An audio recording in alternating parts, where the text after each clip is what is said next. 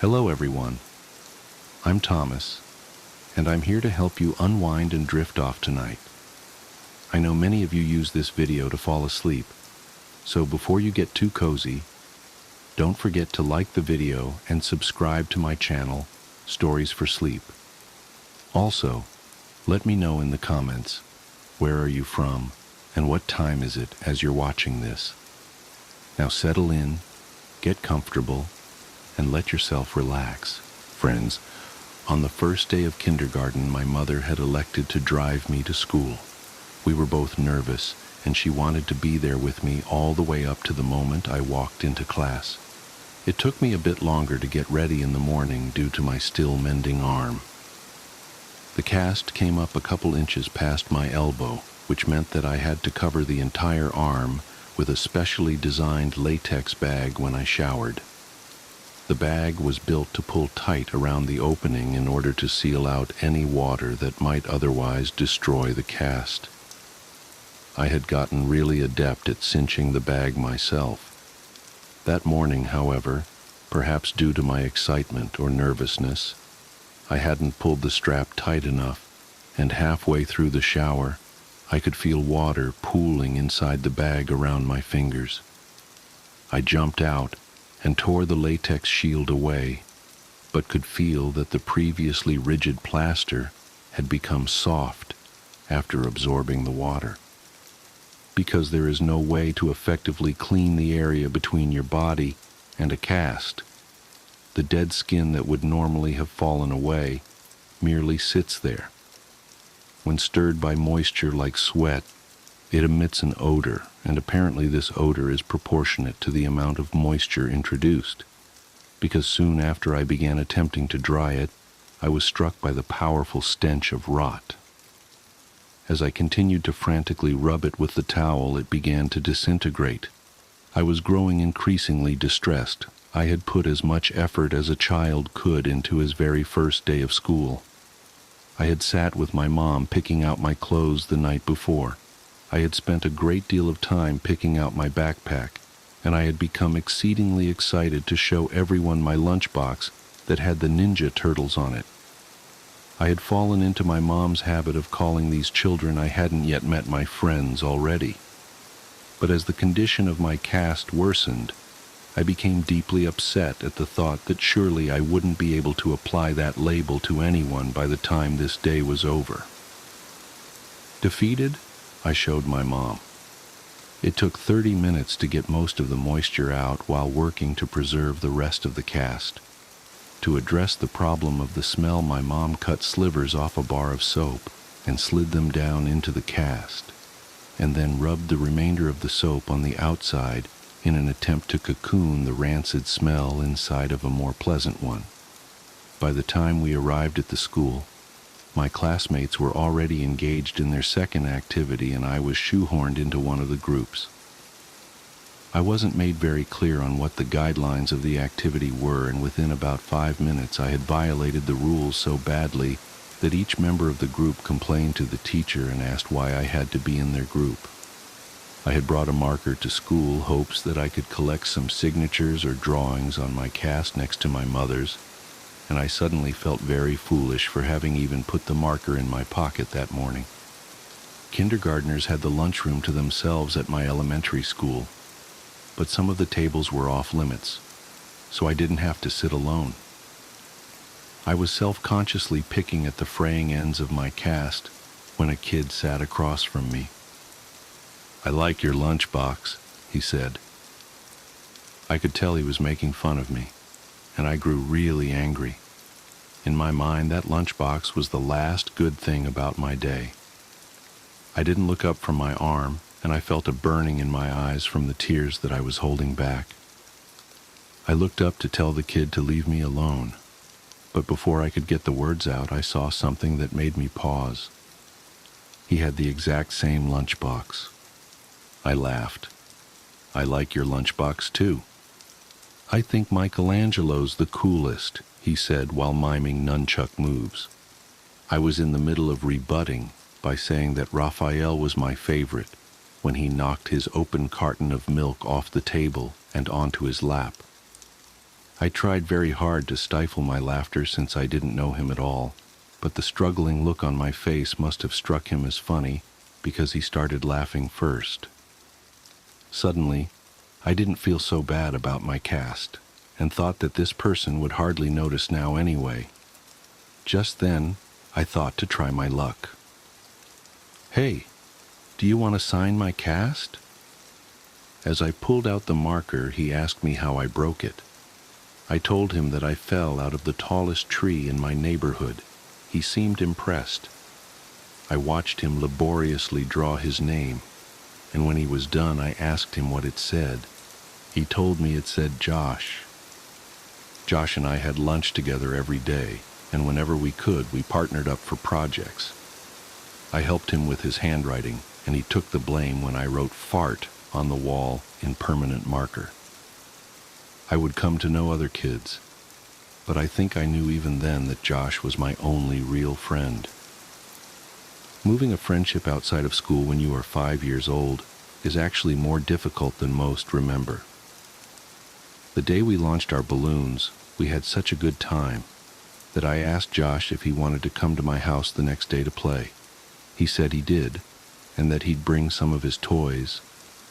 I said that we could also go exploring and maybe swim in the lake. When I got home, I asked my mom, and she said it would be fine. My enthusiasm was boundless until I realized that I had no way of contacting Josh to tell him. I spent the whole weekend worrying that our friendship would be dissolved by Monday. When I saw him after the weekend, I was relieved to find that he had run into the same obstacle and thought it was funny. Later that week, we both remembered to write down our phone numbers at home and then exchange them at school. My mom spoke with Josh's dad, and it was decided that my mom would pick up Josh and myself from school that Friday. We alternated this basic structure nearly every weekend. The fact that we lived so close made things much easier on our parents, who seemed to work constantly. When my mom and I moved across the city at the end of first grade, I was sure that our friendship had seen its last day. As we drove away from the house I had lived in my whole life, I felt a sadness that I knew wasn't just about a house. I was saying goodbye to my friend forever. But Josh and I, to my surprise and delight, stayed close. Despite the fact that we spent the majority of our time apart and only saw one another on weekends, we remained remarkably similar as we grew. Our personalities coalesced, our senses of humor complemented each other's, and we would often find that we had started liking new things independently. We even sounded enough alike that when I stayed with Josh, he would sometimes call my mom pretending to be me. His success rate was impressive. My mom would sometimes joke that the only way she could tell us apart sometimes was by our hair. He had straight, dirty blonde hair like his sister, while I had curly, dark brown hair like my mother. One would think that the thing most likely to drive two young friends apart would be what's out of their control. However, I think the catalyst of our gradual disengagement was my insistence that we sneak out to my old house to look for boxes.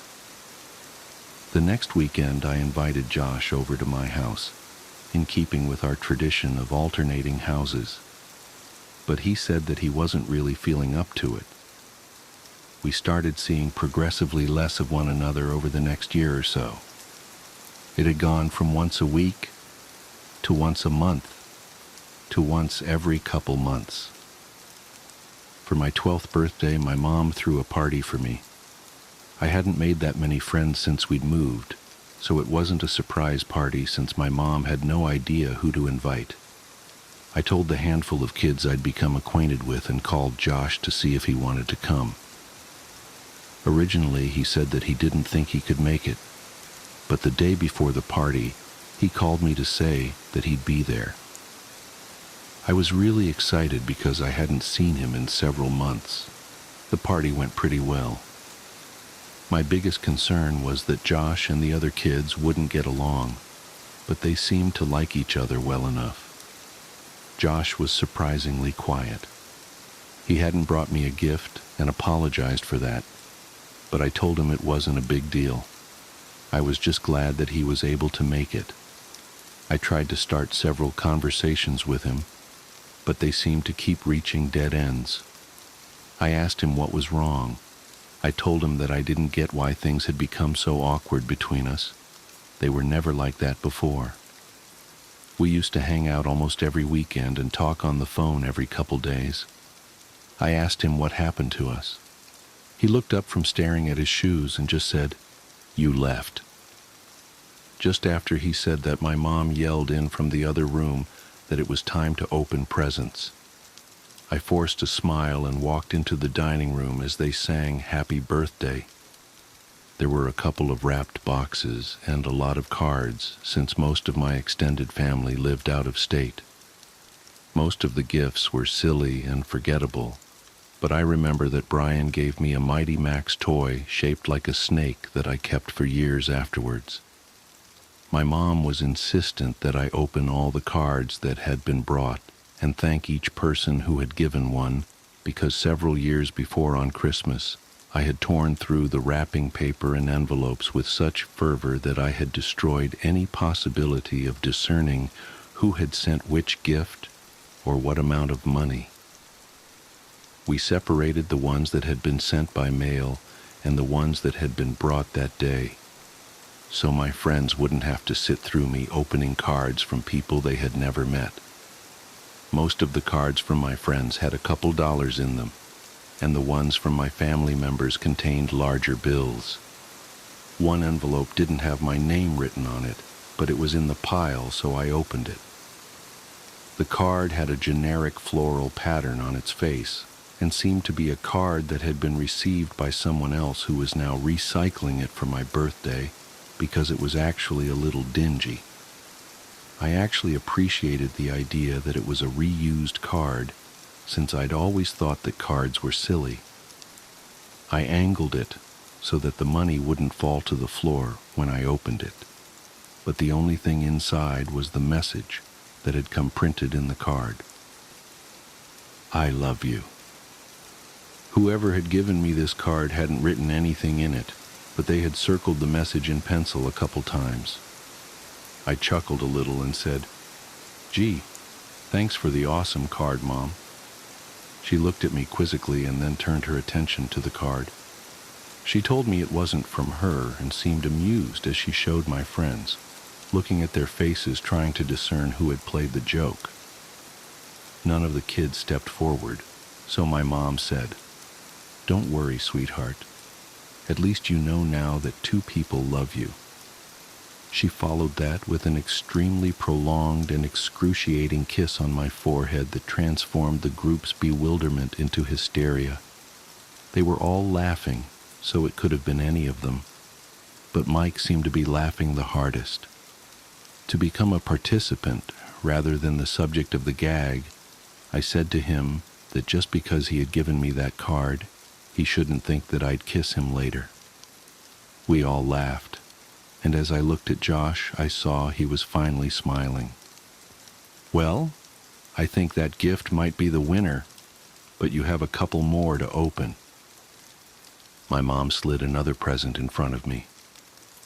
I was still feeling the tremors of suppressed chuckles in my abdomen as I tore the colorful paper away. When I saw the gift, I had no need to suppress the laughter anymore. My smile dropped as I looked at what I'd been given. It was a pair of walkie-talkies. "Well, go on. Show everyone." I held them up, and everyone seemed to approve, but as I drew my attention to Josh, I could see that he had turned a sickly shade of white. We locked eyes for a moment, and then he turned and walked into the kitchen.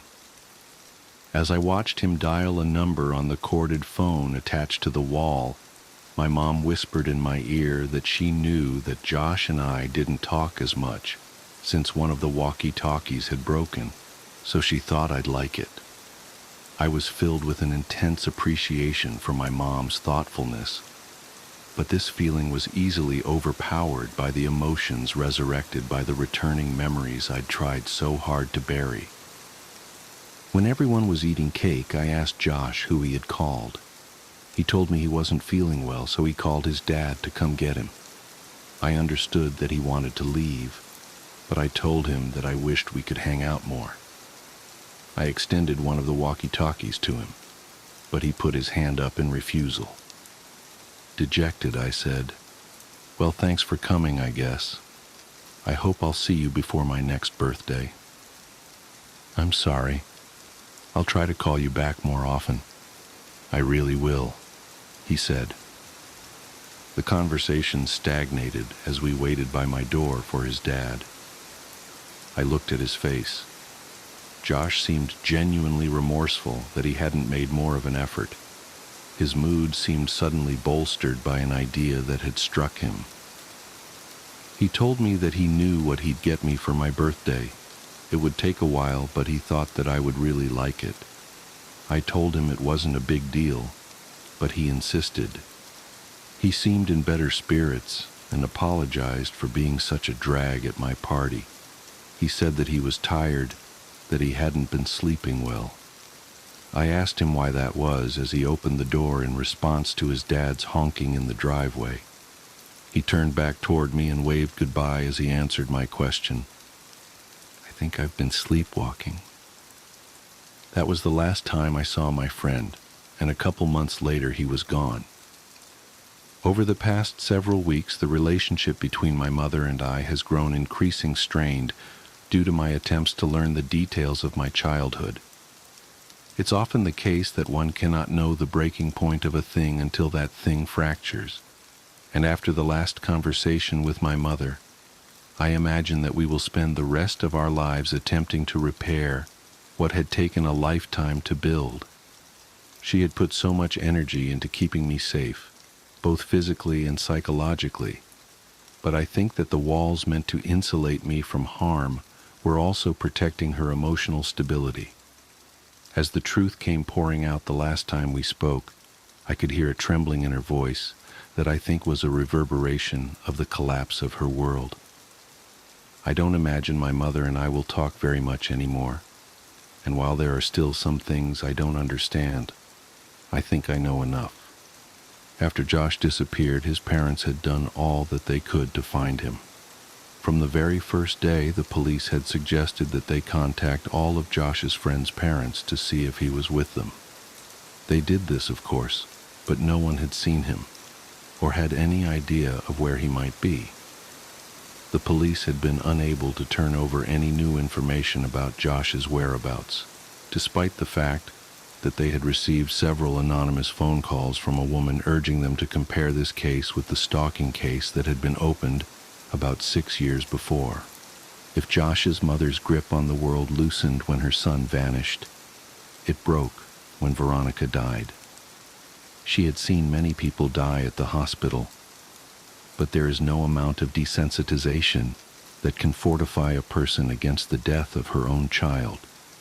She would visit Veronica twice a day since she was recuperating at a different hospital, once before her shift and once afterward.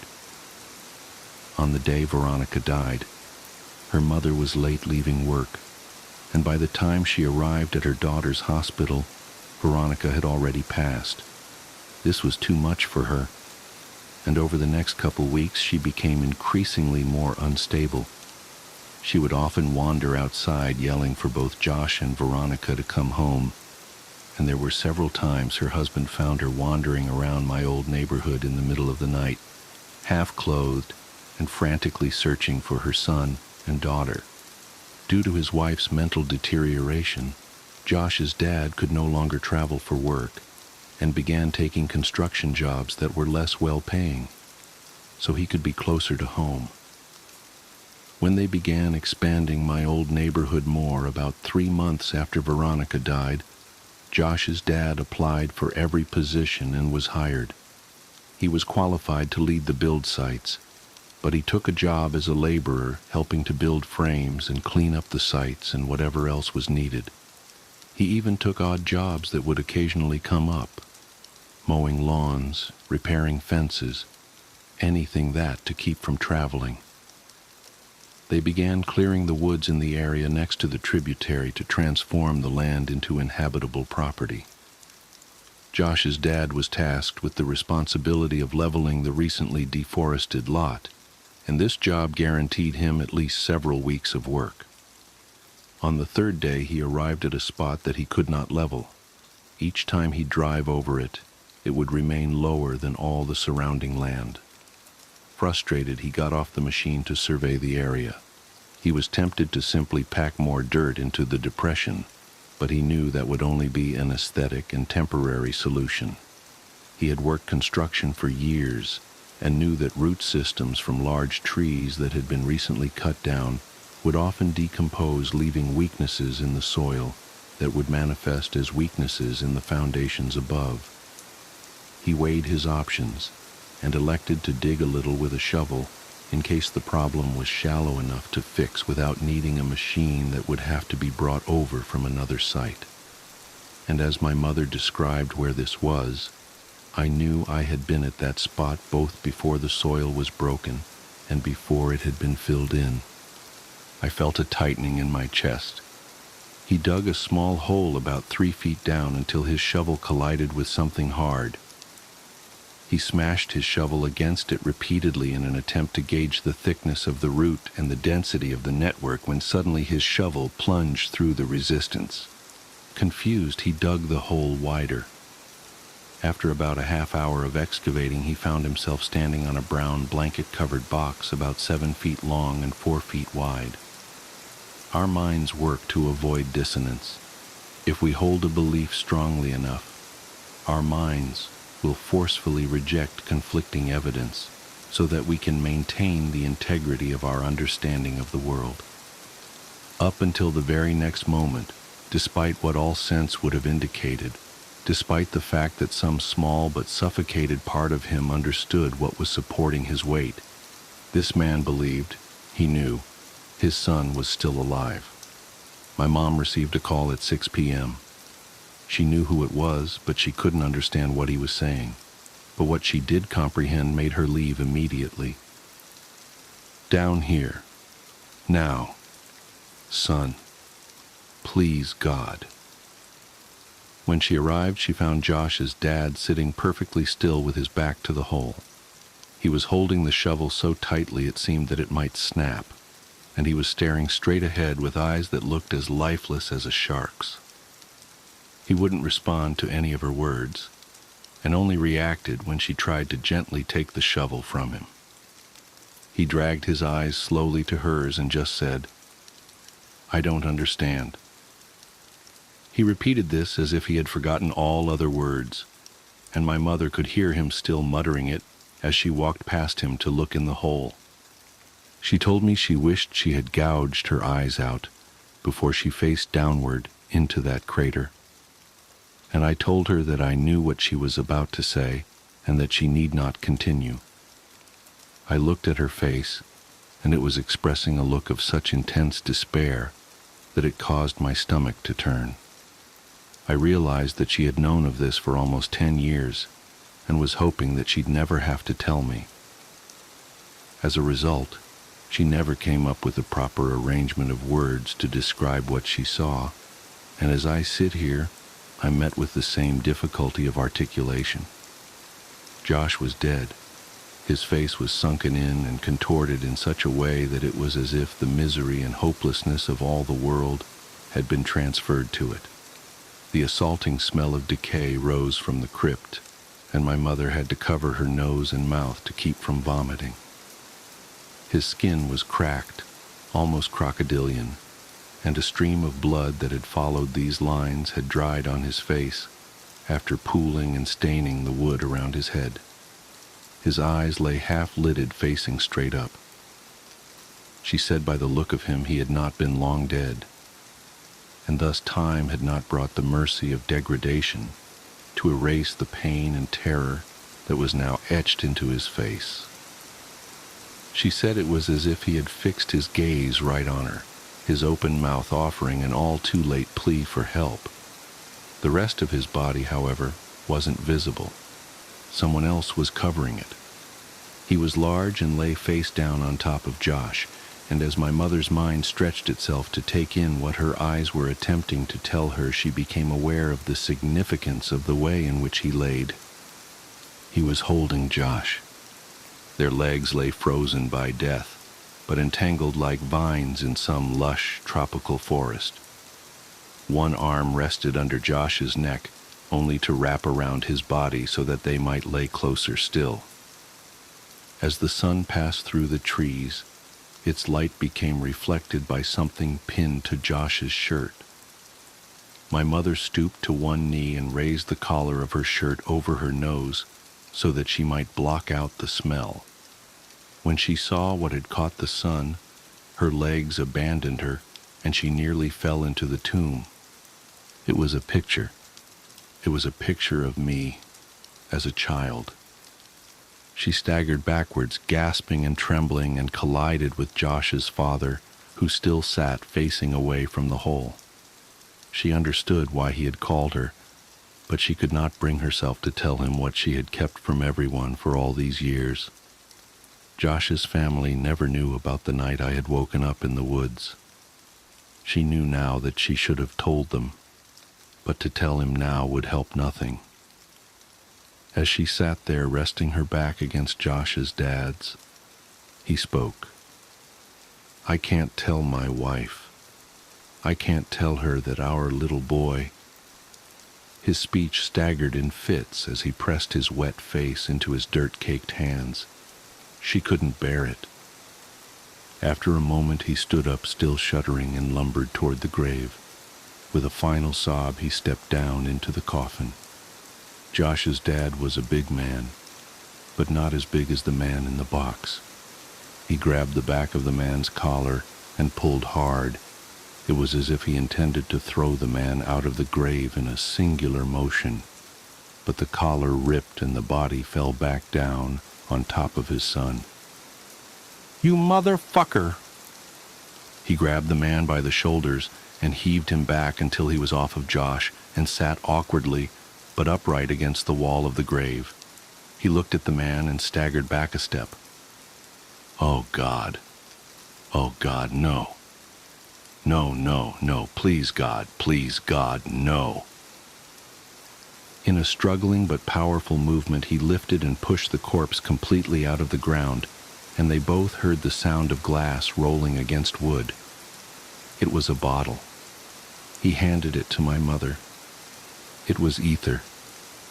"Oh, Josh," he sobbed, "my boy, my baby boy, why is there so much blood? What did he do to you?" As my mother looked at the man who now lay facing upwards, she realized she was facing the person who had haunted our lives for over a decade. She had imagined him so many times, always evil and always terrifying, and the cries of Josh's father seemed to confirm her worst fears. But as she stared at his face, she thought that this didn't look like who she imagined. This was just a man. As she looked at his frozen expression, it actually looked serene. The corners of his lips were turned up only slightly. She saw that he was smiling. Not the expected smile of a maniac from a film or horror story. Not the smile of a demon or the smile of a fiend. This was the smile of contentment or satisfaction. It was a smile of bliss. It was a smile of love. As she looked down from his face, she saw a tremendous wound on his neck from where the skin had been ripped out. She was at first relieved when she realized that the blood had not been Josh's. Perhaps he had suffered less, but this comfort was short-lived as she realized just how wrong she was. She brought a hand up to her mouth and whispered, almost as if she was afraid to remind the world what had happened. "They were alive." Josh must have bitten the man's neck in an attempt to get free, and although the man had died, Josh couldn't move him. I began crying when I thought of how long he might have laid there. She looked through the man's pockets for some kind of identification, but she only found a piece of paper. On it was a drawing of a man holding hands with a small boy, and next to the boy were initials. My initials. I'd like to think that she was remembering that part of the story inaccurately, but I'll never know for sure. As Josh's father carried his son out of the grave, my mom slid the piece of paper into her pocket. He kept muttering that his son's hair had been dyed. She saw that it had. It was now dark brown, and she noticed that he was dressed oddly. His clothes were all far too small. After Josh's dad delicately laid his boy on the soft dirt, he began gently pressing his hands against his son's pants to feel his pockets. He heard a crinkle. Carefully, he retrieved a folded piece of paper from Josh's pocket. He looked at it but was vexed. Absently, he handed it to my mother, but she didn't recognize it either. I asked her what it was. She told me it was a map, and I felt my heart shatter. He was finishing the map. That must have been his idea for my birthday present. I found myself strangely hoping that he hadn't been taken while expanding it, as if that would somehow matter now. She heard Josh's father grunt and looked to see him pushing the man's body back into the ground. As he walked back toward the machine that had found this spot for him, he put his hand on a canister of gasoline and paused with his back toward my mother. "You should go." "I'm so sorry." "It's not your fault. I did this." "You can't think like that. There was nothing." He interjected flatly, almost with no emotion at all. "About a month ago, a guy approached me as I was cleaning up the site on the new development a block over. He asked me if I wanted to make some extra money, and because my wife's not working right now, I accepted. He told me that some kids had dug a bunch of holes on his property, and he offered me $100 to fill them in. He said that he wanted to take some pictures for the insurance company first, but if I came back after 5 p.m. the next day, that would be fine. I thought this guy was a sucker since I knew clearing that lot was coming up, so someone would have had to do it anyway. But I needed the money, so I agreed. I didn't think he even had $100, but he put the bill in my hand, and I did the job the next day. I've been so exhausted that I didn't even think about it after it was done. I didn't think about it until today when I pulled that same guy off of my son." He pointed at the grave, and his emotions started to push through as he broke into a sob. "He paid me $100 so that I would bury him with my boy." It was as if saying it aloud forced him to accept what had happened, and he collapsed onto the ground in tears. My mother could think of nothing to say, and stood there in silence for what felt like a lifetime. She finally asked what he would do about Josh. His final resting place won't be here with this monster. As she looked back when she reached her car, she could see black smoke billowing and diffusing against the amber sky, and she hoped against all hope that Josh's parents would be okay. I left my mom's house without saying much else. I told her that I loved her and that I would talk to her soon, but I don't know what soon means for us. I got into my car and left. I understood now why the events of my childhood had stopped years ago. As an adult, I now saw the connections that were lost on a child who tends to see the world in snapshots rather than a sequence. I thought about Josh. I loved him then, and I love him even still. I miss him more now that I know I'll never see him again, and I find myself wishing that I had hugged him the last time I saw him. I thought about Josh's parents, how much they had lost and how quickly that loss had come. They don't know about my connection to any of this, but I could never look them in the eyes now. I thought about Veronica. I had only really come to know her later in my life, but for those brief few weeks, I think I had really loved her. I thought about my mother. She had tried so hard to protect me and was stronger than I would ever be. I tried not to think about the man and what he had done with Josh for more than 2 years. Mostly, I just thought about Josh. Sometimes I wish that he never sat across from me that day in kindergarten, that I'd never known what it was like to have a real friend. Sometimes I like to dream that he's in a better place, but that's only a dream, and I know that. The world is a cruel place made crueler still by man. There would be no justice for my friend, no final confrontation, no vengeance. It had been over for almost a decade for everyone but me now. I miss you, Josh. I'm sorry you chose me, but I'll always cherish my memories of you. We were explorers. We were adventurers. We were friends.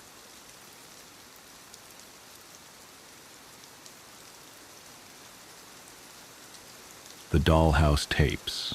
It started last October when Jenny, my oldest friend from college, called me out of the blue. We hadn't spoken in months. Life, jobs, the usual drift. But her voice on the phone made my stomach drop. She sounded hollow, distant, like she was speaking from underwater. "Sarah, I need—" She trailed off, and I heard what might have been a shaky breath. "I need you to come look at something. Please, I can't tell if I'm losing it." "Jenny, what's wrong?" The autumn wind rattled my apartment windows and I pulled my cardigan tighter. "Are you okay?" Can you come over? Tonight? Please?" There was something raw in her voice that scared me. Jenny was always the collected one, the one who kept me grounded during finals week panic attacks and bad breakups. Hearing her like this felt wrong, like watching a parent cry. "Of course," I said, already reaching for my keys. "Text me your new address. I'll be there in an hour." The drive to Jenny's place took me through unfamiliar suburbs, rows of identical houses with manicured lawns fading to brown in the October chill. Her neighborhood was older, full of Victorian-style homes with wraparound porches and elaborate trim work. The kind of houses that look charming in daylight but menacing after dark. All sharp angles and deep shadows. Jenny's house sat at the end of a dead-end street, partially hidden behind overgrown hedges. The porch light was out, and I had to use my phone's flashlight to find the front steps. The wood creaked under my feet, that distinct elderly house sound that always makes you wonder about structural integrity. She opened the door before I could knock. Jenny looked wrong. Her normally sleek, dark hair was unwashed and tangled, her eyes ringed with shadows that spoke of sleepless nights. She wore what looked like the same Northwestern sweatshirt from our college days, now threadbare and stained. "Thank God you're here," she whispered, pulling me inside. The house was freezing, and I could see her breath in the dim entryway. "I need you to tell me I'm not crazy. I need someone else to see it." "See what?" I asked, following her up a narrow staircase. Family photos lined the walls. Jenny and her husband Mark's wedding, vacation snapshots, her parents. Normal things that somehow felt off, like props arranged to create the illusion of a happy home. "Jenny, you're scaring me. Where's Mark?" "Conference in Seattle. He's been gone 2 weeks." She laughed, a sharp sound with no humor in it. "He thinks I'm having some kind of breakdown. Keeps talking about postpartum depression, about seeing someone. But this isn't. This is real. You'll see." The mention of postpartum made my chest tight. Jenny had lost the baby 6 months ago, late in the second trimester. I should have been there more, should have called more often. Some friend I was. We reached the second floor, and Jenny led me to what must have been meant as a nursery.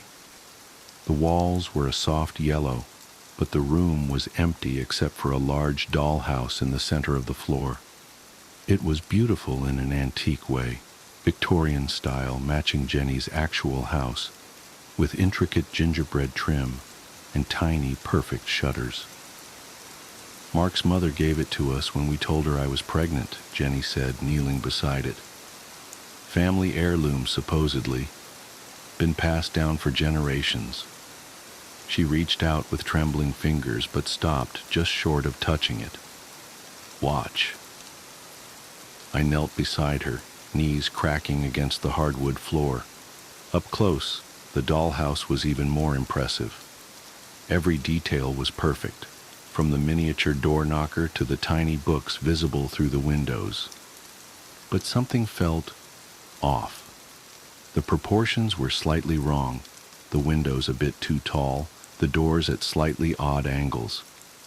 Looking at it too long made my eyes hurt. "Jenny, what am—" "Shh," she hissed, eyes fixed on the dollhouse. "Listen." At first I heard nothing but the usual old house sounds, settling foundations, creaking wood, the whisper of wind through old windows. Then, something else. A soft scratching, like mice in the walls, but rhythmic, deliberate. It seemed to be coming from inside the dollhouse, but that was impossible, wasn't it? "There's more," Jenny whispered. Her hand found mine in the dark, ice cold and shaking. "Watch the nursery window. Top floor." I leaned closer, squinting at the tiny window she indicated. The room beyond was dark, but as my eyes adjusted, I could make out what looked like a miniature nursery. A crib, a rocking chair, tiny stuffed animals arranged with obsessive care. The scratching got louder. Then I saw it. Movement. Just a flicker, but unmistakable. Something inside that tiny room was moving. "Jesus!" I jerked back, heart pounding. There must be a mechanism or something, like those animated Christmas displays." Jenny shook her head slowly. "I thought that too. I took it apart looking for motors, batteries, anything. There's nothing, just wood and paint and—" She swallowed hard. "And sometimes, late at night, I hear crying, baby crying." A chill ran down my spine that had nothing to do with the room's temperature. "Jenny, maybe Mark is right about talking to someone. After everything you've been through—" "I knew you wouldn't believe me," she said flatly. "Nobody does, but I can prove it." She stood suddenly, moving to a shelf I hadn't noticed before. "Look at this." She handed me what looked like an old VHS tape, the label worn away with age. "I set up a camera last week, one of those old camcorders Mark's dad gave us. Digital ones won't work. They just show static. But this—" She grabbed my arm, fingers digging in painfully. "You have to watch it with me. Please." I wanted to say no. Everything in me was screaming to get out of that house, to get Jenny help, to call Mark or her parents or anyone. But the desperation in her voice stopped me. "Okay," I said. "Okay, do you have a VCR?" She led me back downstairs to what must have been meant as a living room, though it held only a TV on a stand and a single rocking chair. The chair was moving slightly, though there was no breeze. Must be the uneven floorboards, I told myself firmly. Jenny hooked up an ancient VCR with shaking hands and inserted the tape. Static filled the screen, then resolved into a grainy image of the dollhouse at night, lit only by moonlight through the nursery windows. For several minutes nothing happened. Then, "There!" Jenny pointed. On screen, a shadow moved past the tiny windows. Too large to be a doll, too small to be human.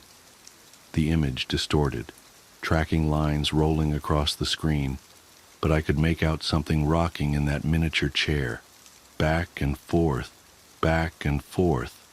The static grew louder, took on an almost rhythmic quality, like breathing or crying. The tape jumped, skipped.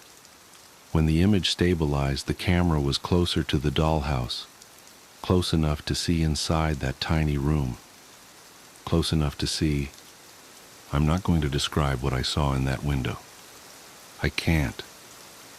My mind shies away from it like a hand from a hot stove. But I remember the sound I made.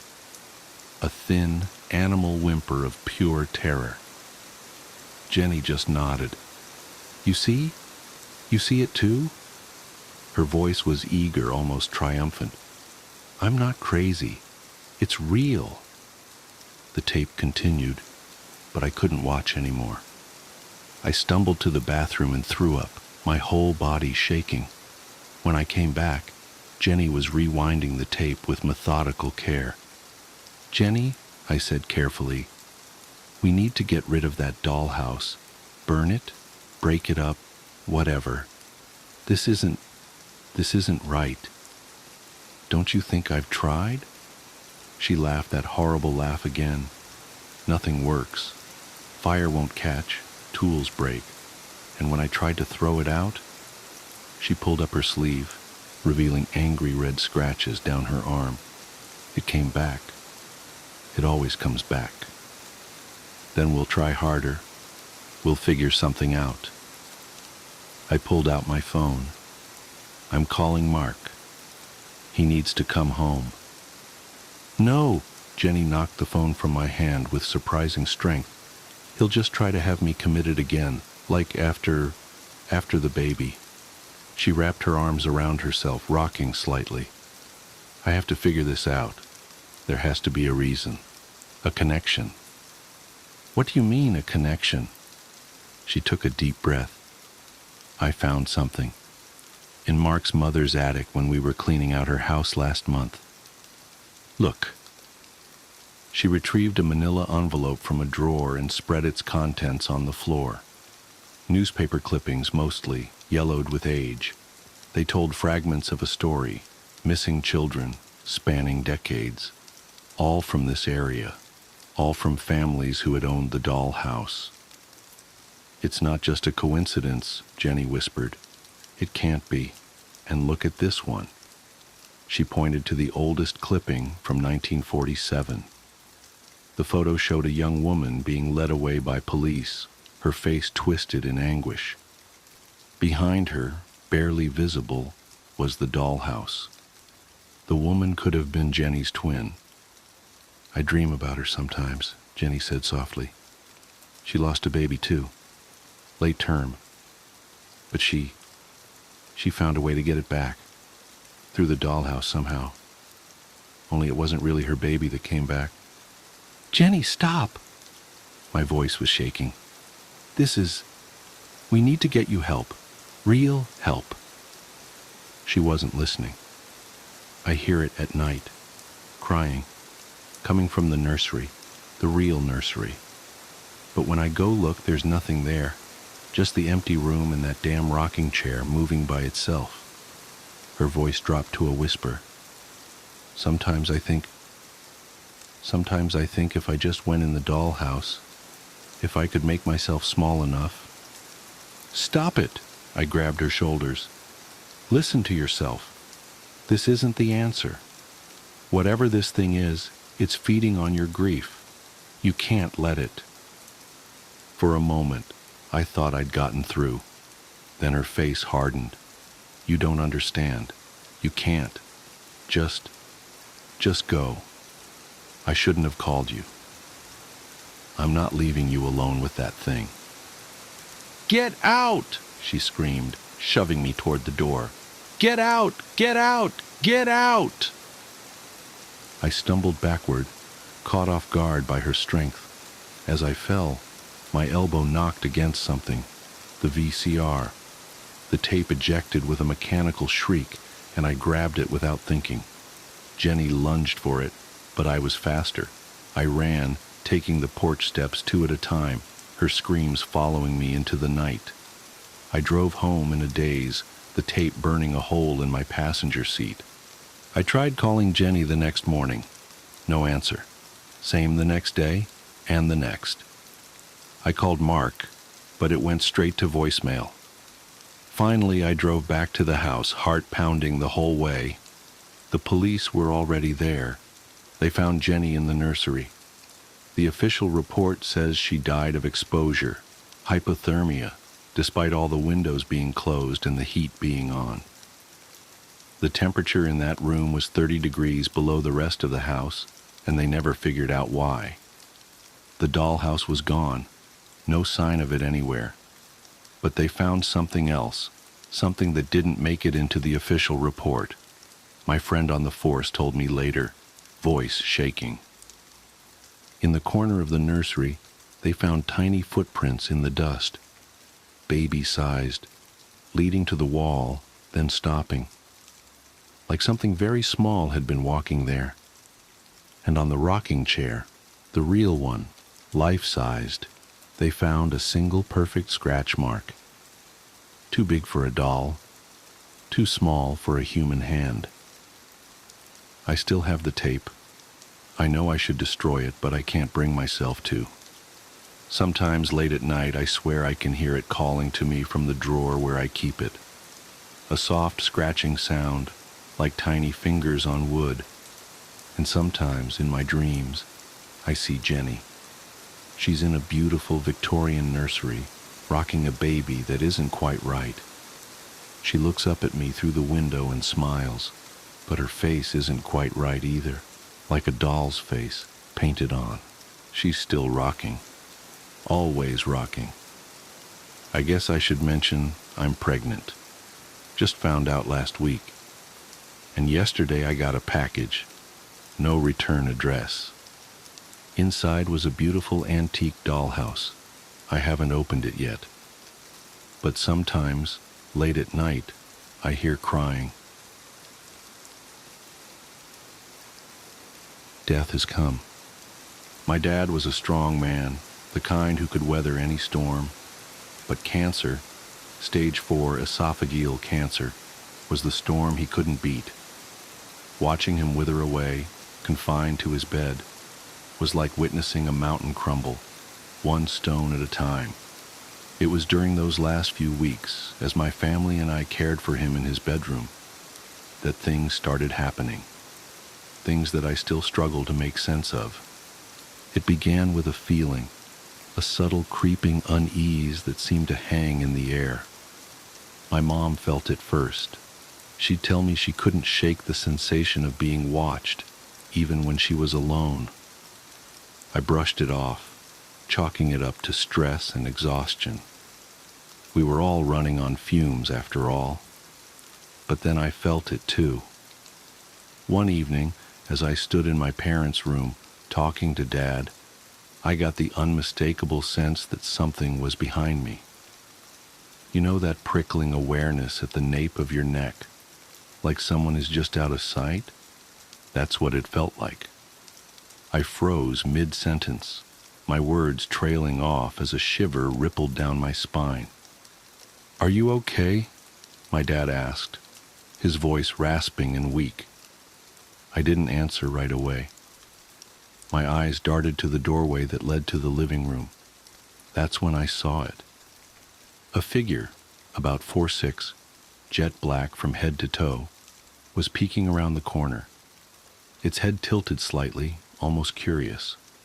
Long, slender fingers gripped the edge of the door frame, its knuckles unnaturally bony and gnarled. It wasn't solid, but not exactly transparent either. It was as if the shadows themselves had taken form, dense and impenetrable. My heart slammed against my ribs. Without thinking, I bolted toward it. The figure slipped back around the corner, its movement impossibly fluid, like smoke dissipating in the wind. By the time I reached the doorway, it was gone. I stood there, breathing hard, staring at the empty living room. Nothing. No sound, no movement. Just the faint hum of the refrigerator in the kitchen and the ticking of the wall clock. I stepped out, searching every corner, but it was like the thing had evaporated.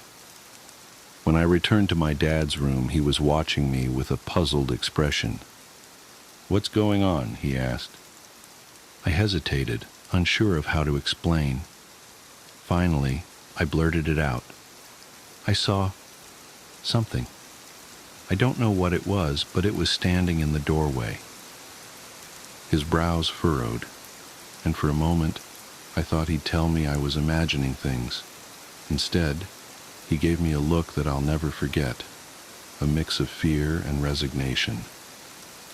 Over the next few days, others began seeing it too. My mom was the first. She was sitting in the living room late at night, reading, when she saw the same black figure standing at the edge of the hallway. It didn't move, didn't retreat.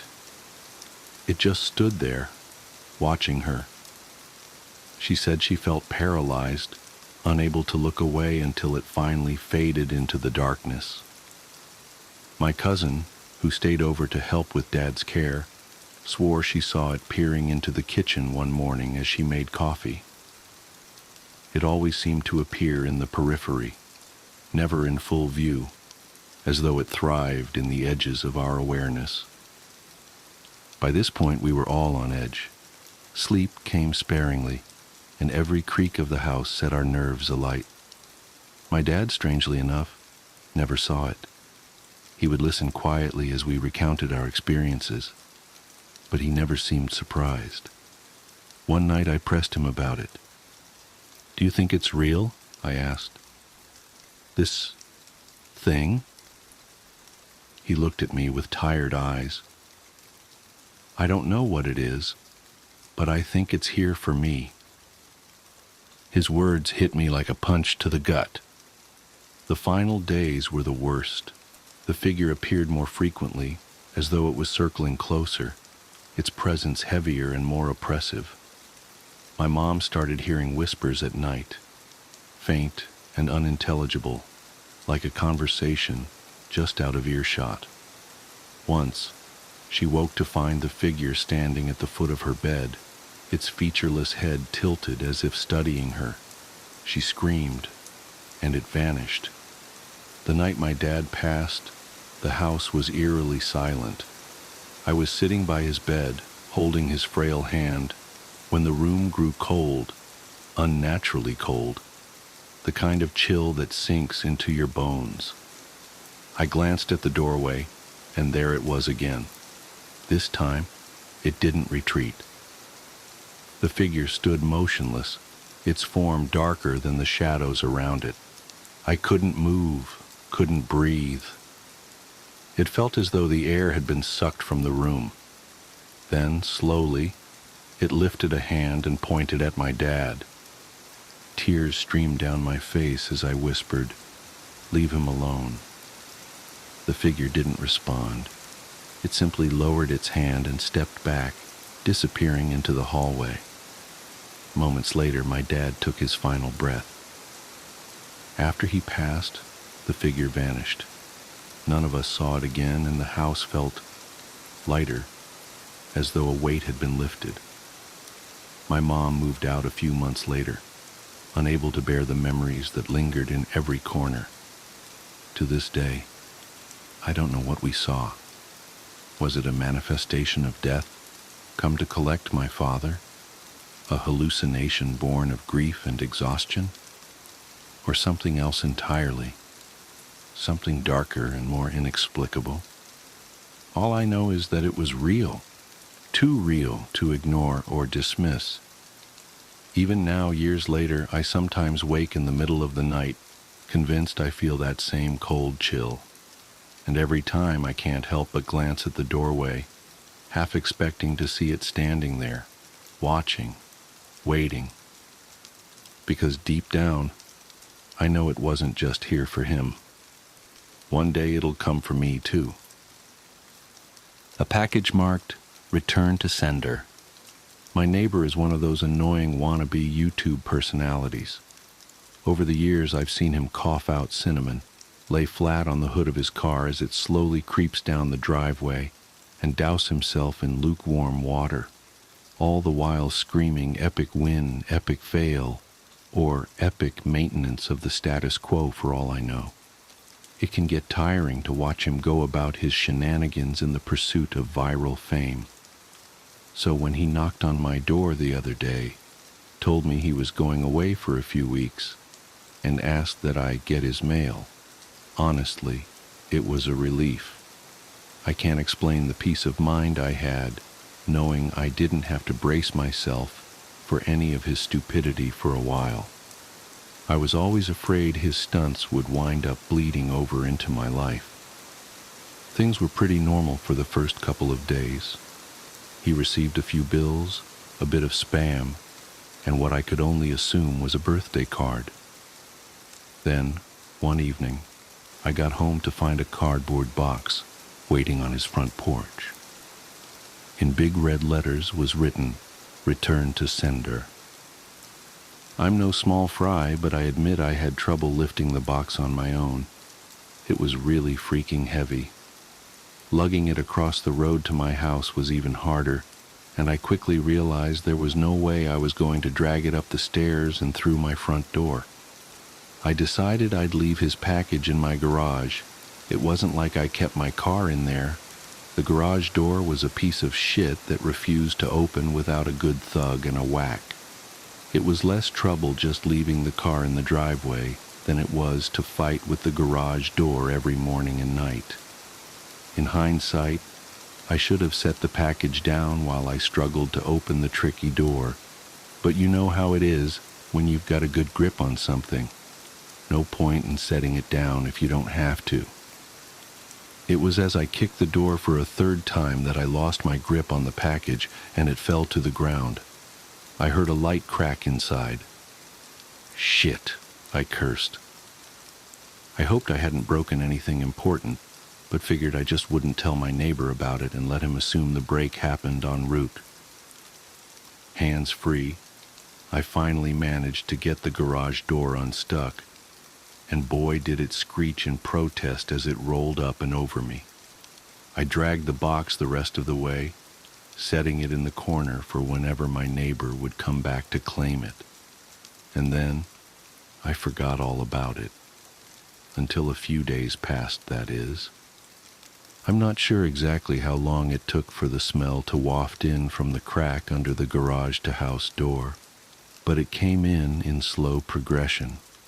It was a sickly sweet odor similar to a skunk, and for the first few days after I smelled it, I genuinely assumed that's exactly what it was. Roadkill that had left its mark on my house. It was only when I realized the scent was growing more intense instead of fading that I went looking for a source. That's when I opened the garage door, and that's when the odor knocked me back, holding my nose.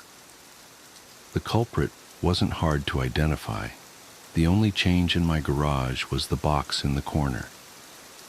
I remember thinking it must have been one of those meat-of-the-month subscription boxes. The meat must have gone rancid from being left out of the fridge for so long. How much meat could have been in there for the box to have been so large and heavy? An entire freaking cow. I covered my nose as I approached the box, a pair of scissors in my hands. I probably wouldn't have needed them to open it, as it had become soggy enough at the bottom to poke through with a finger, but I wasn't about to poke my finger into spoiled meat juices. That soggy bottom was the reason I had to open the box in the first place.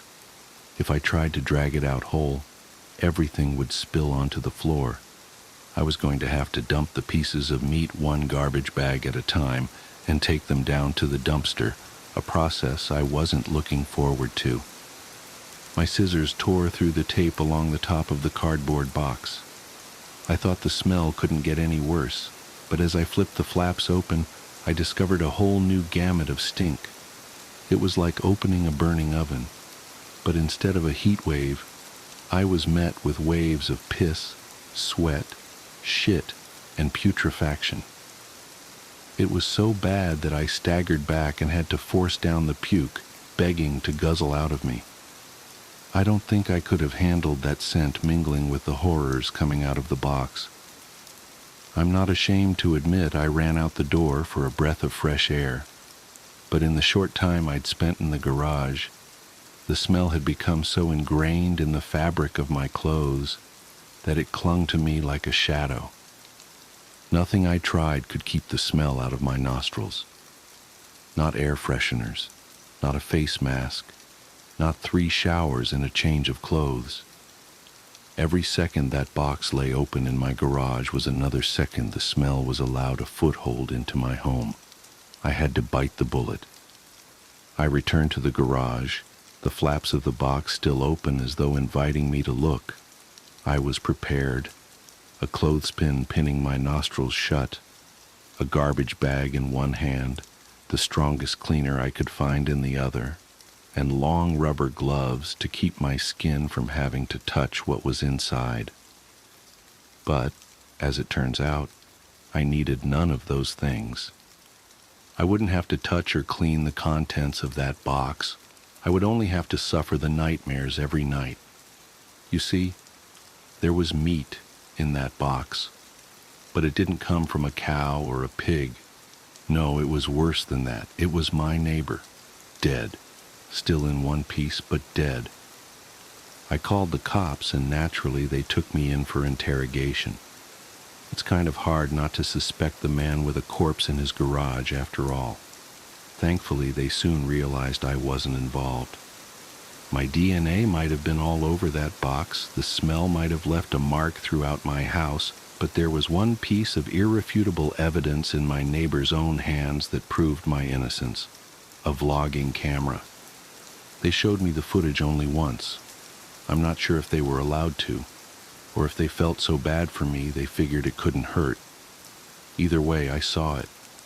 My neighbor was sitting in the box outside of a shipping facility, laughing as he told the world how he was going to mail himself across state lines. He'd brought pee bottles, food, a pillow, and a few flashlights. His friend, a guy I'd seen at his place several times to help with his stunts, closed the lid and presumably dropped him off for shipment. Throughout the next couple of hours, or days, I'm honestly not sure, my neighbor recorded a few short clips about his progress. I think I'm in a truck now, I can feel it moving. Must be in a warehouse. Pretty warm here, still got plenty of food. That kind of stuff. And then, on the last entry, the box toppled over. He broke his neck, and that was it. The camera recorded until either the memory card got too full or the battery died. There's one thing I didn't tell the police after they showed me the video. One thing I heard in the footage that will haunt me to the day I die. Just after the tumble that broke his neck, I heard the familiar screeching sound of my garage door. The last shift. It was supposed to be a routine Friday night shift. I'd been watching the Morrison kids, Emma, 8, and Tyler, 6, every other weekend for the past year, while their parents enjoyed their date nights. The pay was good, the kids were sweet, and their modern smart home in the suburbs made my job easier. Everything was monitored: temperature, security, even a state-of-the-art baby monitoring system that covered every room. Mr. Morrison worked in tech and spared no expense when it came to his family's safety. That particular Friday started like any other. I arrived at 6 p.m. just as Sarah and James Morrison were putting on their coats. Sarah wore an elegant black dress that made her look younger than her 35 years, while James had opted for a charcoal suit that probably cost more than my semester's textbooks. "Thanks for coming on such short notice, Claire," Sarah said, handing me a sheet of paper with their contact information, the same one she'd given me countless times before. "We really needed this night out. Things have been tense lately." I noticed the slight tremor in her voice, the way James avoided eye contact. Something felt off, but it wasn't my place to pry. Besides, all couples have their rough patches, right? "The kids had an early dinner," James added, checking his watch for the third time in as many minutes. "They can have a small snack before bed if they're hungry, but nothing too heavy. Bedtime is 8:30, I know," I finished with a smile. "We've got our routine down pat. You guys enjoy your evening." Sarah hesitated at the door, her hand clutching her purse a little too tightly. "Claire, if anything seems strange tonight, anything at all, call us immediately. Don't wait until morning." Before I could ask what she meant, James had practically pulled her out the door. I heard their Tesla's electric hum fade into the distance as I locked up, puzzled by Sarah's unusual behavior. But I had bigger concerns, namely, 2 energetic kids who'd already spotted me and were charging down the stairs. "Claire! Claire! Can we play Zombie Apocalypse?" Tyler bounced around me like a caffeinated puppy, his mop of brown hair flying in all directions. "No way. We played that last time," Emma protested, her long blonde hair neatly braided. Sarah's handiwork, no doubt. "I want to play School of Magic." I managed to negotiate a compromise. We'd play both games for 30 minutes each, then wind down with some coloring before their evening snack and bedtime routine. The hours flew by as we transformed the living room into first a zombie-proof fortress, then a prestigious academy of witchcraft, using only throw pillows and blankets, of course. By 8 p.m., both kids were sitting at the kitchen island munching on apple slices and peanut butter while I cleaned up our earlier chaos. Everything felt normal, peaceful even. That should have been my first warning. In my experience, when things feel too peaceful with kids, something's usually about to go wrong. "Claire?" Emma's voice carried from the kitchen, suddenly serious. "Do you believe in ghosts?" I walked back to the kitchen, gathering their empty plates. "Not really. Why do you ask?" Emma exchanged a look with Tyler, the kind of meaningful glance siblings share when they're keeping a secret. "No reason," she said, but her voice had that sing-song quality kids get when they're lying. "They're real," Tyler declared matter-of-factly, licking peanut butter off his fingers. "We see them all the time." "Tyler," Emma hissed, kicking him under the counter. "Ow, but it's true. They're here right now." I felt a chill run down my spine despite myself. The kitchen suddenly felt colder, though I knew it was just my imagination. The smart thermostat showed a steady 72 degrees. "Okay, spooky story time is over," I announced, trying to keep my voice light. "Time to head upstairs and get ready for bed." The bedtime routine went smoothly enough, though both kids seemed more subdued than usual. Emma kept glancing at the corners of her room while I helped her into her pajamas, and Tyler insisted on keeping his dinosaur nightlight on extra bright. By 8:30 they were both tucked into their respective beds in their adjacent rooms, doors left slightly ajar as per their preference. I settled onto the living room couch with my psychology textbook, enjoying the quiet. The Morrisons weren't expected back until midnight, giving me plenty of time to study for next week's exam. The house's smart system kept everything at a perfect temperature, and the subtle blue glow from various devices created a cozy atmosphere. That's when I heard it. Children's voices through the baby monitor. "Do you think she knows yet?" Emma's voice clear as day. "Probably not," Tyler replied. "Grown-ups never notice until it's too late." My blood ran cold. I checked the time. 9:15 p.m. They should have been asleep by now. I marked my place in the textbook and headed upstairs to remind them about bedtime rules. The hallway was darker than I remembered, despite the motion-activated nightlights. Each step felt heavier than the last as I approached the kids' rooms. The voices continued through the monitor I'd carried up with me. "Should we tell her she's been dead for 3 hours?" "Shh! She's coming!" I pushed open Emma's door first, heart pounding. She was sound asleep, blonde hair spread across her pillow, chest rising and falling steadily. Confused, I checked Tyler's room next. He too was deeply asleep, clutching his favorite T-Rex plushie. Back in the hallway, I stared at the baby monitor in my hand. It had to be picking up interference from somewhere, maybe a neighbor's monitor or... "Behind you," Emma's voice whispered through the device. But Emma was still asleep. I could see her through the doorway. I spun around. The hallway was empty. She still doesn't understand. Tyler's voice crackled through the monitor. Show her, show her, show her. The temperature dropped dramatically. My breath came out in visible puffs despite the thermostat reading normal. The smart lights began to flicker, which should have been impossible with their backup power system. I ran downstairs, nearly tripping over my own feet. I needed to call the Morrisons, just like Sarah had said. Something was very, very wrong.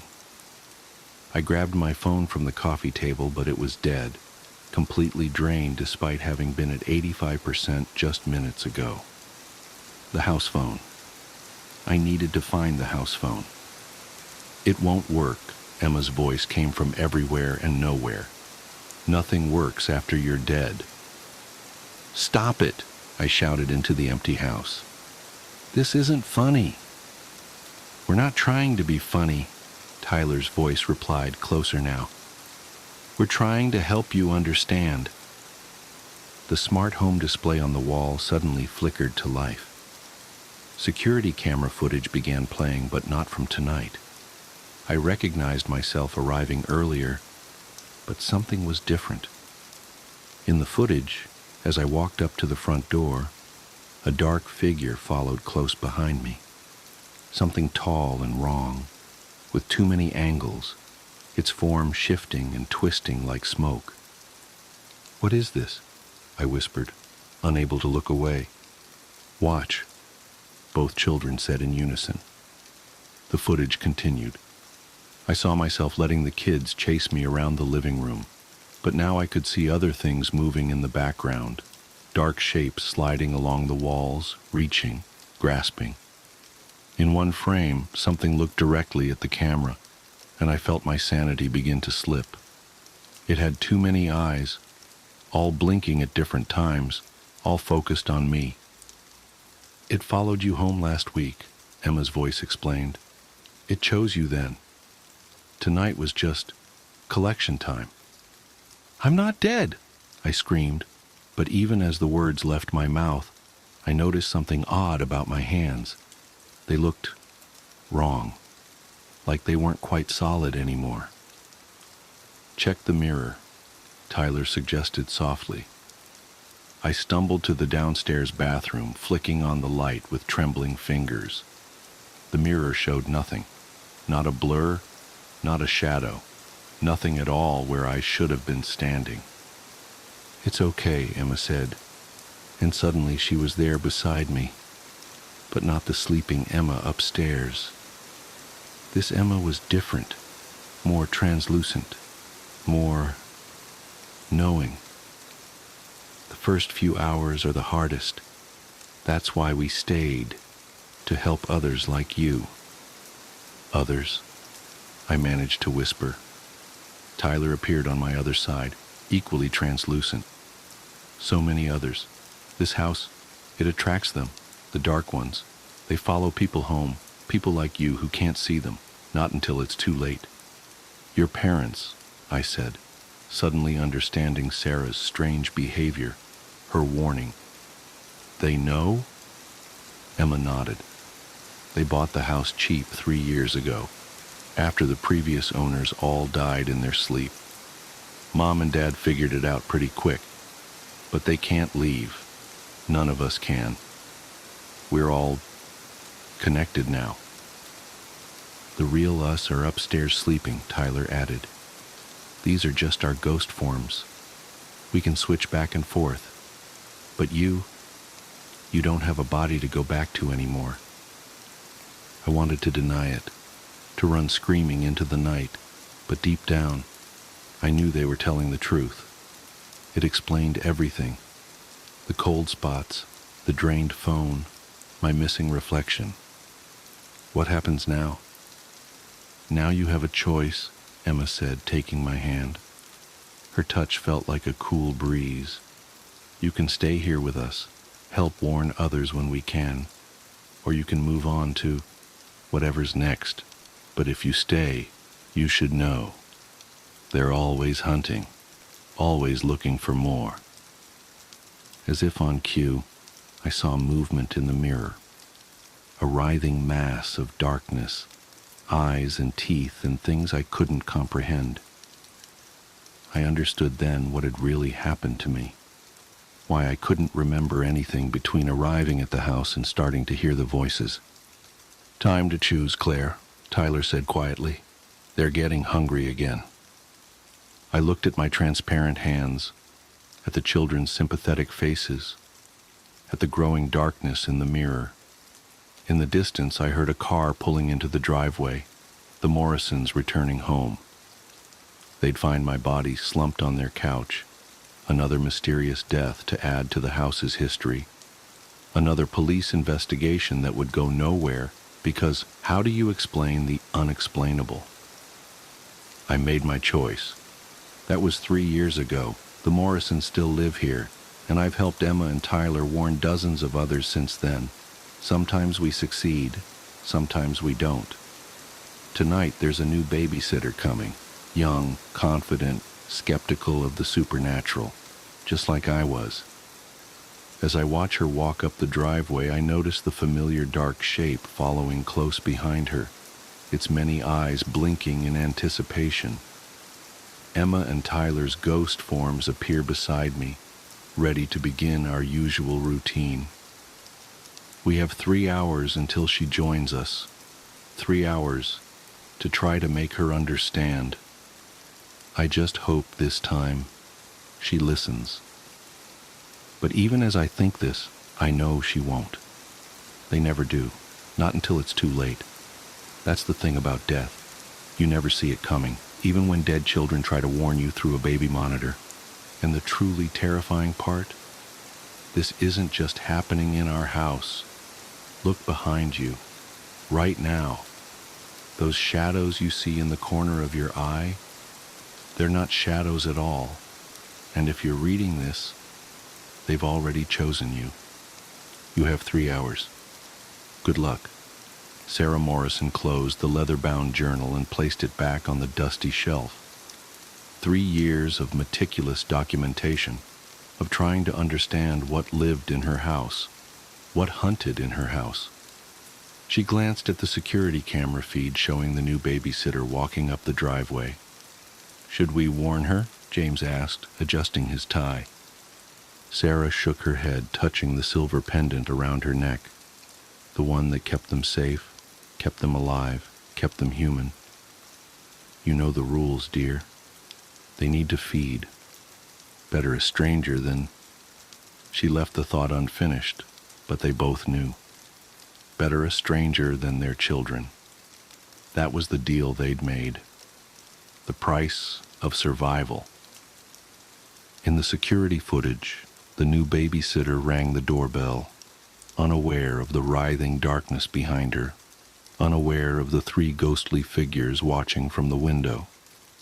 2 children and a young woman, all wearing expressions of resigned sadness. Just another Friday night at the Morrison house. Just another 3 hours until collection time. Through a glass, darkly. The static came first. I should have known then, should have recognized it for what it was, not interference or equipment malfunction, but a harbinger, a warning scratched into reality itself by something vast and uncaring, like the groaning of glacial ice before it splits apart into bottomless crevasses. But I was too focused on my work, too eager to make the most of these precious dark months at Palmer Station. As Antarctica's senior radio astronomer, I had fought hard for this position, this chance to study the cosmos, away from the electromagnetic pollution of civilization.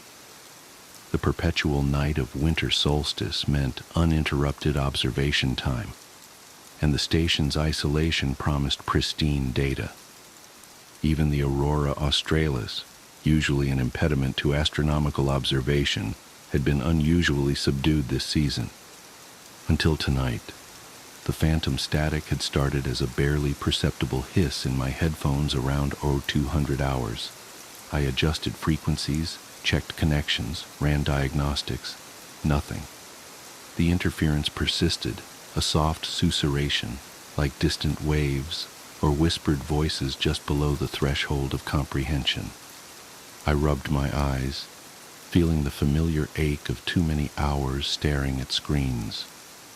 The control room's warm light felt almost oppressive after so much darkness, and my reflection in the window looked haggard. Beyond the glass, wind-driven snow created shifting patterns in the floodlights, while the aurora painted ethereal curtains of green and purple across the sky. "You're losing it, Sarah," I muttered, reaching for my coffee mug only to find it empty. Again. Time for a break. The corridor outside was dim and silent. Most of the winter crew of 15 were asleep, leaving the station feeling larger and emptier than usual. My footsteps echoed oddly on the metal floor as I made my way to the kitchen. The walls seemed to absorb the sound, making each step feel muffled and distant. The coffee maker's gurgle was oddly comforting in the midnight quiet. I leaned against the counter, letting my mind drift. The static in my headphones had been strange, yes, but probably just some atmospheric phenomenon. The kind of thing that... A flicker of movement caught my eye. Outside the kitchen window, the aurora had intensified, its colors deeper and more vibrant than I'd ever seen. The typical flowing curtains had transformed into intricate geometric patterns that seemed almost deliberate. For a moment, I could have sworn they formed themselves into symbols, not like any writing system I knew, but somehow suggestive of meaning nonetheless. My hands trembled slightly as I poured the coffee. "You're overtired," I told myself. The human brain is wired to find patterns, even where none exist, but I couldn't shake the feeling that something was wrong. The air felt different somehow, heavier, like the pressure change before a storm. Back in the control room, I nearly dropped my mug.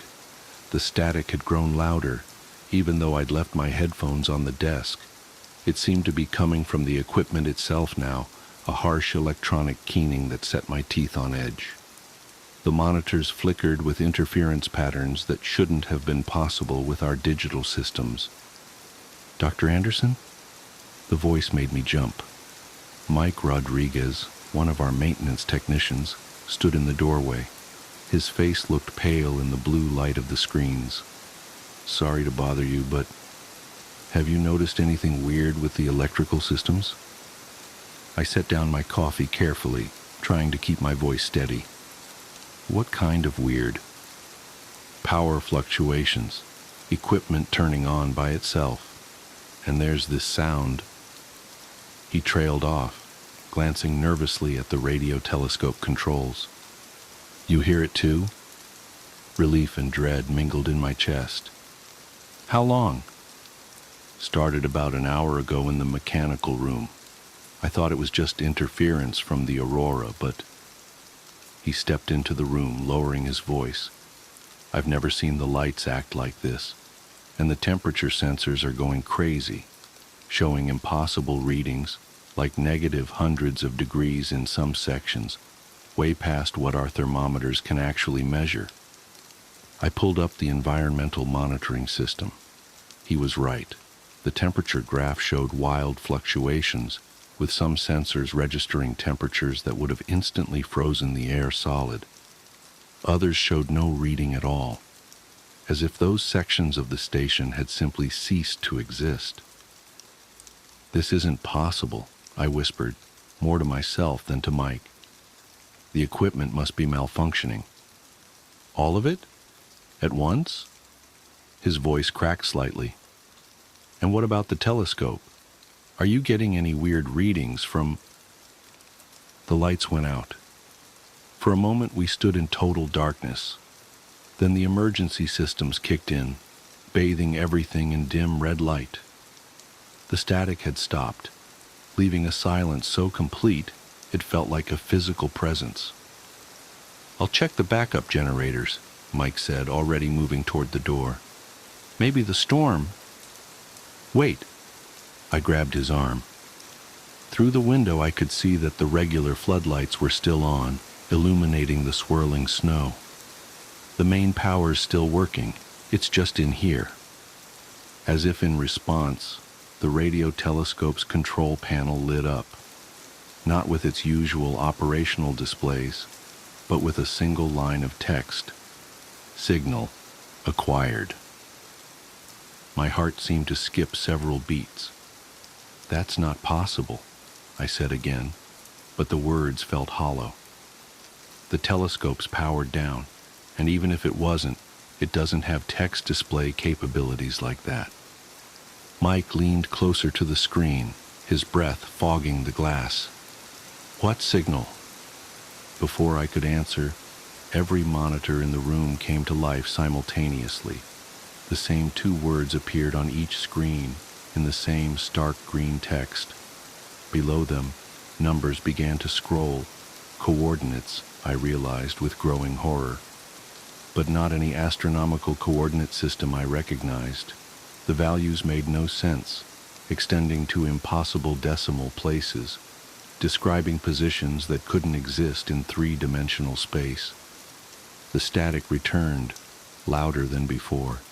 It seemed to come from everywhere at once: the equipment, the walls, the very air itself.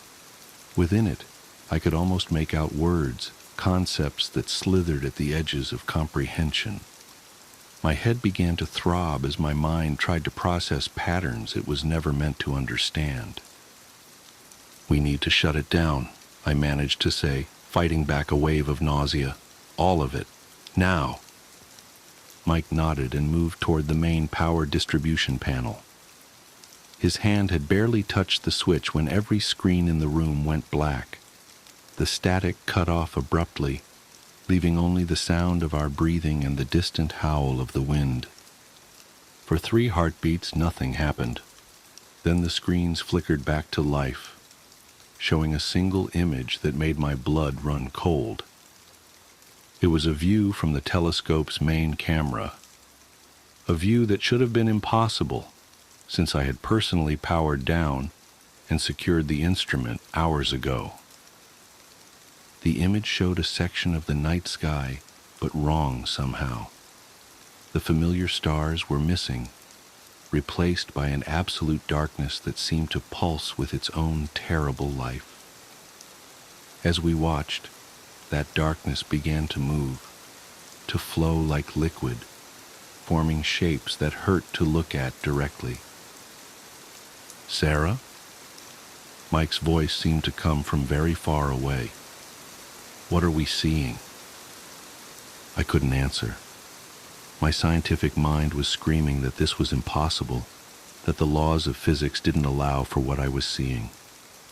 But another part of me, some primitive hindbrain that remembered what it was to be prey, understood perfectly. We were seeing something vast wake up. The image zoomed in, or perhaps whatever we were observing was getting closer. The darkness resolved into geometries that shouldn't have been possible, angles that seemed to bend back through themselves. My eyes began to water as they tried to follow the impossibly recursive patterns. And then I saw the void. It wasn't just an absence of light or matter. It was an active nothing, a hungry emptiness that devoured both space and meaning. Looking at it was like trying to remember a dream that turned out to be a memory of something that hadn't happened yet. My mind recoiled from it even as some horrible fascination kept me staring. The static returned, but different now. It had structure, purpose. The random noise resolved into a kind of music, if you could call it that. It was like hearing colors that didn't exist, or touching a thought. Each note seemed to reach inside my skull and rearrange my understanding of reality. "We have to warn the others," I heard myself say, though my voice sounded strange and distant.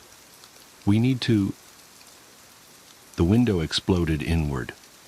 Later, I would try to convince myself that it was just the storm, that the intense cold had somehow caused the reinforced glass to fail. But I knew better. The window hadn't broken. It had been pulled apart at an atomic level, the very bonds between particles unraveled by something that viewed the laws of physics as mere suggestions. The wind that howled through the broken window wasn't just cold. It was wrong. It carried scents that shouldn't exist, hints of geometries and colors that had no business in our reality. The aurora outside had transformed completely, its usual ribbons of light now forming impossible shapes that writhed across the sky like living things. Mike screamed. I turned to see him pointing at the floor, his face contorted in terror. The darkness that had spilled through the window wasn't behaving like ordinary shadows. It moved with purpose, flowing across the floor in patterns that suggested intelligence. Where it touched the metal deck plates, they seemed to dissolve, revealing glimpses of something else. Spaces that couldn't exist, dimensions that hurt to look at. "Run," I whispered, then louder. "Run." We bolted from the control room, the darkness flowing behind us like a tide. The corridor lights flickered and died as we passed, plunging us into darkness broken only by the sickly glow of the aurora through the windows. The static followed us, growing louder with each step, becoming almost like words, almost like thoughts being pressed directly into my brain. We reached the main living area, gasping for breath. "Emergency alarm," Mike panted. "We need to—" The lights came back on, but wrong. They shed darkness instead of illumination, making the shadows brighter than the lit areas. Through the common room windows, I could see that the storm had gotten worse. Or perhaps worse wasn't the right word. Different. The snow now fell upward, each flake leaving trails of impossible colors in the air. I slapped the emergency alarm panel, but instead of the usual klaxon, it emitted a sound that made my teeth feel like they were trying to escape my skull. Throughout the station, I could hear doors opening and confused voices as the rest of the crew woke up. "Sarah, Mike, what's going on?" Dr. Williams, our medical officer, emerged from her quarters, pulling on a sweater. She stopped short when she saw our faces. "What's wrong? Why is it so cold in here?" Before I could answer, the static changed pitch, becoming a high, keening sound that made my vision blur. Through the windows, the aurora had spread to cover the entire sky, its colors shifting through spectrums I had no names for. The patterns it formed now were unmistakably deliberate, a vast cosmic language being written across the Antarctic night. "We need to evacuate," I managed to say, fighting down rising panic. "Something's coming through." The floor beneath us shuddered.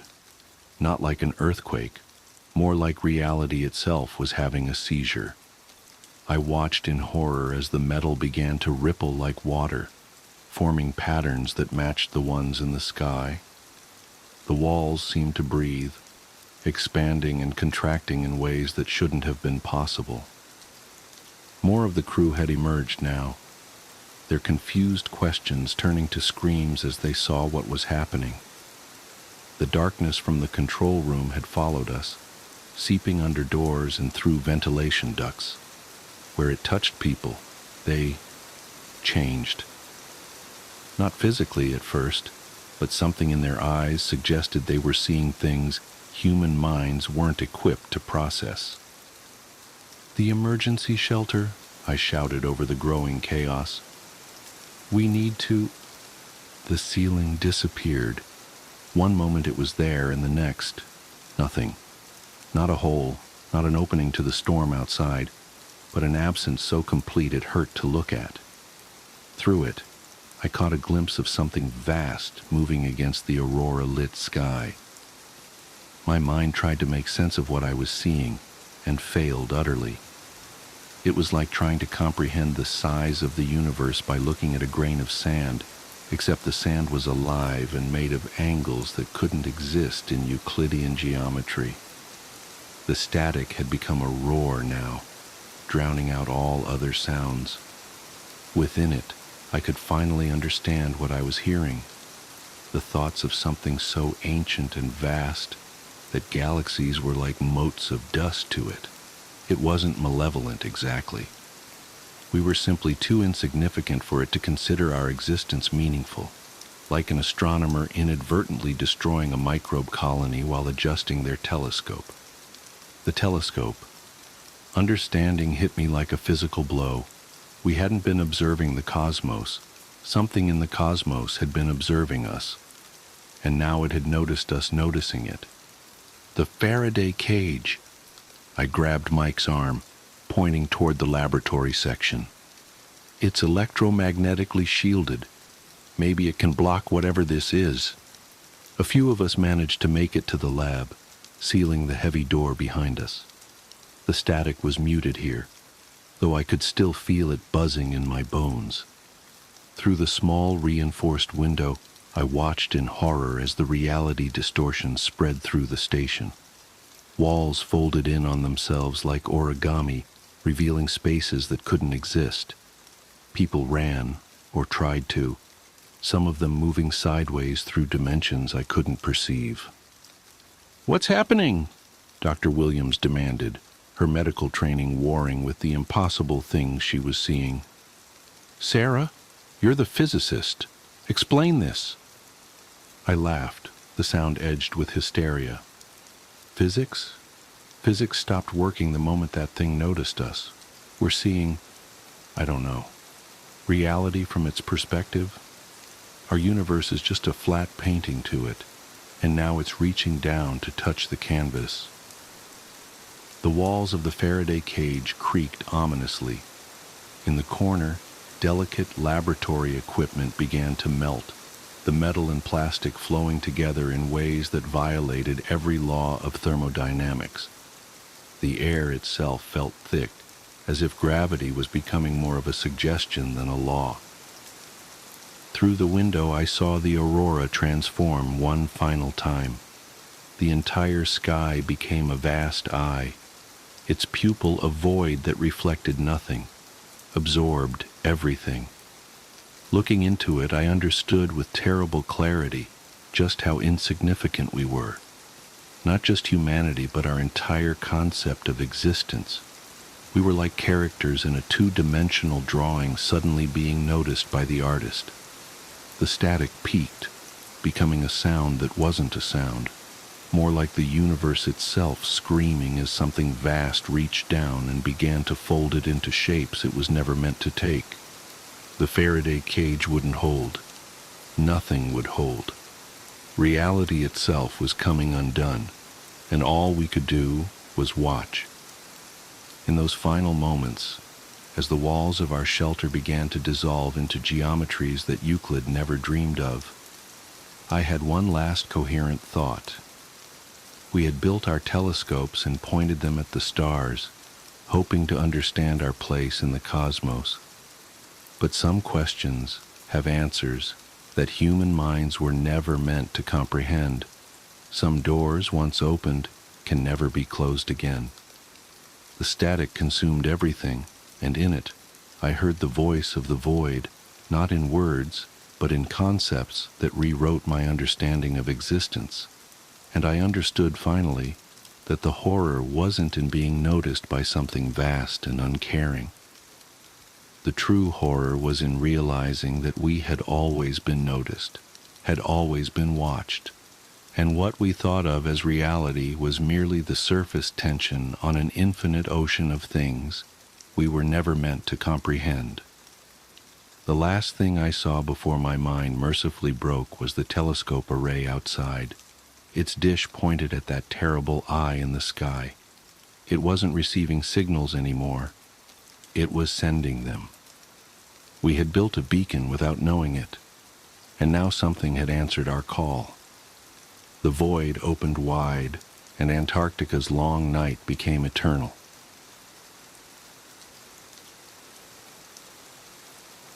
The price of memory. The first time I noticed something was wrong with my daughter. Emma was on a Tuesday morning in October.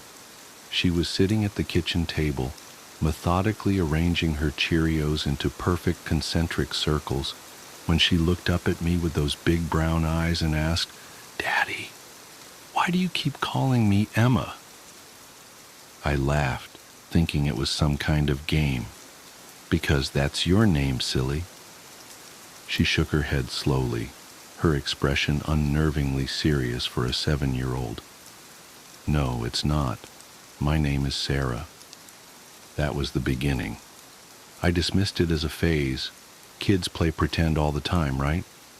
But over the next few weeks, Emma, or Sarah, or whoever she was becoming, started changing in ways that made my skin crawl. It started small. She refused to wear any of her clothes, claiming they weren't hers. She'd stare at her reflection in mirrors for hours, touching her face like she was trying to recognize herself. She stopped responding to Emma entirely. The worst part? She knew things she couldn't possibly know. One night I found her in the attic, sitting cross-legged in front of an old trunk I'd never seen before. She was holding a yellowed photograph from 1957. "That's me," she said, pointing to a little girl in a white dress standing next to a swing set. "And that's my house on Maple Street before the fire." My blood ran cold. We lived on Oak Drive, and our house had never had a swing set. But when I researched it later that night, my hands shaking as I typed, I discovered that in 1957, a house on Maple Street, just 3 blocks from ours, had burned down. A family of 4 had died in the fire. Their youngest daughter was named Sarah. The changes accelerated after that. Emma's handwriting transformed overnight into an elegant cursive that no second grader should know. She hummed songs from the 1950s that I'd never taught her. She spoke about things that happened decades before she was born with the vivid detail of personal memory. I took her to doctors, therapists, specialists. They ran tests, prescribed medications, suggested psychological evaluations. Nothing helped. With each passing day, my daughter seemed to fade away, replaced by something else. Then came the night that changed everything.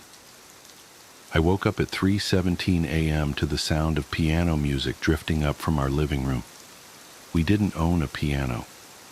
Heart pounding, I crept downstairs, following the haunting melody of a song I didn't recognize. Emma sat at an ancient upright piano that definitely hadn't been there when I went to bed. Her small fingers danced across the yellowed keys with the skill of a seasoned musician.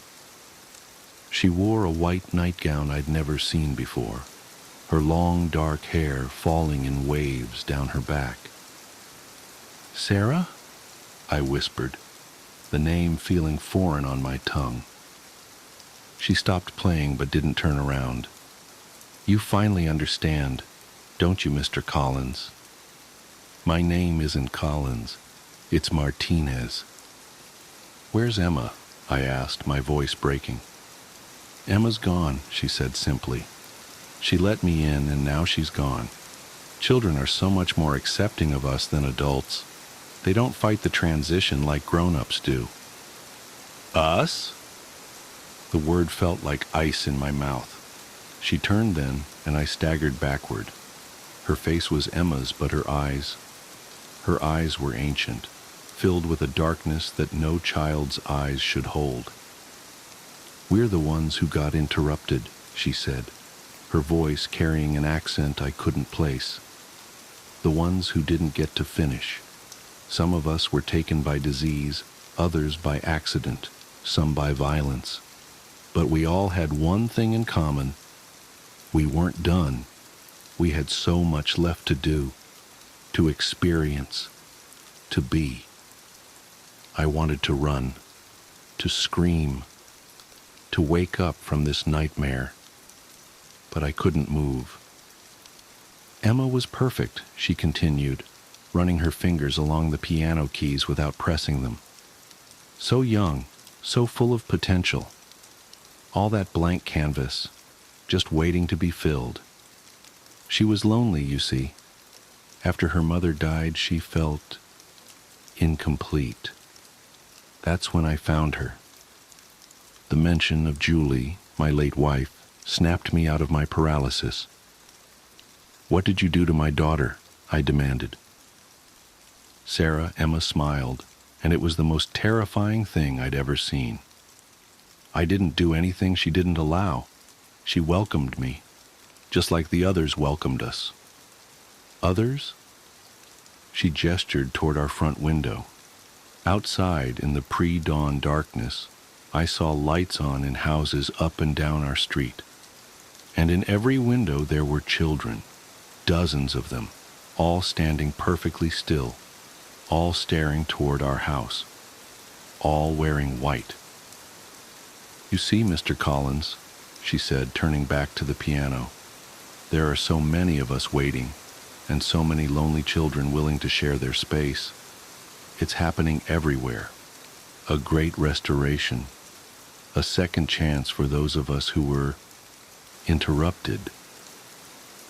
She began to play again, the same haunting melody. "You should be grateful," she said over the music. "Emma was chosen. She's special. And now she'll never be alone." I ran out of the house that night and never went back. I couldn't bear to see whatever was wearing my daughter's face, using her hands, living her life.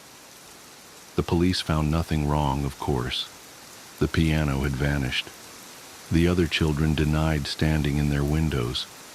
Parents insisted everything was normal. But it wasn't normal. Nothing would ever be normal again. That was 5 years ago. I've been tracking similar cases ever since. Children who suddenly change, who know things they shouldn't, who seem to become different people overnight. The pattern is always the same. A lonely child, usually one who's experienced loss or trauma, suddenly transformed. Their parents either accept the change, convince themselves nothing is wrong, or disappear. I've found hundreds of cases now all across the country. Some of the children speak languages they never learned. Others demonstrate skills they couldn't possibly have acquired. All of them insist they're someone else, someone who died long ago. Last week, I received an email from a woman in Seattle. Her 10-year-old son had started calling himself William and speaking with a British accent. He could suddenly play chess at a master level and talked about fighting in World War II. She was terrified. I warned her to run, to get as far away from him as she could, but she didn't listen. No one ever listens. Yesterday, I found her obituary online, apparent heart attack. Her son William has gone to live with relatives. Another interruption, another completion, and the numbers keep growing. I'm writing this now because people need to know. They need to understand what's happening to our children. The invasion isn't coming from above or below. It's coming from the past, from all the unfinished lives seeking completion. And our children, our precious, vulnerable children, are opening the door. Watch your children closely. Notice how they change. Listen to what they say. And if they start talking about who they used to be, run. Run as fast and as far as you can.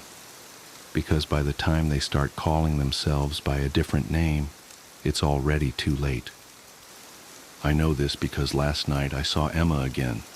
She was on the national news, a piano prodigy giving her first concert at Carnegie Hall. She still looks exactly like my daughter, but her eyes, those ancient, knowing eyes, they stared right through the camera, right at me. And she smiled. The reporter mentioned that she lives with her father, Michael Collins, a proud single dad who supported her remarkable talent from the beginning.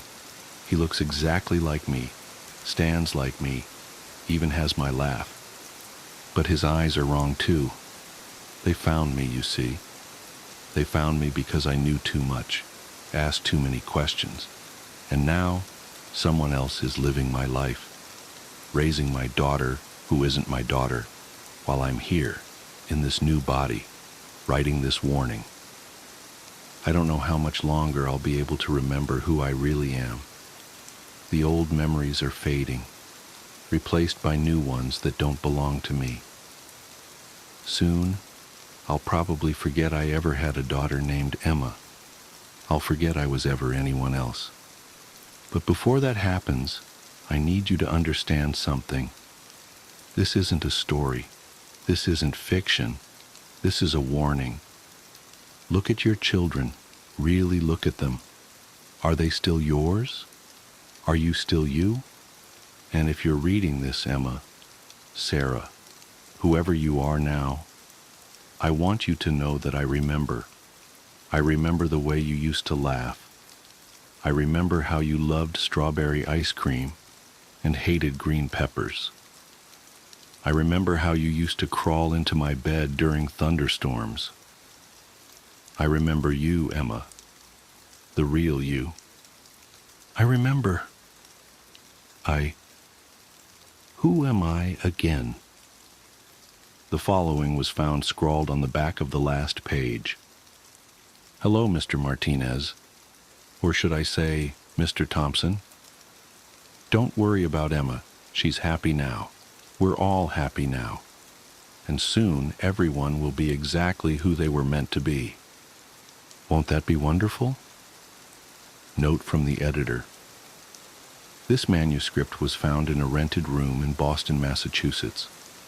The tenant, who identified himself as James Thompson, had paid for 6 months in advance, but disappeared after just 3 weeks. The landlord reported that in the days before his disappearance, Thompson had covered the walls with hundreds of photographs of children, each labeled with 2 names and 2 dates of death. The police investigation found no evidence of foul play, and the case was closed. Thompson's current whereabouts are unknown. Interestingly, during the investigation, detectives discovered that Thompson's fingerprints matched those of a David Martinez, a man who had gone missing 5 years earlier after claiming his daughter had been replaced. Martinez's body was never found. The daughter in question, Emma Martinez, now performs internationally as a classical pianist under the name Sarah Collins. When asked about this manuscript, she smiled and said she had no comment. Her eyes, the interviewer noted, seemed much older than her 12 years. Sleep well, dear reader, and remember, children aren't the only ones who can be replaced. Epilogue. 3 days after this story was submitted for publication, the editor who received it resigned unexpectedly. Her replacement, a woman who bears a striking resemblance to her but insists they've never met, approved it for immediate release. The original editor's whereabouts are currently unknown. Her young daughter, however, has recently shown a remarkable aptitude for editorial work. She has her mother's eyes, or does she? On the Russian ice road, you always help your fellow travelers. When people hear my wife's Russian, they imagine a tall, blonde girl with a funny accent who wears heels for every grocery run. Reality couldn't be farther from the stereotype. Lana is dark-haired, speaks better English than I do, and is completely obsessed with sneakers. She does meet one stereotype, though. She never gets cold, seeing how she lived in Russia until she was 18. Not in Moscow, of course. Did you know that Moscow's actually pretty warm? There are entire states in America where winters are far colder than anything Muscovites ever have to deal with. No, my wife comes from a tiny town far up Russian north, on the tundra. A dark, gloomy, and a very cold place inside the Arctic Circle, with extremely harsh winters and even harsher people. a place that meets the stereotypes.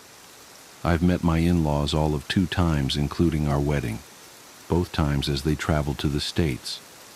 Frankly, I never had any intention of visiting my Lana's hometown until she got that fateful call 9 days ago. My mother-in-law had had a stroke. While her condition was stable for the time being, the local doctor expected the worst could happen at any minute. Transporting her to a better hospital was out of question, as she was in no state for the kind of a journey that you'll see described below. My wife made travel arrangements immediately. I had a valid Russian visa from a business trip to Moscow a few weeks prior, so I decided to go with her. Now, getting to my wife's hometown isn't easy. You're in for a flight to Moscow, then a connecting flight to Norilsk, one of the biggest cities in the Russian tundra. From there, it's an hour-long trip down the Yenisei River, by barge in summer and on cars over ice in the winter. Urgently getting to Moscow wasn't that hard. There, however, we faced additional difficulties. First of all, apparently I couldn't actually fly to Norilsk with Lana, as the city was closed to foreigners. Before we could even process that, we were told that Norilsk Airport was closed for all aircraft due to poor weather conditions, and the weather wasn't expected to improve that week. I tried to console Lana as best as I could, but news of her mom getting worse drove her crazy. Soon, Lana suggested an alternative. It was possible to fly to a city a fair bit south of Norilsk, which was safe from the storms. For a modest fee, a family friend living there was willing to take a day's journey up the ice road to Lana's hometown. Well, more like a night's journey, since according to him, it was better to travel at night by cars' lights than by what passed as daylight. I told my wife she was insane. She, however, was adamant on her plan, saying she's done Zimnik, how Russians call their ice roads, many times with her dad, and it was perfectly safe. She wouldn't budge no matter how I pleaded and told me I was welcome to stay in Moscow. Obviously, that was not an option, and in the end I gave up. We flew to our next destination, and the cold hit me as soon as I stepped out of the plane. It was a different kind of cold, invasive and ruthless, and it didn't care about layers of sweaters and socks I had on. I shivered imagining how much colder it was going to get. We met with the trucker who was to take us up north. He called himself Kolya, and my wife Sveta, the Russian version of her name. Me, he didn't call at all, instead referring to me derisively as Mr. Amerikashka whenever he spoke to my wife. Lana told me with a chuckle she didn't tell Kolya I could understand Russian, although I don't think he would have cared. Kolya was supposed to be a few years younger than my wife, but looked much older, his skin and posture worn down by the harsh conditions of his homeland.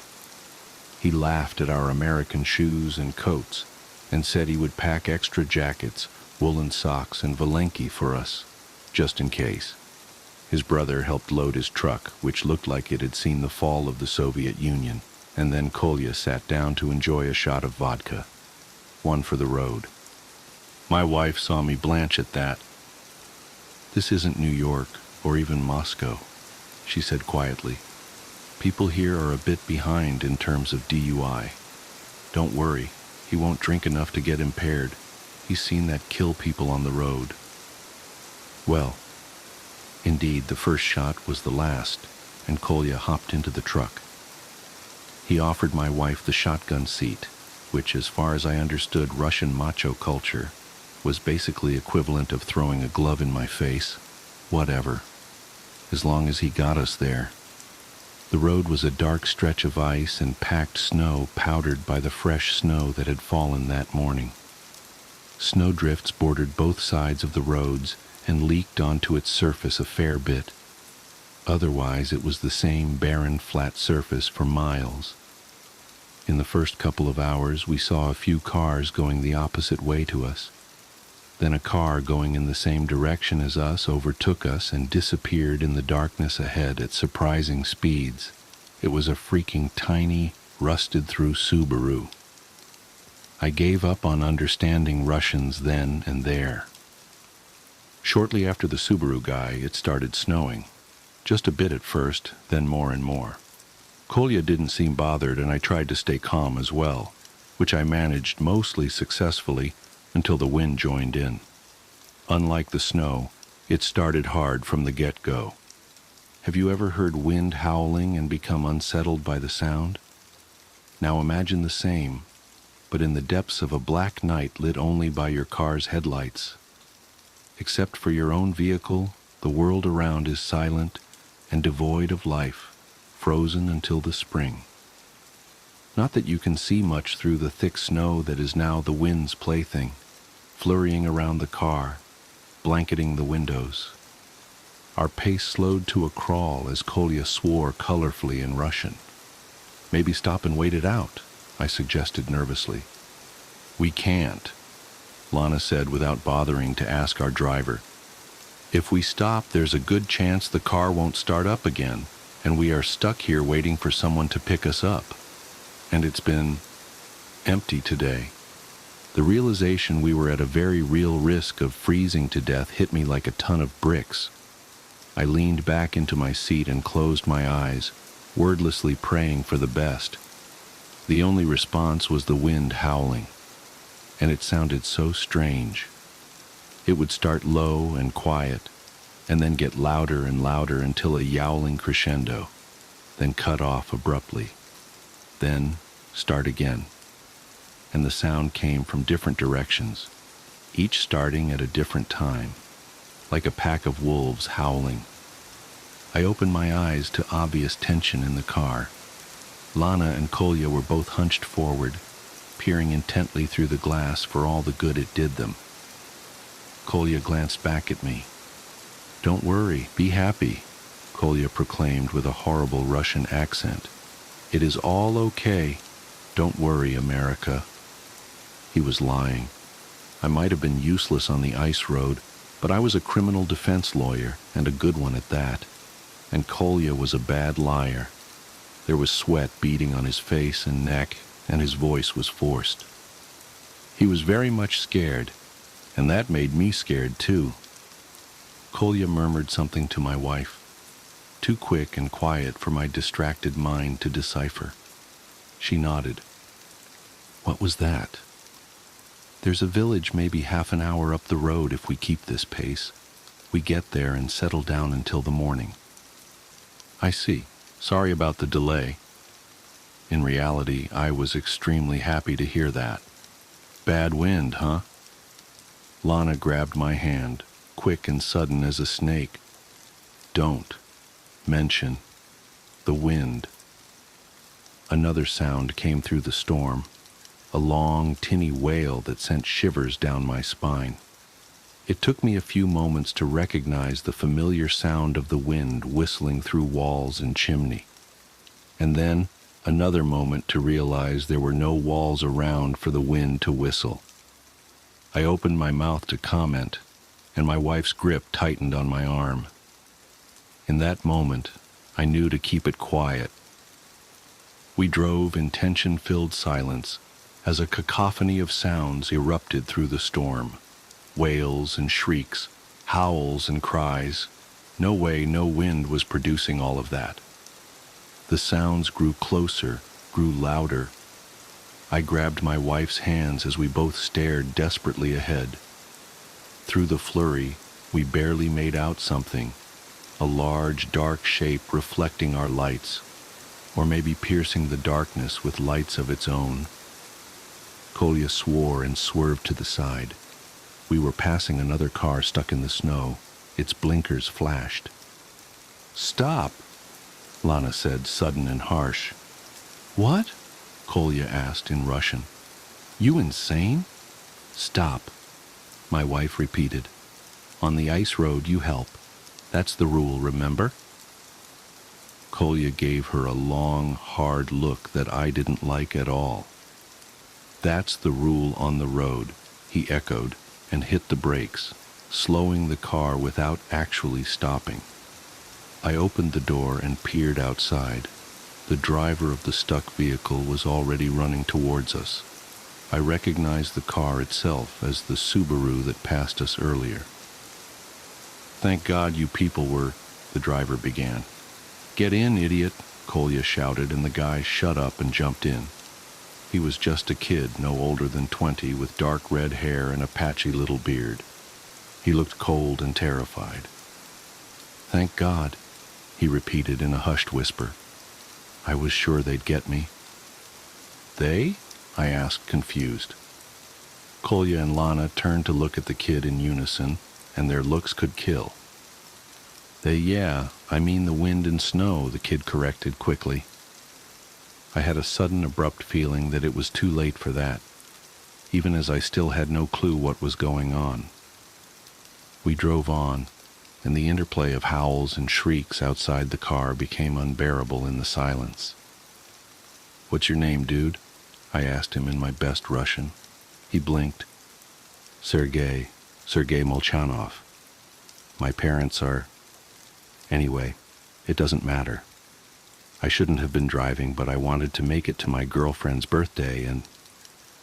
"Both of you shut up," my wife barked, and we did. Immediately I noticed the change in surrounding sounds.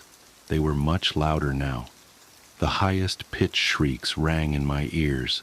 The low, insistent howling seemed to surround the car, and every now and then, something that sounded like an actual roar cut through the night. The car picked up the pace. I looked at Kolya and realized he was absolutely flooring the gas pedal. Poor visibility be damned. His truck was lurching along as fast as it could manage in the conditions, and yet the encroaching racket made it obvious we were nowhere near fast enough. Then the car hit something. We were all jerked forward as the truck came to a staggering halt. I hit my temple hard on the back of my wife's seat. "What was that?" I groaned. "Must have hit a chunk of ice or something." Lana's voice sounded strangely muffled. I remember focusing on her lips and how pale and thin they looked. The dull, resounding pain in my head exploded into something hot and overwhelming, and I collapsed into the back seat. "He's passed out!" Sergei called out. I wanted to correct him, but my voice wouldn't obey me. My lids seemed to weigh a ton each. I could barely open my eyes enough to see the trio of Russians huddled together, the car's flickering light illuminating their pale faces. "What now?" Sergei asked nervously. "Well, let's see. I don't think I would have been able to understand complex Russian in that state if it wasn't my Lana speaking, her voice so familiar down to every inflection. Why don't you go out and check what we hit, and if we can clear it out somehow?" "What? We helped you, didn't we?" In the car's light, Lana's green eyes seemed very blue. "So why don't you help us back? After all, on the ice road you help each other. That's the rule." Kolya grumbled in agreement. Then he reached over and pulled out a rifle and aimed it at the boy. Sergei whimpered, "You know they're out there." "Well," Lana's voice was impeccably calm, cold. "I guess you'd better not speak about them out loud then. Better not even think about them, really." My eyes closed against my will. I heard a door swing open and a rush of cold air. Finally, I passed out for real, and in my unconsciousness I dreamed of horrified screaming and a single terrible roar that filled the night. I came to during the day on a couch of some local family that agreed to house us for a bit of cash. My wife fussed over me. Once she was sure I was conscious and lucid, she rushed me into the car saying we could do the rest of the drive by day, and an actual doctor could look at me in her hometown. I settled in the back seat of the car. Vague memories haunted me. "Where's the kid? Sergei?" "What kid, darling?" Lana asked in sincere surprise. There was no kid, we traveled alone, Kolya added in Russian. And I wondered how he knew what I was asking about, or that I'd understand his answer. But aloud I could only say, "This young red-headed guy." "Sweetie, I'm getting really worried. You must have hit your head harder than I thought. We got to get you checked out as soon as we get back to the States, maybe even a good checkup in Moscow." I didn't really know what to say after that. We made it the rest of the way uneventfully. Unfortunately, my mother-in-law had slipped into unconsciousness before we even set out for our drive, and she passed away several hours after our arrival. Lana didn't even get to say a proper goodbye. She is absolutely devastated right now, so I'm trying my best to focus on comforting her. We're staying here until the funeral, and I can't stay. I'm looking forward to the ride back. My father-in-law graciously gifted me a proper Russian winter coat, so I went ahead and packed my American camel coat that proved terribly insufficient for the weather. As I was folding it, I noticed a few curly red hairs stuck to the light beige fabric, and I felt so cold. Her name was Emma. That's what everyone called her anyways. Sometimes they would call her M. Sometimes someone would slip up and call her Emily. She was a part of our group of girlfriends growing up in a large town.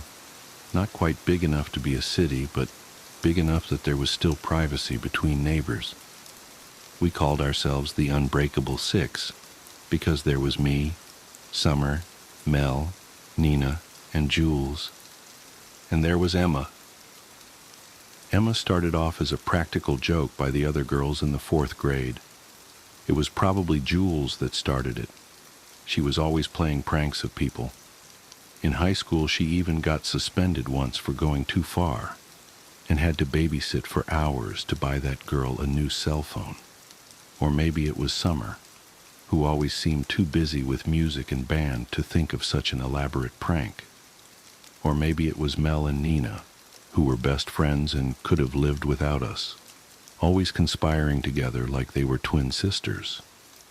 Either way, I bought my lunch, cold-cut sandwich and carrot sticks and a pint of orange juice.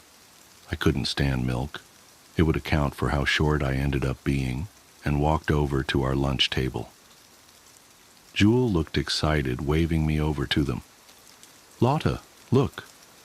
I wasn't sure where I was supposed to be looking. "This is Emma. She moved here from Los Angeles." We lived far inland and into the boonies. Los Angeles was glitzy and glamorous and chic compared to the flat houses and half-rate high school football that was the only real source of entertainment in the area.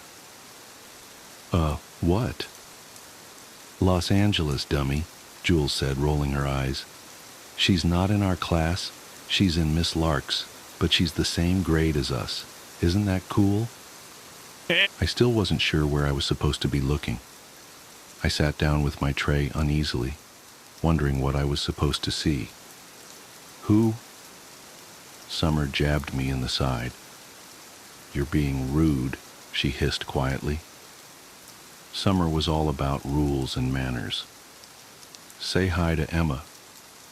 I looked around our table, from Jules to Mel to Nina to Summer and back to Jules, who was waiting impatiently. I don't know. I was weak. I wanted to fit in. I didn't get it. "Hi, Emma." They seemed to breathe a collective sigh of relief, like I was making everything awkward. "Charlotte's weird sometimes, but her brother has a Nintendo that he lets us play sometimes." They kept on talking, chatting about whatever 4th grade girls chat about, and I ignored it. If they wanted to play that prank, then that was fine. I wasn't going to buy into it. I was always a precocious child. I knew that what they were looking for was a reaction. That's how Emma became a normal part of our lives. It was crazy. We would buy her birthday presents, and they'd disappear like they were taken. I wonder how many candle-making kits and Mancala games Jules had piling up in her closet after all these birthdays. One year, Mel even got Emma a really nice necklace, and that disappeared too. We never went to her house. I asked Nina about it when I was sure that Emma wasn't there. She gave me this scandalized look. Lotta, don't be rude. Emma's family doesn't have that much money. She's embarrassed to let us come over. She told Mel that, who told me, and it makes sense. I mean, what she wears all the time. I mean, we still love her. We'll always love her. She's one of us. But don't rub in the fact that we can't go to her house. That's mean. After I was scolded so wholeheartedly by Nina, I didn't ask again. They were covering their bases really well, and by 7th grade, I had to accept that they were taking this prank all the way. It was weirdly comforting in a way. There was this silent friend that I never saw, but she was always around. We would leave seats open for her, and when we did the buddy system, someone always had Emma walk into the bathroom by herself. When we decided that we wanted to be lame and come up with a name for our group of friends, we decided on the Unbreakable Six, even though there were really only 5 of us. I was curious in sophomore year of high school when we were having a sleepover. Summer was at band practice late, and Emma couldn't make it. She had to work on her science project, according to Mel.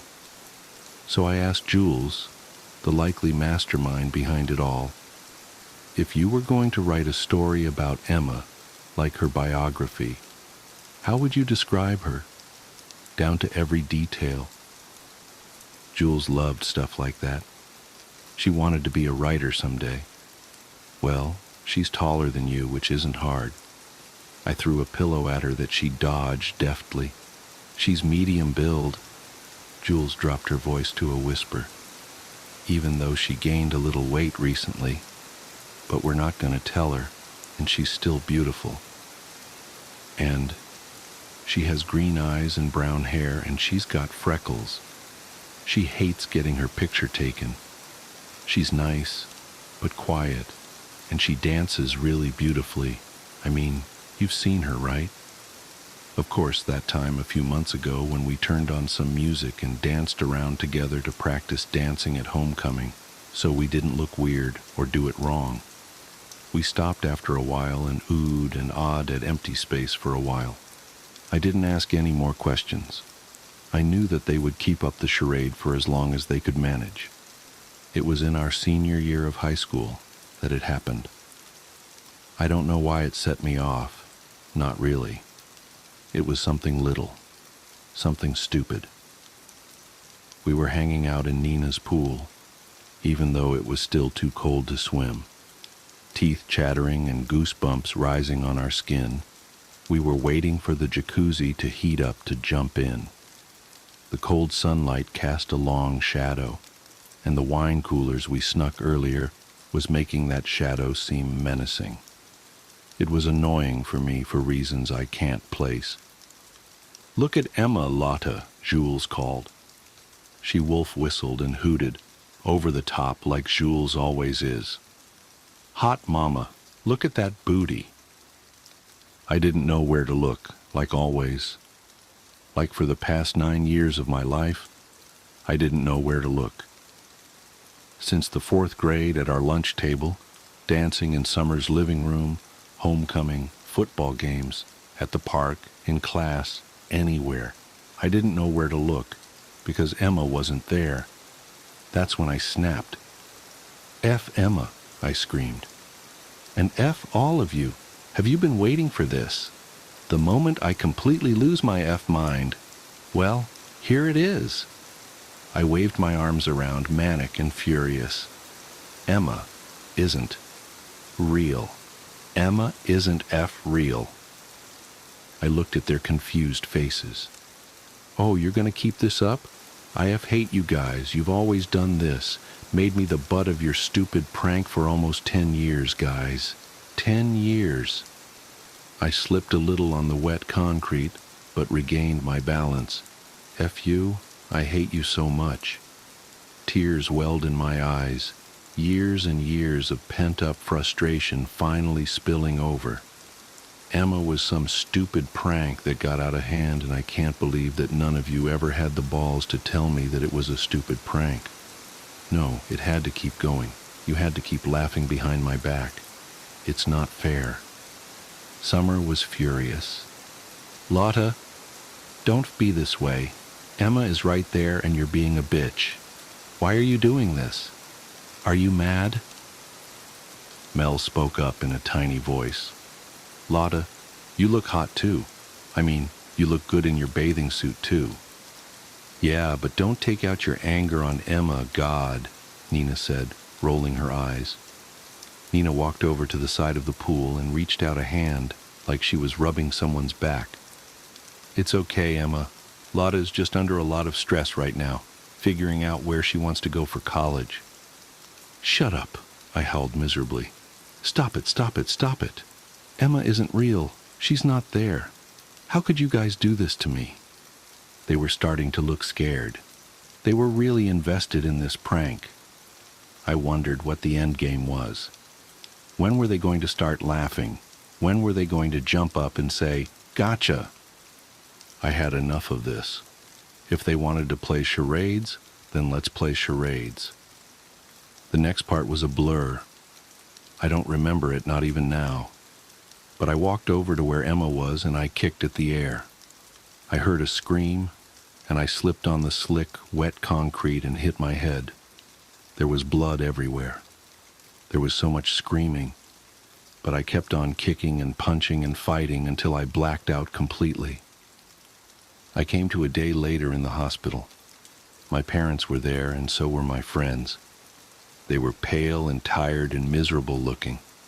My heart panged. I must have really scared them. When my parents left, Jules approached me. She took my hand. She began crying. The others stared crying too. I'm sorry, Lotta, she wept. I'm really sorry. It was almost frightening looking at the way my friends were. They were beside themselves in the privacy of the hospital room. I started crying too. I wasn't sure why, but I started stammering apologies too. Like if we all said, sorry, things could go back the way they did. I'm sorry, I cried. Summer was the only one who didn't look like she forgave me completely. She looked at me, eyes red and cheeks pink and wobbly-chinned, and said, Are you? I didn't have to answer. The nurse came in to change the bandages on my head. For the rest of the year, no one mentioned Emma. Emma only belonged to our tight-knit group of friends, so there was no mention of Emma. One time, a cop came to the principal's office, and Mel and Nina were quick to drag us away. After the accident, I withdrew from everyone. I didn't talk to anyone. I didn't go to Summer's recital. I didn't go to Mel's birthday party. I didn't do anything. I didn't go to prom. Just stared at the ceiling, wondering what had happened. Emma was in most of my life, and now she felt like a ghost. I graduated high school and left immediately to go to a university far away in Southern California, where the weather was always perfect and the beach was a 5-minute walk away. I started to recover. I realized that I was depressed after what had happened, understanding that my best friends chose a punchline over me. Unbreakable 6? Yeah, right. I got good grades, volunteered at an animal shelter, found a boyfriend. He was so nice to me, even when I got quiet when he asked about high school. He never pushed, just held me when I had bad days and made me pancakes. It was 4 years later, when I was about to finish up college, when I ran into an old classmate from high school. Her name was Annie. She hung out with a different crowd than me and my friends. Most people did. The 6, the 5 of us, were a clique of our own, separated from everyone else. I ran into her in our apartment complex. It turns out that she was living there the whole time, and we didn't know. I wasn't necessarily friends with her, but overreacted the way you do when you see someone that you haven't seen in a long time. It's been forever. Oh my God. I went to her apartment for coffee and saw that she was packing up her things. Moving back home for a while until I find a job? Yuck. I saw a thick book on the sofa. Oh yeah, that's our senior yearbook. I was flipping through it when I found it in my bookshelf. I didn't bother getting a yearbook. I didn't have friends at the end of high school. But I was curious to see what I looked like back then. If I had gained or lost weight. If my skin had gotten any better.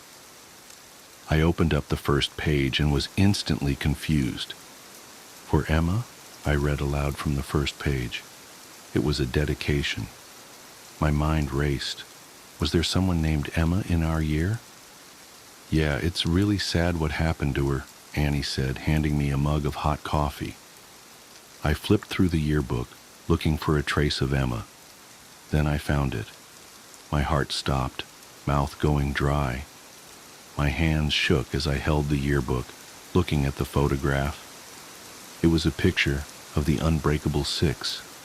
We stood with our arms slung around hips and shoulders, sticking close together for the photograph. There was Summer at the end, then me, then Jules, then Mel, then Nina, then...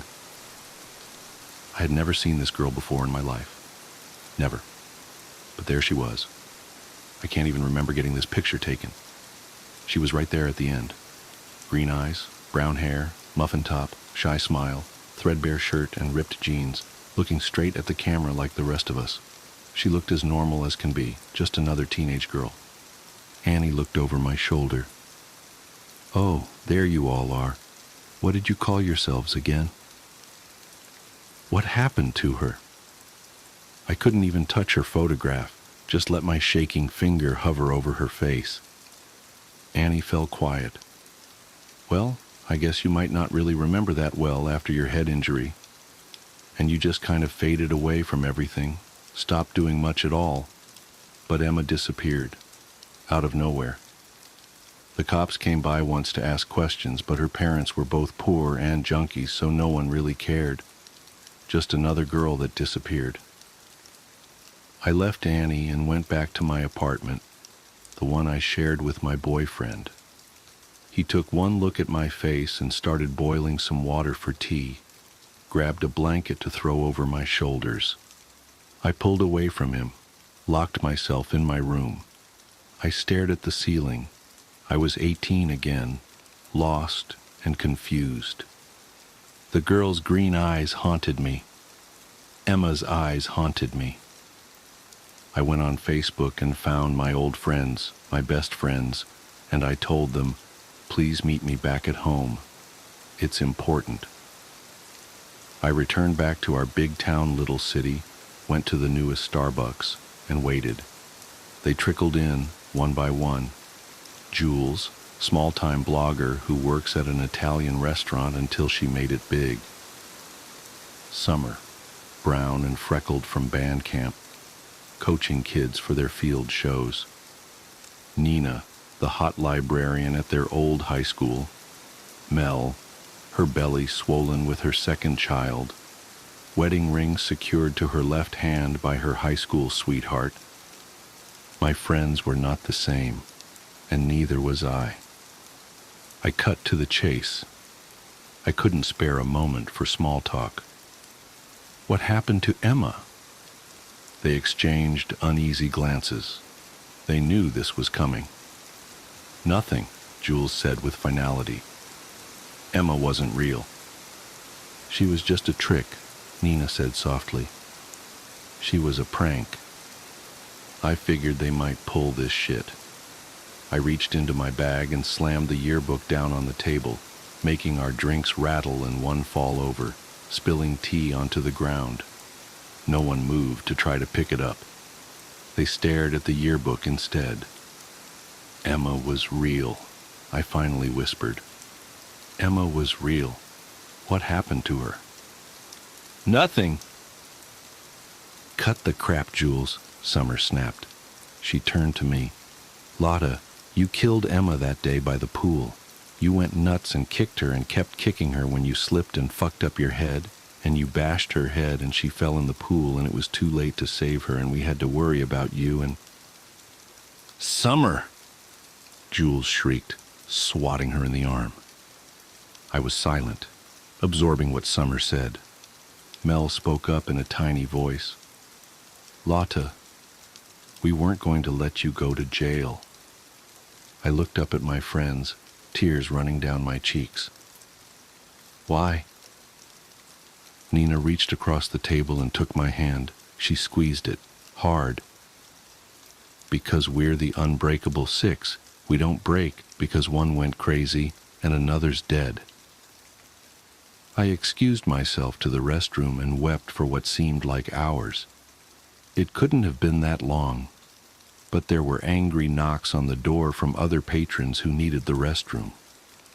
I sat there on the dirty floor, sobbing, until I had cried everything out. I came out where my friends, my best friends, were still waiting. I sat down in my seat and faced them. I want to turn myself in. There was an outcry of different responses. Summer seemed willing, ready to have me turn myself in to the police. Jules yelled out about them all getting in trouble. Mel started to cry. You don't have to, Nina said. You don't have to. We got rid of all the evidence. We buried her far away where no one would find her. I want to turn myself in, I repeated firmly. I killed her. I'll tell the cops that it was just me, that I buried her. Tell me where she is so I can tell them where I put her. None of you will get in trouble. It wasn't your fault. I thought I had finished crying. I thought I had nothing left, but I choked out what I wanted to say for so long. I never saw her. They looked at me expectantly. I never saw her, not even once. I thought it was just a big prank you were playing on me. I didn't want you to laugh at me. The girl in the yearbook, I had never seen her before. I just played along. Nina nodded. I thought it was weird that you were always so cold to her, like you didn't even acknowledge her. She really liked you, Mel said. She thought you were so smart, that you were going to go out in the world and do amazing things. She would always talk about that. I felt as though my heart would burst. I swear I never saw her. Something must be wrong with me, but I never saw her or heard her. I cleared my throat. Show me where you buried her. We got into Summer's car and drove out far into a park in a different city. The park was huge and overgrown, like no one had been there to take care of it in a long, long time. I got out of the car, and left behind by a worker long ago was a rusty shovel. I took it with me. Jules led the way deep into the park, deep through the trees, until we came to a small clearing. The dirt wasn't fresh. There were no markers or indicators, but the way my friends' faces paled at the sight, I knew this was it. Emma was there, under our feet. I gotta see her, I whispered. I dug the shovel into the ground. I gotta see her. Mel didn't want to see anything, so she and Nina left back for the car. Jules and Summer found different tools, a hoe and a rake, and we started digging. Blisters rose and popped on my hands from the old shovel, but I kept digging as beads of sweat rolled down my neck, my back. The three of us worked together in silence, digging up our best friend. Suddenly Summer jumped back in disgust, throwing her hoe aside. Jules did the same, stepping out of the hole. We looked down. Summer gagged, covering her mouth and nose, and Jules shook her head at the sight. Me? I laughed and laughed and laughed, tears streaming down my face, laughing until it hurt as I looked down into an empty grave.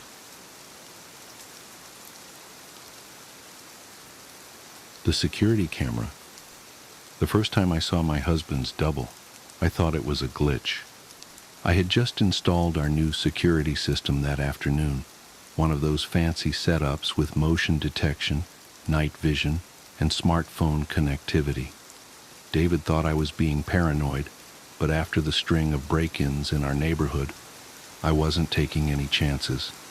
Besides, as a software engineer who often worked late from home, I liked having eyes on our property when I was alone at night. The cameras had been running for less than 6 hours when my phone buzzed with its first motion alert. 2:01 a.m. I was still awake, catching up on some code reviews in my home office. The notification showed a still from our backyard camera, a dark figure standing motionless in the grass. My heart rate spiked until I recognized David's familiar silhouette. His broad shoulders, the slight slouch he'd developed from years hunched over keyboards, that distinctively messy bedhead I'd tease him about. I figured he must have had trouble sleeping and stepped out for some air. Not totally unusual. He'd been stressed about the upcoming product launch at work.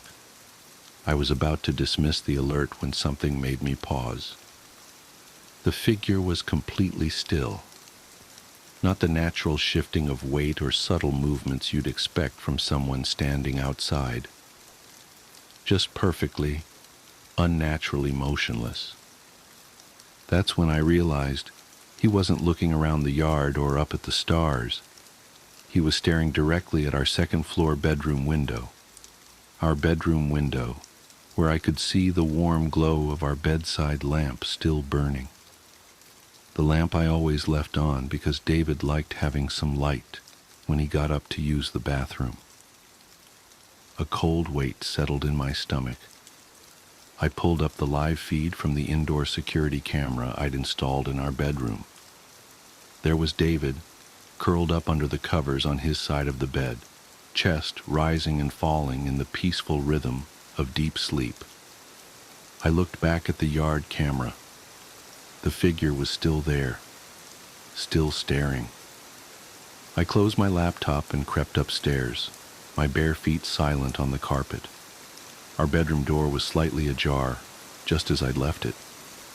David was exactly as I'd seen on camera, sound asleep, occasionally making the soft whistling sound through his nose that I normally found endearing, but now sent chills down my spine. I crossed to the window on trembling legs. The yard below was empty. I checked the security footage immediately. At exactly 3 a.m., the figure had simply vanished. One frame it was there, the next gone, with no movement in between. I rewound to the beginning of the incident. Same thing. At 2 a.m. sharp, it had appeared instantaneously in the middle of our yard. I barely slept that night, watching David's peaceful face in the lamplight and trying to convince myself I'd seen some kind of technical glitch. But the next night, it happened again, and the next, and the next. Always at exactly 2 a.m. Always standing in the exact same spot. Always staring at our window with David's face. I started sleeping less and less, spending my nights hunched over my monitors, documenting every detail. The figure never moved, never shifted, never blinked, just stood there, a perfect carbon copy of my husband, staring up at where we slept, with an intensity that made my skin crawl. I tried telling David about it over breakfast that first week. He'd laughed it off, assuming I was joking. When I showed him the footage, he'd frowned and suggested it must be some kind of video artifact or reflection. He promised to stay awake with me the next night to see it in person. But when 2 a.m. came, he was sound asleep despite his promises. No amount of shaking would wake him. I watched in horror as his duplicate appeared in the yard right on schedule, while David slumbered beside me, impossibly heavy in a sleep that seemed more like unconsciousness. That's when the differences started. It was subtle at first. David would wake up groggy and irritable, with no memory of having promised to stay up with me. He'd zone out during conversations, staring blankly into space until I touched his arm or called his name. His appetite changed. He who had always been a picky eater suddenly started devouring his food with mechanical efficiency, like he was fueling up rather than enjoying a meal. Then came the physical changes. His skin seemed slightly waxy, especially in the mornings. His movements became more precise, more deliberate, losing the natural clumsiness I'd always found charming. Sometimes I'd catch him standing perfectly still, head cocked at an unnatural angle, like he was listening to something I couldn't hear. But the eyes were the worst. David's eyes had always been a warm brown, crinkled at the corners from his ready smile. Now they seemed darker somehow, flatter, empty. I started documenting these changes too, in an encrypted file on my laptop. I knew how it would sound if I told anyone else, but I couldn't shake the feeling that whatever stood in our yard each night wasn't just watching us. It was studying us, learning, preparing. And David wasn't really David anymore. I began sleeping in my home office, claiming I had too much work to come to bed. I installed more cameras throughout the house, hidden ones David didn't know about. I watched him when he thought he was alone. The way he would practice expressions in mirrors, like an actor rehearsing for a role. The way he would sometimes forget to blink for minutes at a time. The way he would stand in empty rooms, perfectly still, staring at nothing. But it was the footage from last night that finally broke me. I was reviewing the bedroom camera feed from around 5 a.m., just before David usually wakes up. The video quality was poor. There had been a storm, and the power had flickered several times, but I could clearly see David's form under the covers. Then came a power surge, the image distorting with static. When it cleared, the bed was empty. I frantically checked the other cameras. Nothing in the hallway, nothing on the stairs, nothing in the kitchen or living room. David had vanished from our locked and alarmed house without triggering a single motion sensor. Then movement caught my eye on the yard camera. A figure walking slowly back toward the house. David's figure. It moved with that same mechanical precision I'd grown to dread, but now there was something else in its gait. A confidence, a purpose. It looked up directly at the camera, smiled, not David's warm, natural smile, but something that just stretched his lips without touching his eyes. Then it raised one hand and waved, holding up a familiar keychain. My keychain, the one I'd left on my office desk when I'd finally passed out from exhaustion an hour earlier. I'm typing this now from my car, parked outside a 24-hour diner 2 towns over. My hands won't stop shaking, because I know what this means. The thing in my yard, the thing wearing my husband's face. It's not watching anymore. It's done learning, done practicing, done replacing. And now it's coming for me. My phone buzzes, another motion alert. I don't want to look, but I can't help myself. It's footage from one of my hidden cameras inside the house. My office. There's a figure standing in the doorway. It's wearing David's face, but the movement is all wrong as it turns its head to stare directly into the camera. Its smile is impossibly wide now, stretching far beyond what a human mouth should be capable of. In its hand is my laptop, the one I'd left behind in my panic to escape, the one containing all my documentation, all my evidence. As I watch, it waves at the camera with that horrible smile. Then it does something worse. It speaks. "Coming home soon, honey? Don't worry. I'll wait up for you. After all..." The thing wearing my husband's face leans closer to the camera, its features distorting slightly, like melting wax. I never sleep. I throw my phone out the car window, watching it shatter on the asphalt. My hands are shaking so badly I can barely grip the steering wheel, but I force myself to focus. I need to drive, need to get far away, need to warn others. But as I reach for the ignition, I catch a glimpse of myself in the rearview mirror.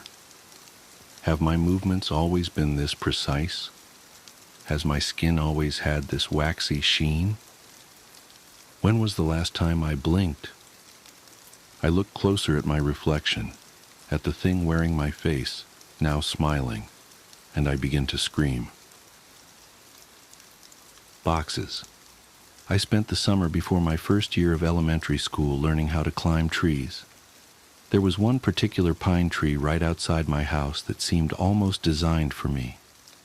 It had branches that were so low I could easily grab them without a boost, and for the first couple days after I first learned how to pull myself up, I would just sit on the lowest branch, dangling my feet. The tree was outside our back fence and was easily visible from the kitchen window, which was just above the sink. Before too long, my mother and I developed a routine where I would go play on the tree when she washed the dishes because she could easily see me while she did other things. As the summer passed, my abilities grew, and before too long I was climbing fairly high. As the tree got taller, its branches not only got thinner, but more widely spaced, and so I eventually reached a point where I couldn't actually climb any higher, and so the game had to change. I began to concentrate on speed, and in the end I could reach my highest branch in 25 seconds. I got too confident, and one afternoon I tried to step from a branch before I had firmly grasped the next one. I fell about 20 feet and broke my arm really badly in 2 places. My mom was running toward me yelling, and I remember her sounding like she was underwater. I don't remember what she said, but I do remember being surprised by just how white my bone was. I was going to start kindergarten with a cast and wouldn't even have any friends to sign it. My mom must have felt terrible because the day before I started school, she brought home a kitten. He was just a baby and was striped with tan and white. As soon as she put him down, he crawled into an empty case of soda that was sitting on the floor.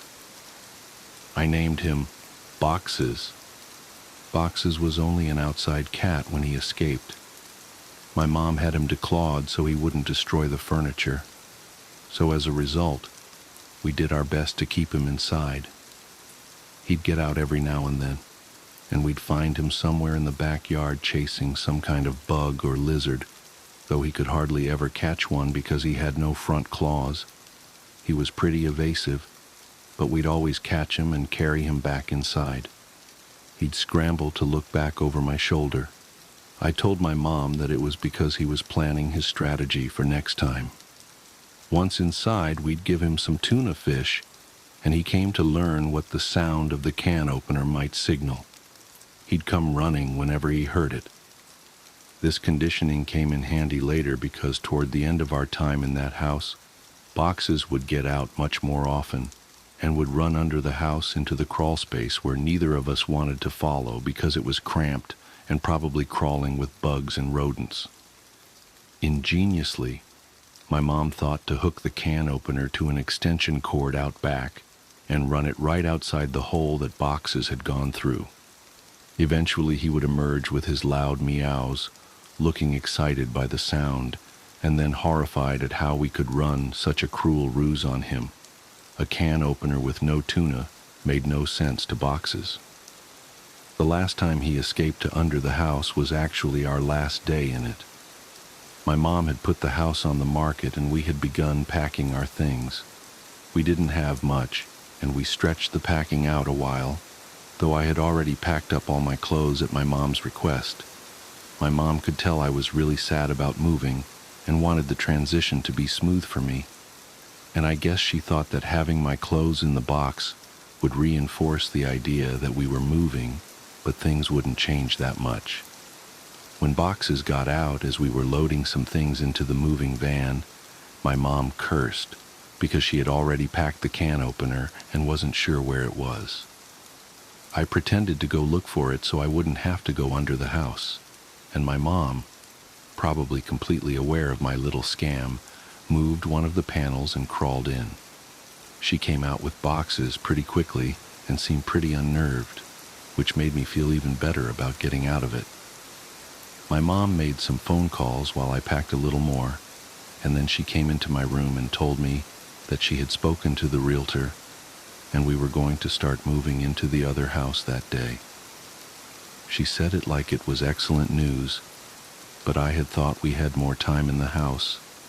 She originally said that we weren't moving until the end of the next week, and it was only Tuesday. What's more, we weren't completely finished packing. But my mom said sometimes it was just easier to replace things than pack them and haul them all over the city. I didn't even get to grab the rest of my boxed clothes. I asked if I could call Josh to say bye, but she said that we could just call him from our new house. We left in the moving van. I managed to stay in touch with Josh for years, which is surprising since we no longer went to the same school. Our parents weren't close friends, but they knew that we were, and so they would accommodate our desire to see one another by driving us back and forth for sleepovers, sometimes every weekend. For Christmas one year, our parents even pooled their money and got us some really nice walkie-talkies that were advertised to work across a range that extended past the distance between our houses. They also had batteries that could last for days if the walkie-talkie was on, but not used. They would only occasionally work well enough that we could talk across the city, but when we stayed over, we'd use them around the house, talking in mock radio speak that we had taken from movies, and they worked great for that. Thanks to our parents, we were still friends when we were 10. One weekend, I was staying over at Josh's, and my mom called me to say goodnight. She was still pretty watchful even when she couldn't actually watch me, but I had gotten so used to it that I didn't even notice it, even if Josh did. She sounded upset. Boxes was missing. This must have been a Saturday night because I had spent the night at Josh's the previous night and was going to go home the next day because we had school on Monday. Boxes had been missing since Friday afternoon. I gathered that she had not seen him since returning home after dropping me off. She must have decided to tell me he was missing, because if he didn't come home before I did, then I would be devastated at not only his absence, but how she could have kept it from me. She told me not to worry. He'll come back. He always does. But Boxes didn't come back. 3 weekends later, I stayed at Josh's again. I was still upset about Boxes, but my mom told me that there had been many times when pets had disappeared from home for weeks or even months, only to return on their own. She said they always knew where home was and would always try to get back. I was explaining this to Josh when a thought hit me so hard that I interrupted my own sentence to say it aloud. What if Boxes thought of the wrong home? Josh was confused. What? He lives with you. He knows where his home is. But he grew up somewhere else, Josh. He was raised in my old house a couple neighborhoods away. Maybe he still thinks of that place as home, like I do. Oh, I get it. Well, that'd be great. We'll tell my dad tomorrow and he'll take us over there so we can look. No, he won't, man. My mom said that we could never go back to that place because the new owners wouldn't want to be bothered. She said that she told your mom and dad the same thing. Josh persisted. Okay, then we'll just go out exploring tomorrow and make our way to your old house. No. If we get spotted, your dad will find out, and then so will my mom. We have to go there ourselves. We have to go there tonight. It didn't take that much convincing to get Josh on board, since he was usually the one to come up with ideas like this. But we had never snuck out of his house before. It actually turned out to be incredibly easy. The window in his room opened to the backyard, and he had a latched wooden fence that wasn't locked. After those 2 minor hurdles, we slipped off into the night, flashlight and walkie-talkies in hand. There were 2 ways to get from Josh's house to my old house. We could walk on the street and make all the turns, or go through the woods, which would take about half the time. It would have taken about 2 hours to walk there, taking the street, but I suggested that we go that way anyway. I told him it was because I didn't want to get lost. Josh refused and said that if we were seen, they might recognize him and tell his dad. He threatened to go home if we didn't just take the shortcut, and I accepted it because I didn't want to go by myself. Josh didn't know about the last time I walked through these woods at night. The woods were much less creepy with a friend and a flashlight, and we were making pretty good time. I wasn't entirely sure where we were, but Josh seemed confident enough, and that bolstered my morale. We passed through a particularly thick patch of tangled trees when the strap on my walkie-talkie got caught on a branch. Josh had the flashlight, and so I was struggling to get the walkie free when I heard Josh say, "Hey man, want to go for a swim?" I looked over to where he was shining the flashlight, though I closed my eyes as I did, because I now knew where we were. He was pointing at the pool float. This was where I had woken up in these woods all those years ago. I felt a lump in my throat and the sting of fresh tears in my eyes as I continued to struggle with the walkie. Frustrated, I yanked on it hard enough to break it free, and I turned and walked to Josh, who had partially laid down on the pool float in a mock sunbathing pose. As I walked toward him, I stumbled and nearly fell into a fairly large hole that was sitting in the middle of this small clearing, but I regained my balance and stopped right at its edge. It was deep. I was surprised by the size of the hole, but more surprised by the fact that I didn't remember it. I realized it must not have been there that night, because it was in the same spot where I had awoken. I put it out of my mind and turned to Josh. "Quit messing around, man.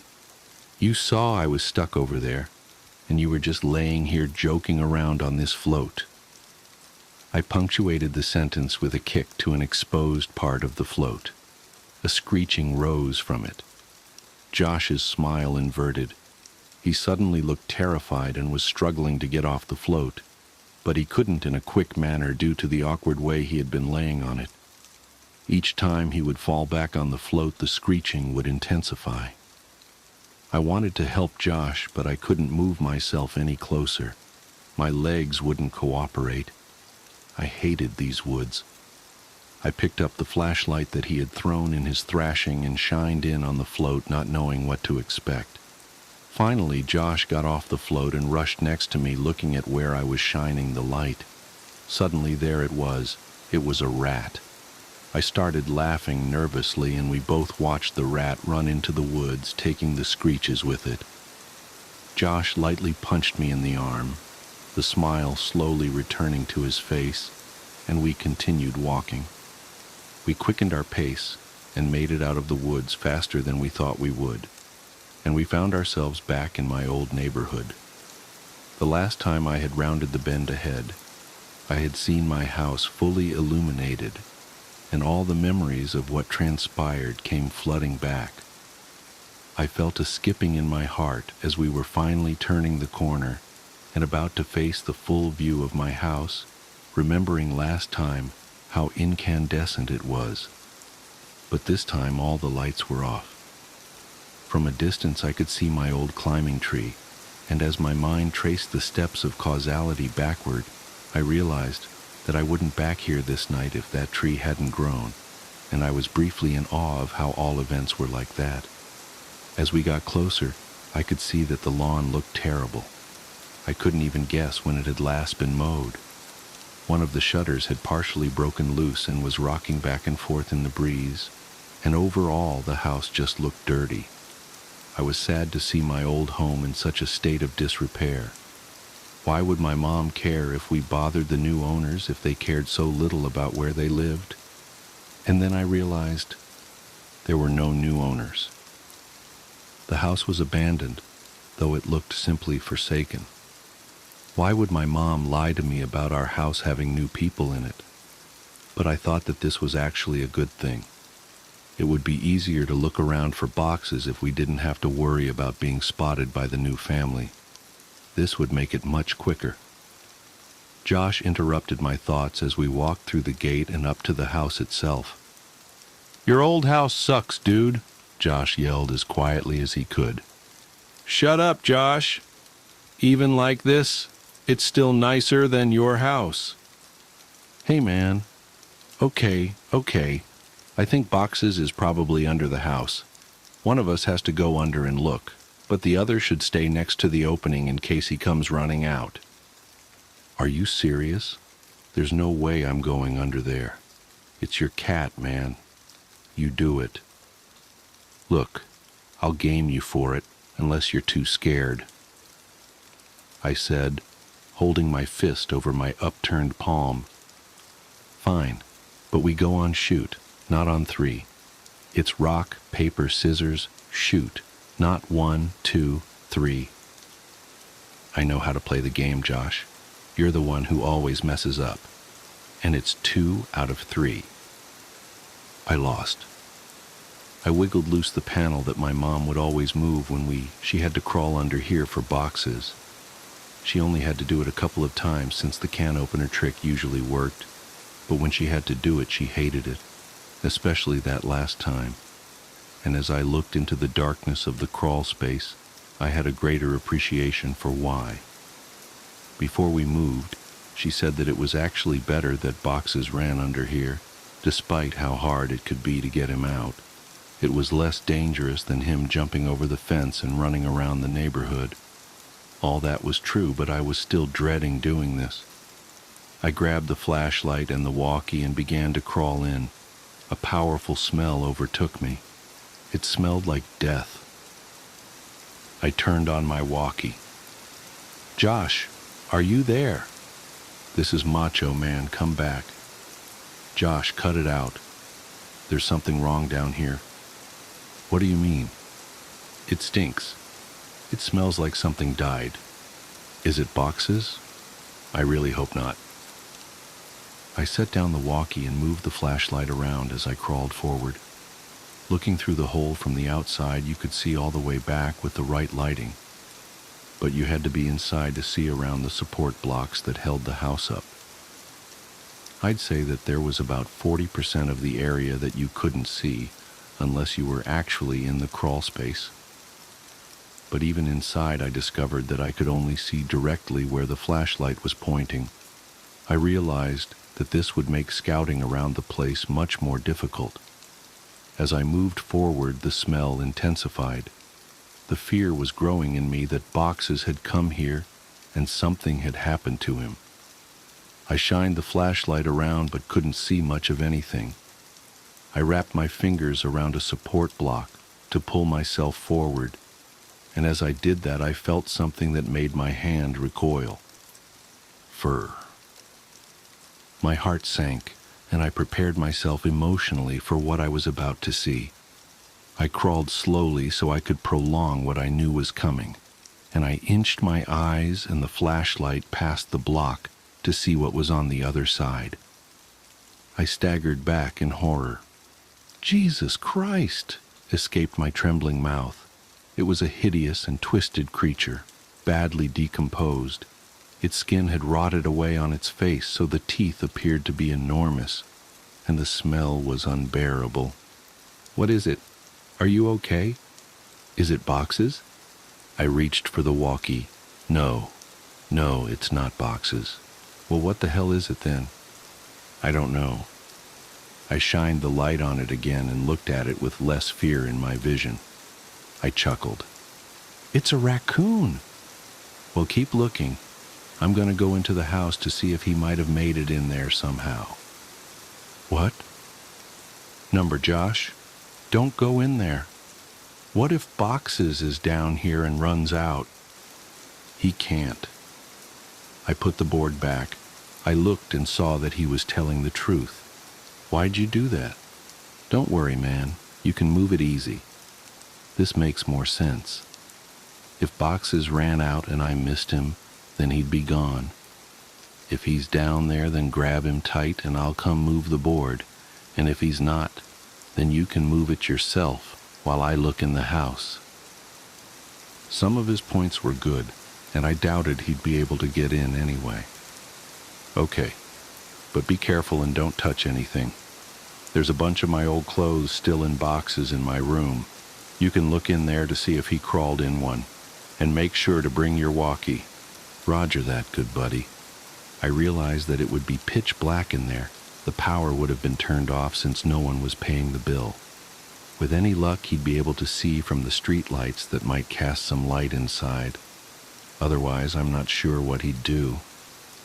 Before too long, I heard footsteps right over my head and felt old dirt raining down on me. "Josh, is that you?" "Tsk, breaker.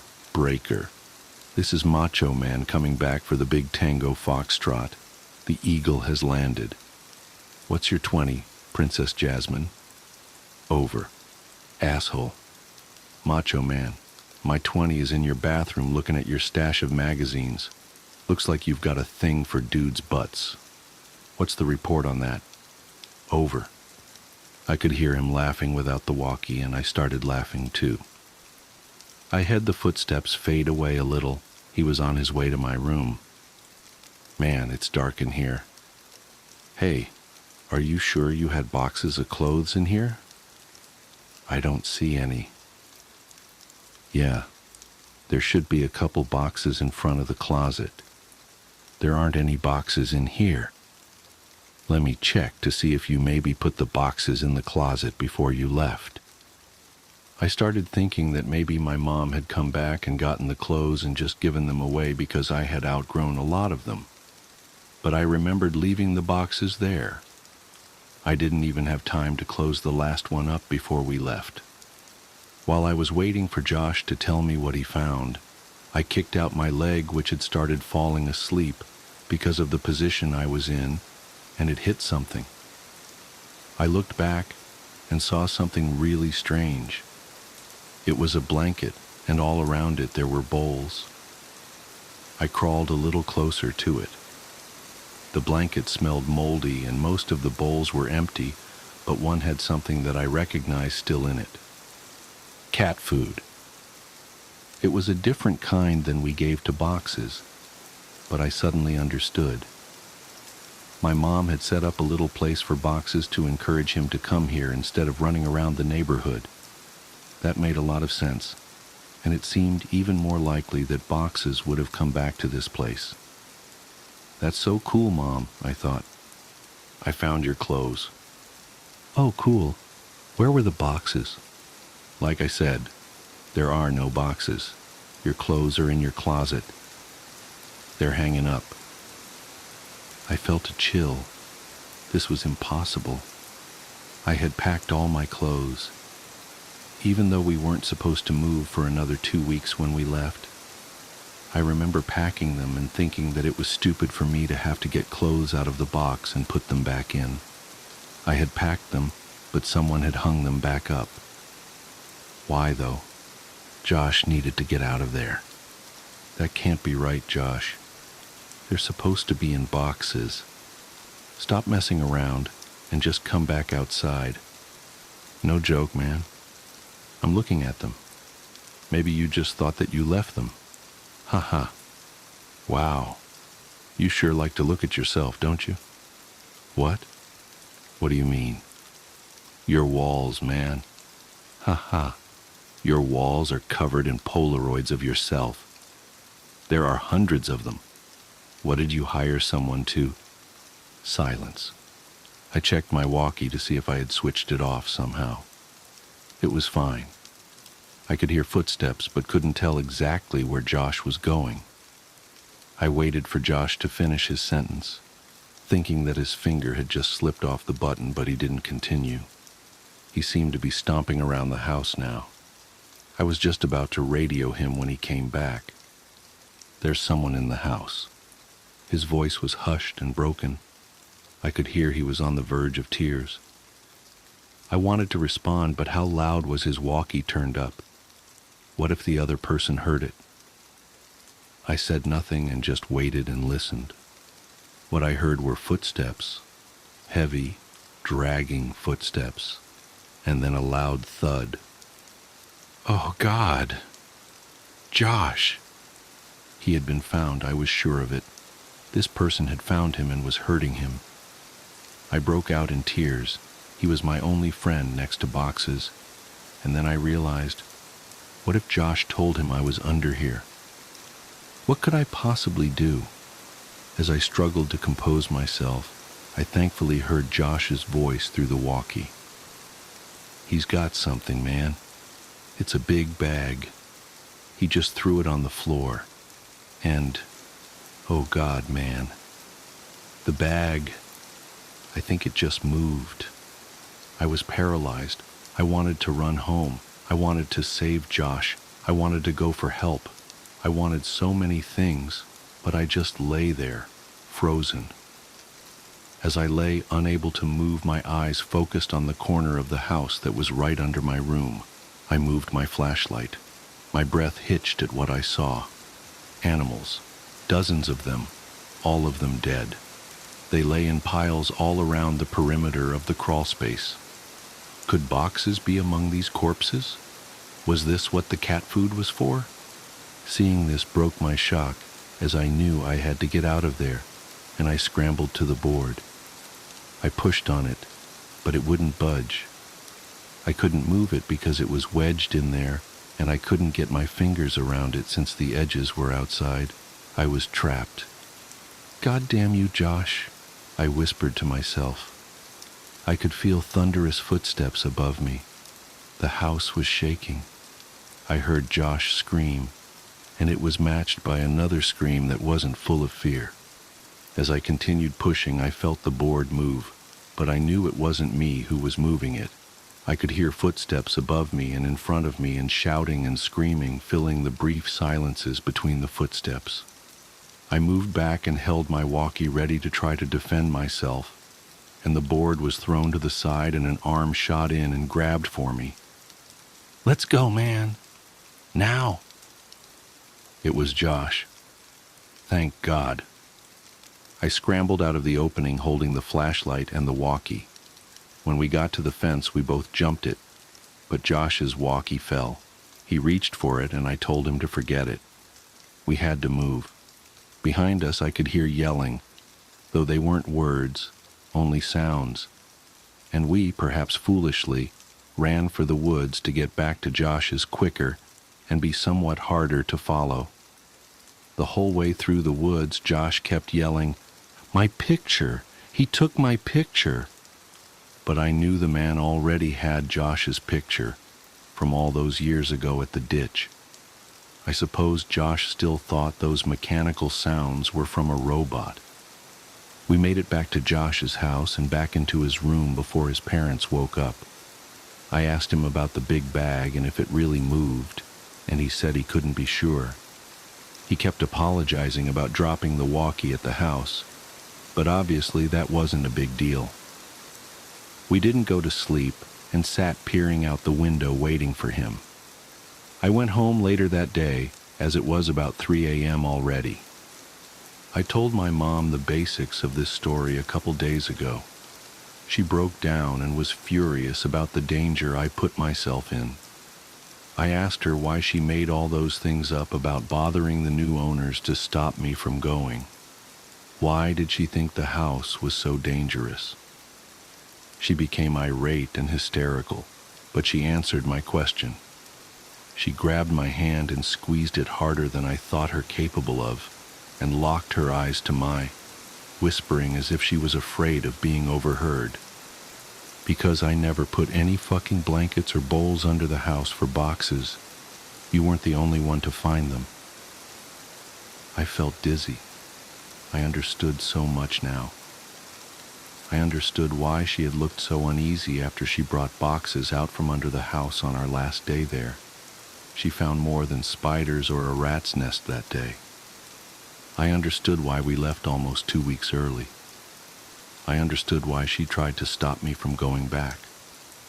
She knew. She knew he made his home under ours, and she kept it from me. I left without saying another word and didn't finish the story for her, but I want to finish it here. For you. I got home from Josh's that day.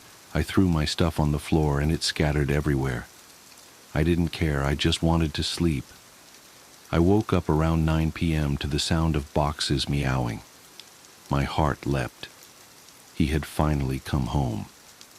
I was a little sick about the fact that if I had just waited a day, none of the previous night's events would have happened, and I'd have boxes anyway. But that didn't matter. He was back. I got off my bed and called for him, looking around to catch a glint of light off his eyes. The crying continued and I followed it. It was coming from under the bed. I laughed a little, thinking I had just crawled under a house looking for him, and how this was so much better. His meows were being muffled by a shirt, so I flung it aside and smiled, yelling, "Welcome home, boxes." His cries were coming from my walkie-talkie. Boxes never came home.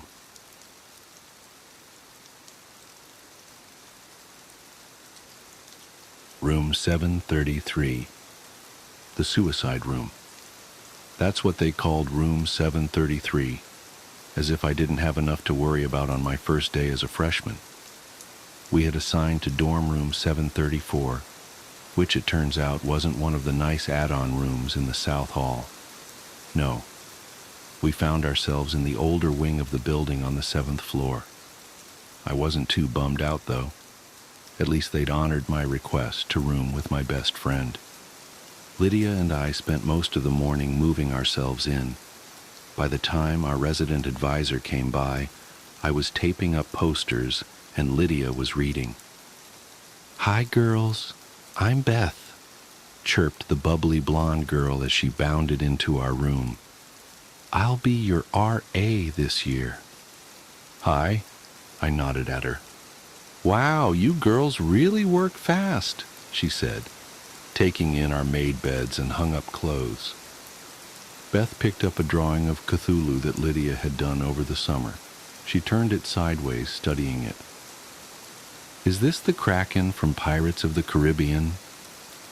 Lydia glared at her over the top of her book. "So anyway," the RA continued, "I know our hall isn't as new as the South Hall, but trust me, there's a lot of history here. This building is almost 60 years old." "Yes, I can see that," I said, looking around. "The rooms are pretty small."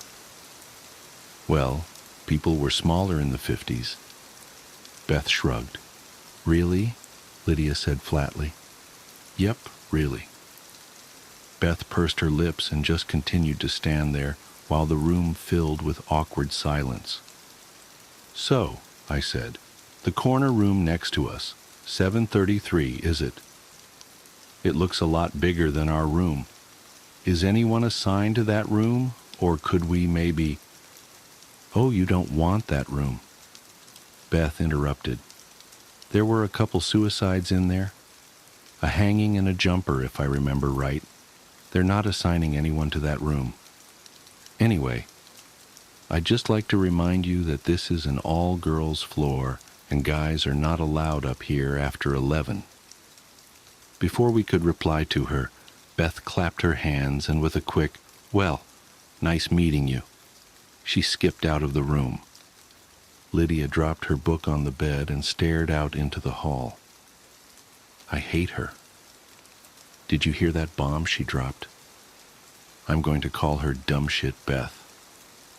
Lydia, seriously, suicides? Oh, Becca, relax. Every college campus has a few suicides. Yeah, but in the same room? Lydia sighed. Really? Who cares? It's not our room. Yeah, I guess. I turned to study the little window in our room. Can you imagine climbing out of that tiny window and jumping? You'd be alive for at least 5 seconds before you hit the ground. Oh, Becca, can you not? Lydia glanced at the window and visibly shuddered.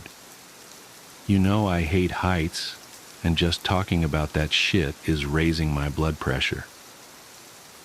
We could always move into the suicide room, I teased her. That one has a window on each wall. You... Okay. But seriously, think about it.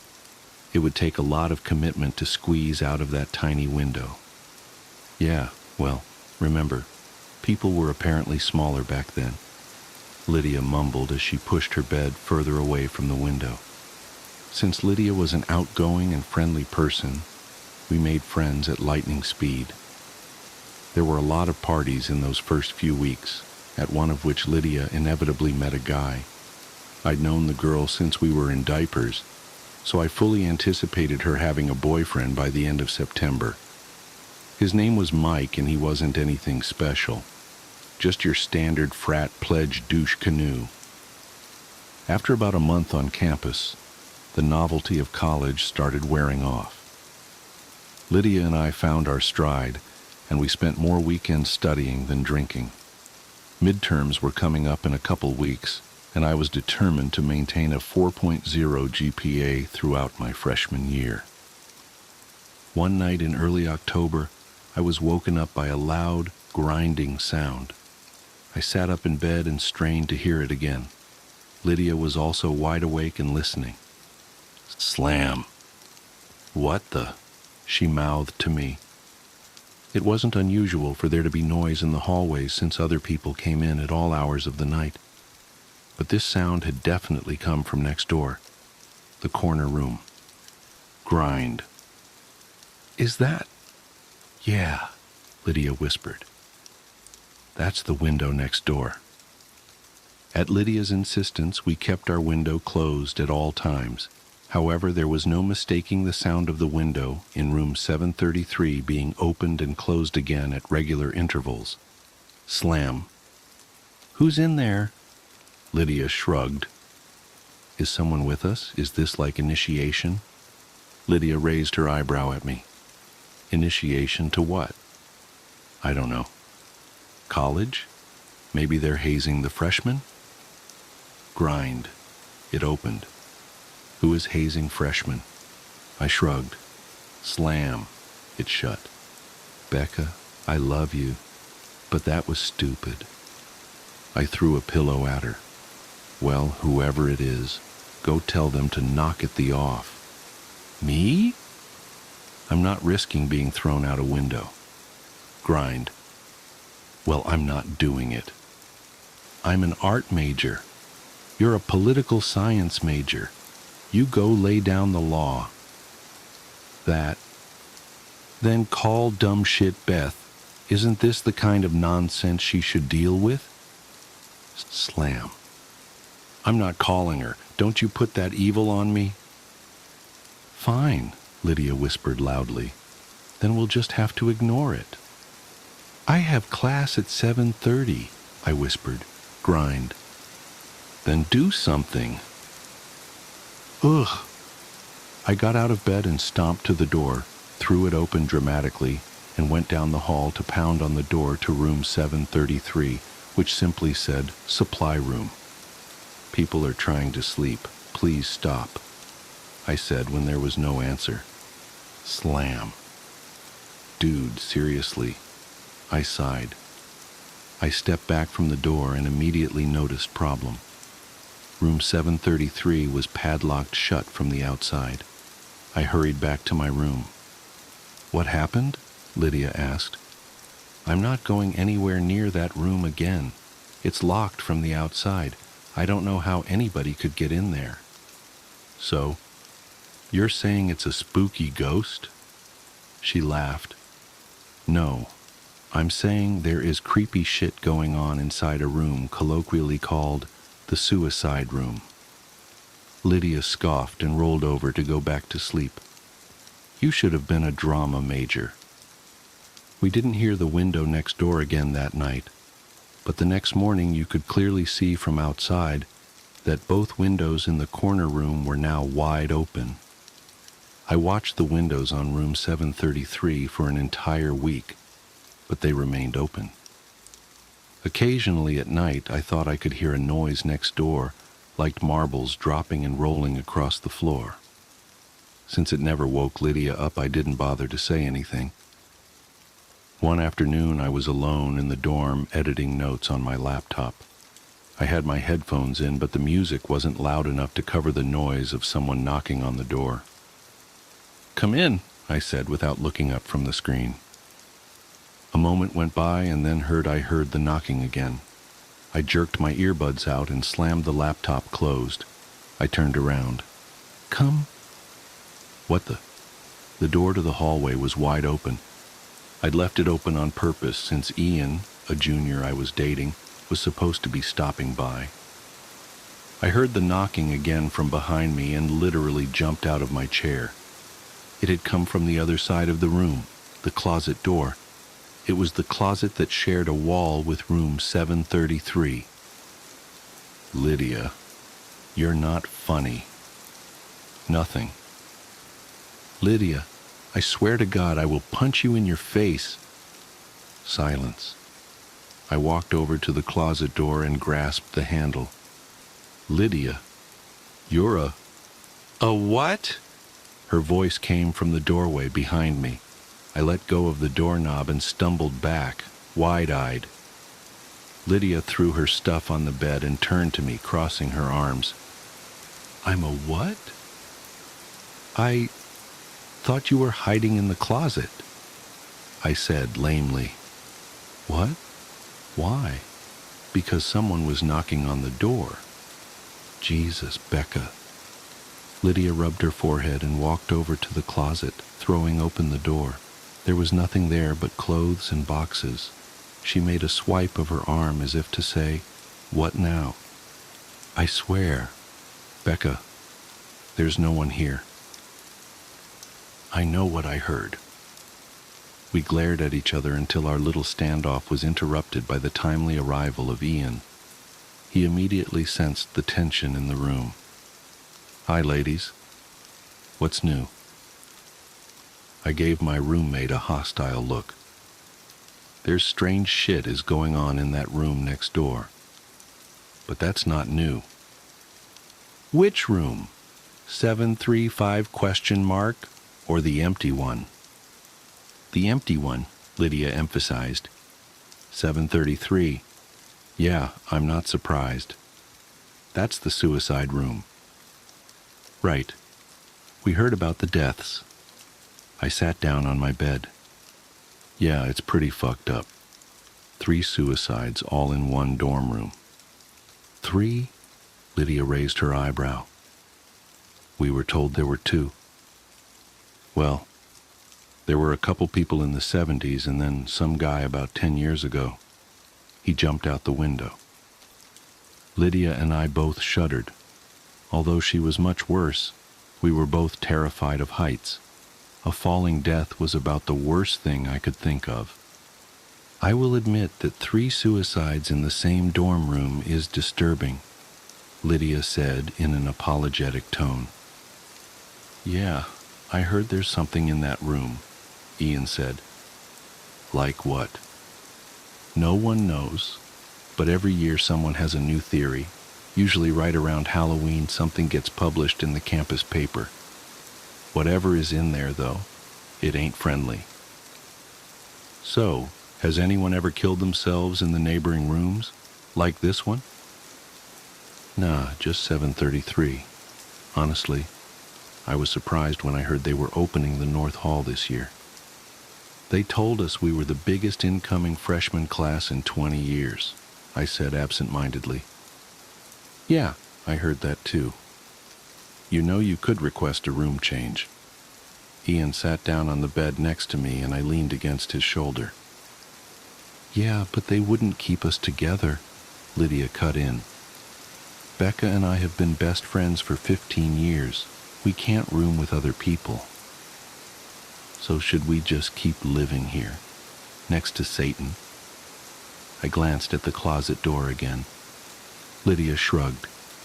"At least we'll have some stories to tell after graduation." "These aren't the kind of stories I want to tell." A few days later, Lydia began to believe my closet story. I woke up in the middle of the night to the sound of someone whispering. I looked over at Lydia, who was already staring at me with wide eyes. She slowly brought a finger to her lips. I listened intently, trying to hear what the voice was saying and where it was coming from, but I couldn't understand even one word. I got out of my bed and tiptoed over to Lydia's. The whispering was definitely louder over there, but then she shared a wall with room 733. I listened harder. Never taken mouths of fools. What the hell? Lydia leaned over and put her ear up to the wall. The whispers suddenly stopped and I leaned closer. Suddenly there was a loud bang from the other side. Lydia immediately recoiled and clutched her ear in pain. Someone was in there.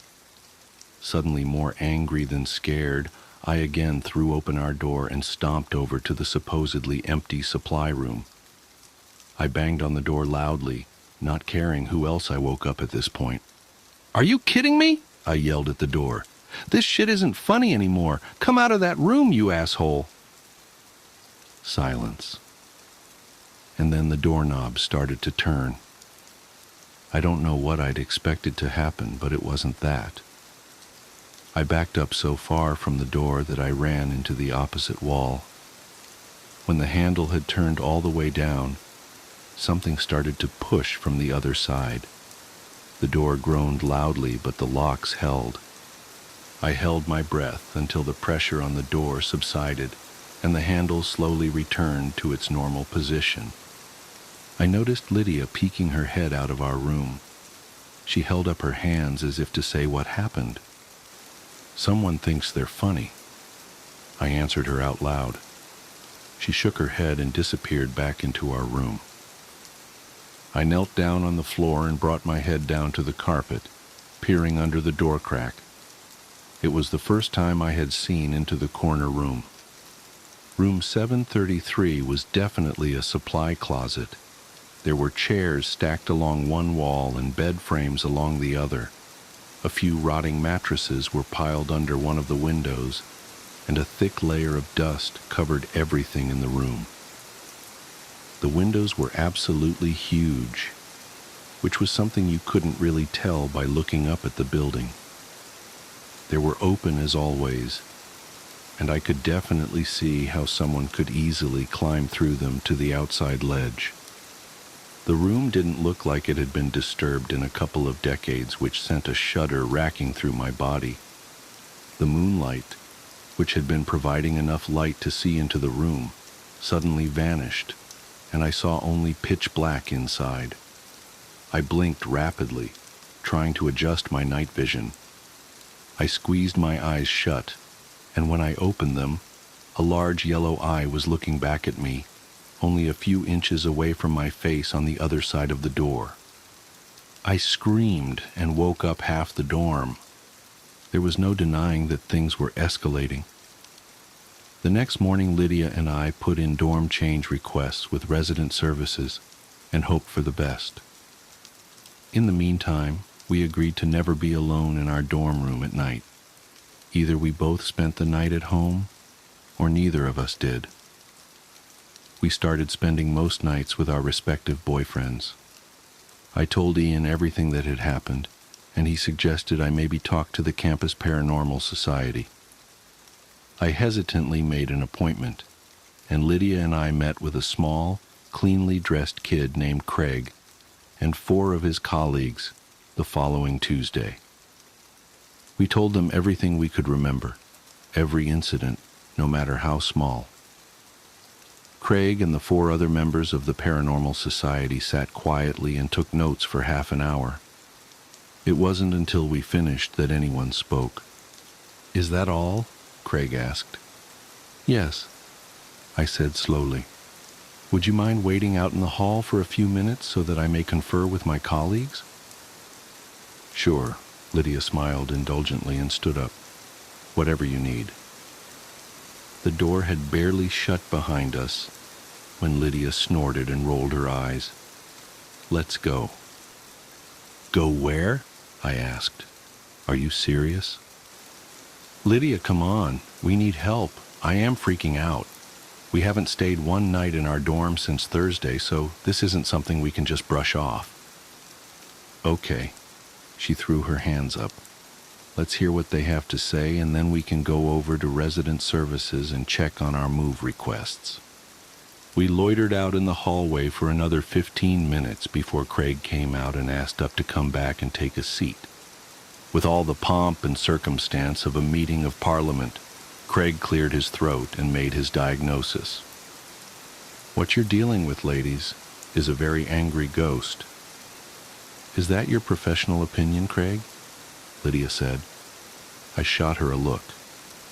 Yes, he stuttered. A vengeful spirit. A spirit? I asked. I very much doubted that that's what we were dealing with. Yes, answered one of the not Craigs. That's ghost to the layperson.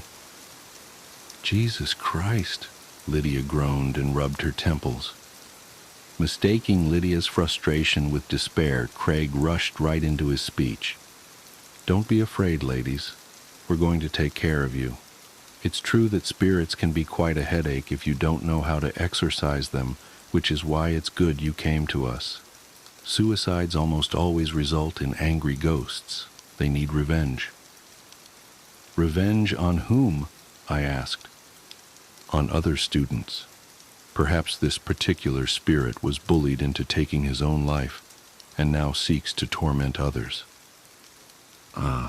Listen. We can take care of this for you right away. All we ask is a small donation to the society, Craig continued.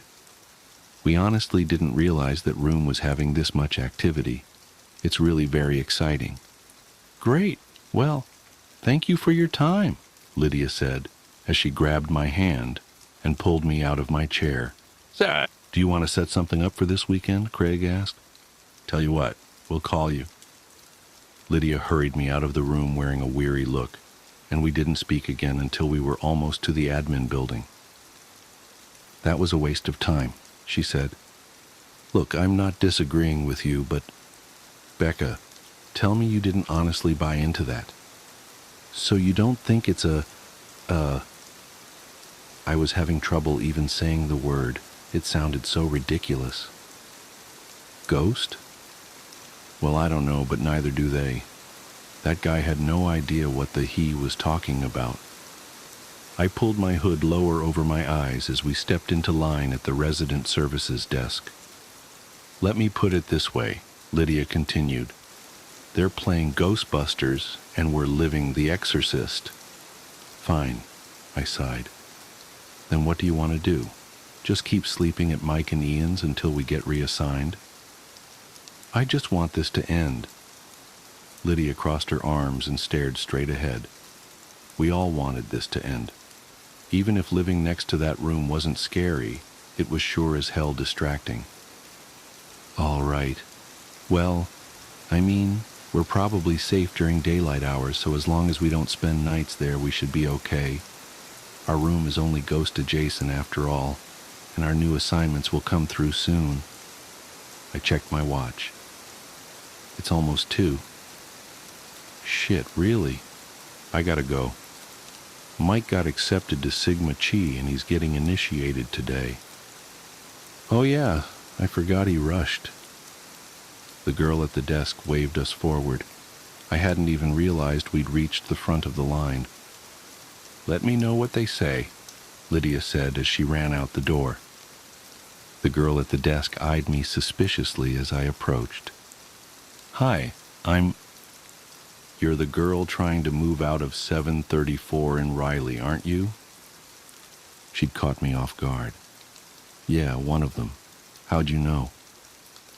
Sorry, I overheard you. I also saw your file cross my desk a few days ago, and I gotta ask, why are you looking to transfer rooms exactly? I was tired. I was beaten down. I didn't have the energy to think of a lie. Because shit is going on in the empty room next door and it's really freaking us out. Noises, whispers, knocking. The other night I saw someone. You saw someone? Yeah. In room 733?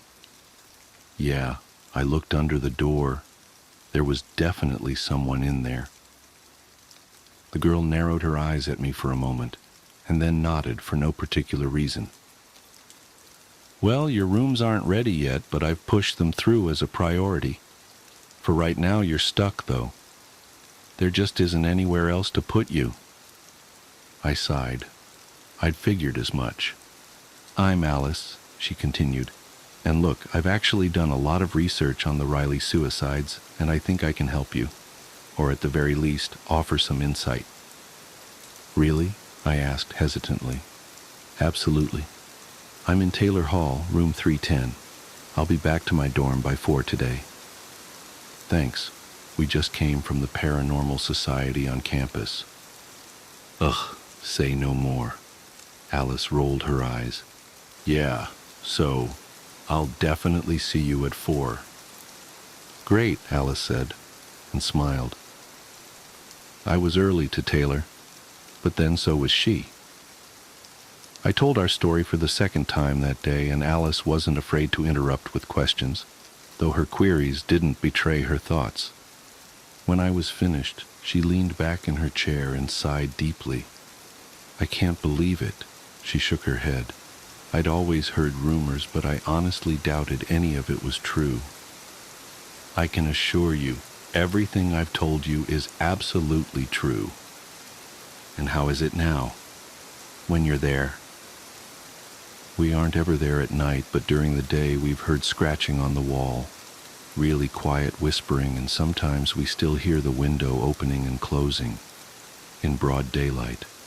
However, every time I look up from the street, the windows to 733 are open. Alice nodded.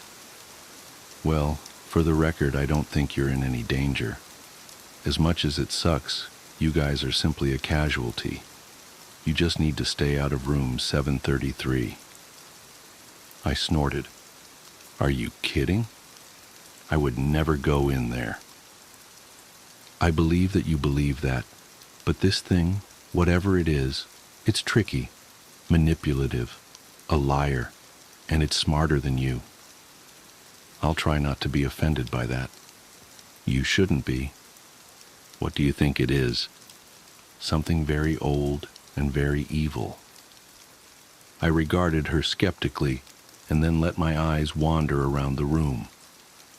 I hadn't really noticed the decor before, but to say Alice had an interest in the occult was an understatement. I can't see any situation where I would be compelled to enter that room. I know, but you have to be prepared that there may come a time when you have to make a decision about entering that room. Because what you're dealing with, it's already killed 5 people. 5? I thought it was 3. Yeah, well, not everyone is inclined to do the level of research that I do. Let's see. There was Ellen Burnham in 1961. She jumped out the window. She was the very first. And then Tad Collinsworth in 1968. He jumped too. Marissa Grigg in 1975. She hung herself. Erin Murphy in 1979. She jumped. And then Eric Dustin in 1992. He hung himself. 5 suicides. How could the university still let people live in there? They don't, apparently. That's why it's a supply room. And back then?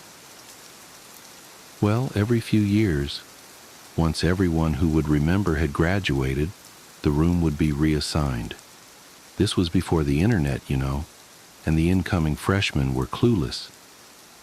But after that last one, Eric Dustin, they closed the entire north hall of the 7th floor and built more rooms onto the south hall. So what does it want? Alice shrugged. Chaos, death, souls. Who knows? No one even knows what it is. Okay, so what do we know? We know that it's somehow bound to that room, though it seems to have minimal influence just outside of it. We know that everyone who ever died was alone at the time. And we know that it's a trickster. That's what we know. It wasn't enough. Why do you think they do it? I asked quietly. The victims? I nodded. All I know is what's rumored to be in the evidence files. All the suicides were found with pictures or writings that were considered unspeakable at the time. They contained horrible, evil things that would make you physically sick to read or see, they say. And these people, they drew them? They wrote that stuff? Yep. Whatever is in that room drove them mad. That's terrifying. Have you guys considered getting somebody to bless the room? Jesus. Well, you'll have a hard time getting him, but perhaps some other sort of holy person. No, I mean Jesus. You're talking about an exorcism. Alice shrugged. Maybe. The rumor in the 70s was that this all started with a Ouija board game gone wrong in 1961. Really? That shit's made by Hasbro. Not in the 60s, it wasn't. Anyway, it's just a rumor. The only person on campus who would know is Tom Moen in admin. I've tried to talk to him before, but he refuses to see me. Did he go here in 1961? Yes. And he was staying in Riley. We need to talk to him. I need to know what is happening, or I won't be able to live the rest of my life as a well-adjusted person. I suppose we can try to chase him down on campus. Can we talk to him tomorrow? We can try. Mr. Moen wouldn't see us that day or the next. We tried to catch him on his lunch hour, and then again while he was leaving work, but he got around us every time. It was soon clear that the old man was actively avoiding us. Lydia and I had seen little of each other since we'd continued to sleep in other dorms. I went back to our room twice a day, once in the morning and once in the afternoon. Usually the other room was silent, but that didn't make me feel better. I could always sense something on the other side of the wall, somehow watching me. It felt like the calm before the storm. The Thursday before Halloween, I came back to the dorm to shower in the evening, much later than usual. I'd seen Lydia that afternoon, and she'd informed me that she had enough clothes stored at Mike's to last until graduation, so I knew I'd be there alone. I showered down the hall in the safety of the bathrooms, and then walked back to my room to change. I was supposed to meet Ian in half an hour to head out to a party, and I wanted to get out of here as quick as possible. Since the silence was unnerving me, I threw my iPod on the docking station and turned up AC/DC. I got dressed and then stood in front of the mirror to dry my hair. I flipped my head over and blow-dried upside down to try and give my hair some volume. When I flipped my head back up and shut off the blow-dryer, I immediately noticed the silence in the room. But that wasn't all I noticed. I wasn't in my dorm anymore. Behind me was reflected the dusty bed frames and large open windows of room 733. I spun around in a panic to find that I was actually standing in my own room. I looked back at the mirror to see that 733 still reflected there. A slight movement behind me was all it took to make me run. I grabbed my purse and phone and I fled from my room, slamming the door behind me. On the elevator ride down, I called Alice. "I can't do it anymore," I said when she picked up. "I can't go back in that room again. I can't ever go back." "What happened?" I told her. "Jesus, what do you want to do?" she asked. "I need to talk to someone who knows what is going on. Is Tom Moen the only person we know was here in 1961? "The only one I know of. Maybe we can get him on his way in tomorrow morning. We'll just corner him and refuse to move until he tells us something. He comes in at 6:30 according to the schedule I have. Do you want to meet me outside the Starbucks in the atrium?" "Yeah, I do. I have a class at 7:30, but I'll blow it off." "Okay, see you then." I wasn't usually much for parties, but I was glad I was going to one that night. As soon as we got there, I asked Ian to get me a drink. Since I wasn't usually much of a drinker, he gave me a raised eyebrow. I gave him a brief synopsis of what had happened earlier, hoping he wouldn't think I was crazy. Ian made me a scotch and coke. It was the first of many. Around midnight, I went to have a cigarette and checked my phone. I had a voicemail from Lydia left at 11:04 p.m. "Hey Becca, listen, I just had a huge fight with Mike. I guess his frat decided that for Halloween this year, all the new brothers have to spend the night in the suicide room. In our dorm. I can't take it. He knows what's been going on with us, and he still agreed to do this. He's now trying to convince me that Sigma Chi is behind all of the stuff going on in room 733, because they've been trying to drum up buzz for their Halloween deal. I can't." I hit end and threw my phone in my bag. No wonder Lydia was pissed. This was not good at all. I found Ian inside and asked him to take me home. I was suddenly very stressed, very tired, and very drunk. When the alarm went off at 6 a.m., it took everything I had to pull myself out of bed. I got dressed in the clothes I'd worn the night before and shuffled my way across campus to the atrium. Alice was already there with a black coffee in hand. "I figured you'd need this," she laughed. "How'd you know?" "Your texts?" "I texted you last night." "Yeah, at about 1. You told me about Sigma Chi." "Oh, God, yeah." I pushed my sunglasses higher up my nose and pulled my hood lower over my eyes. "Those guys are idiots. Remember how I told you that it's crafty? Well, what if the point of messing with you was to make 733 provocative, to seduce people into going inside? No one has been in that room for years. Can you imagine how hungry that thing is?"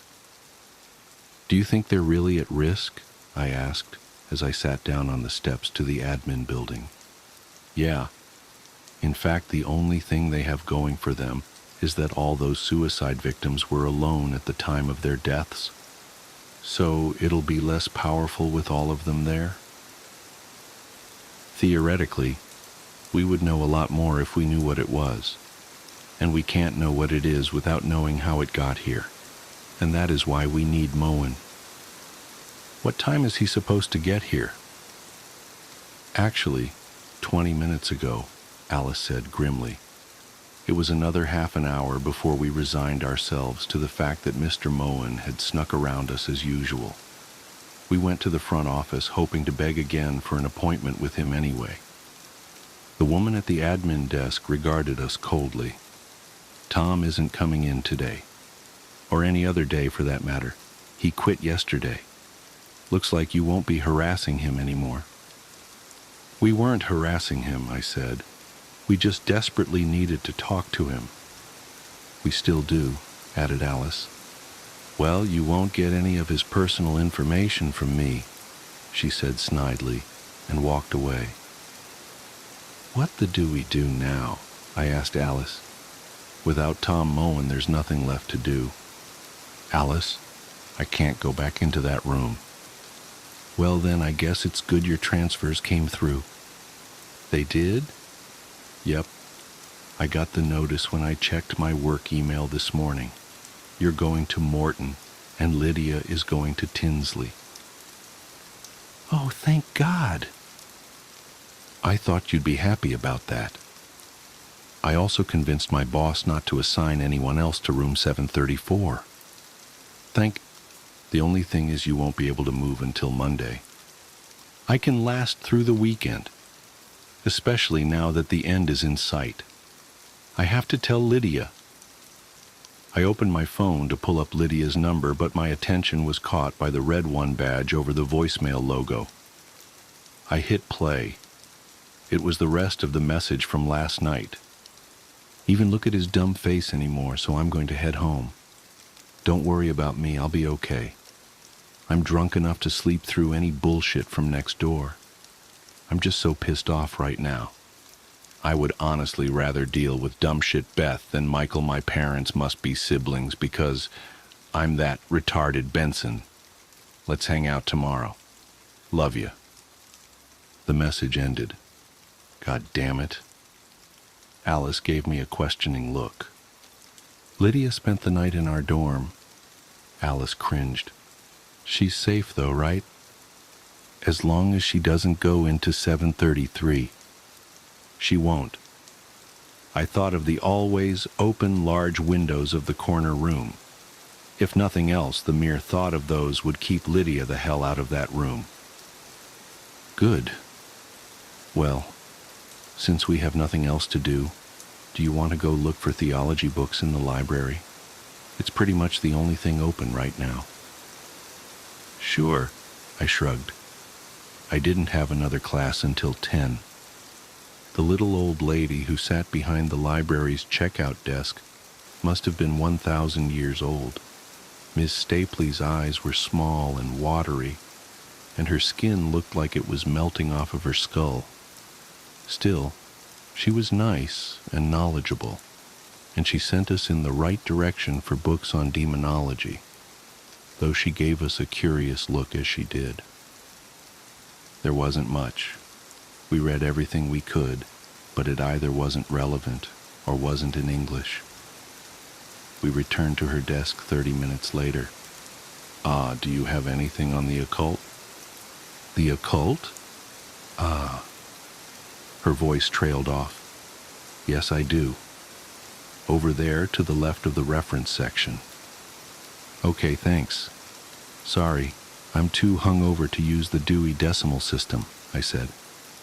I don't think she likes the look of us, Alice whispered as we walked away. Our look or our subject matter? Probably neither. Within the hour, we were back up at her desk, having struck out again. We could tell she was getting annoyed, as her eyes narrowed suspiciously at us as we approached. Sorry. Do you know where we could find something on seances or Ouija boards or... Now listen, girls. Ms. Stapley stood up from her desk and looked over her glasses at us. I really hope this is for class. It is, I said. It's not, Alice answered simultaneously. It's personal research. Research? What kind of research? Look, we're not going to mess with a Ouija board or anything, I said. Good. Miss Stapley smoothed her pleated pants and sat back down. Because I can't have that sort of thing going on here again. Again? Alice latched on. The older woman suddenly looked very uncomfortable and started fidgeting with a stack of books on her desk. We may have something on seances in... Miss Stapley, we're researching what happened in Riley in 1961, Alice interrupted. And also what's been happening there ever since. Well, it's no secret, is it? A student committed suicide in that room. Dreadful but not unheard of on a university campus. 5 students, I corrected her. But you know that, right? Alice was suddenly talking very fast. Because you sound like you're well versed in this story. Please tell us how this started and we might be able to end it. End it? Miss Stapley's voice became quieter but more concentrated. Don't be so arrogant, young lady. You can't end it. People have always died in that room, and they always will. There is no end to it, so you'd best stay far away from it. But maybe if we knew how this all started... It started just as you think it did, but everyone that was involved is either very old or very dead by now. Just stay away from that room. Concentrate on your studies. I leaned over her desk. Well, I'd love to, but they assigned my friend and me to the room next door. Maybe you can forget about all the suicides, but we can't. It won't let us. Young lady, I never forget. Ms. Stapley's voice was even quieter now. My friend Ellen was the very first to be killed in that room. She was my very best friend, and not a night goes by that I don't imagine her wiggling out of that tiny window, standing upon the cold ledge in her bare feet, and jumping off the 7th floor of that building. Alice sighed. "I'm really sorry. I didn't know." "Yes, well, these are old wounds, my dear. Now, girls, I suggest you request a room reassignment immediately. No one should be living on the 7th floor of that building, and that's all I'm going to tell you about it." Alice sighed, but resigned herself to a nod. We wouldn't learn anything more here. Still, it was quite a breakthrough. At least we had some information now. Alice walked away, and I made to follow her, but my feet wouldn't move. Something was bothering me. A small yet poignant word had been buried in Ms. Stapley's story, a word that suddenly seemed very important. "Hey, Ms. Stapley," I asked the tired old woman at the desk, "why did you refer to the windows in 733 tiny? Because I've seen those windows and they're huge, like 5 feet tall." "Dear, you're thinking of the corner room. That's the supply closet. Room 733 is next door to that." No, I stuttered. "That's room 734. "Yes, well, it is now. When they built the additional rooms onto the South Hall, they moved all the room numbers down." Oh my God. I suddenly felt very hot and very dizzy. "That sneaky fucker," Alice whispered next to me, her skin paling. "Lydia."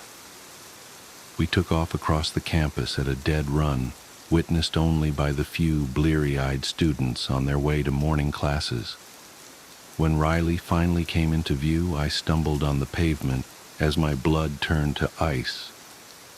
From our vantage point, we could clearly see the windows of the corner room were closed, the first and only time I had ever seen that way.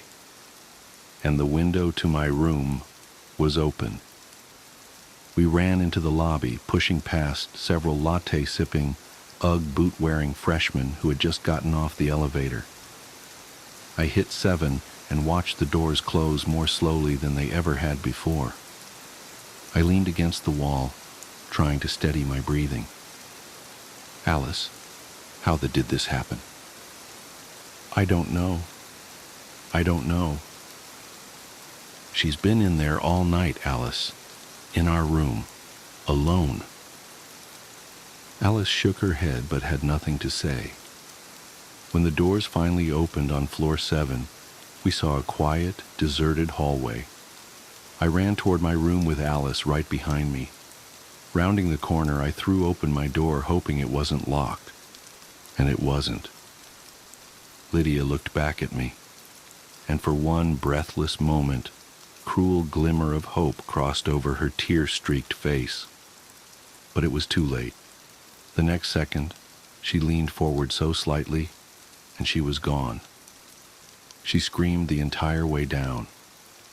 Alice ran to the ledge where Lydia had just been, while I stood motionless.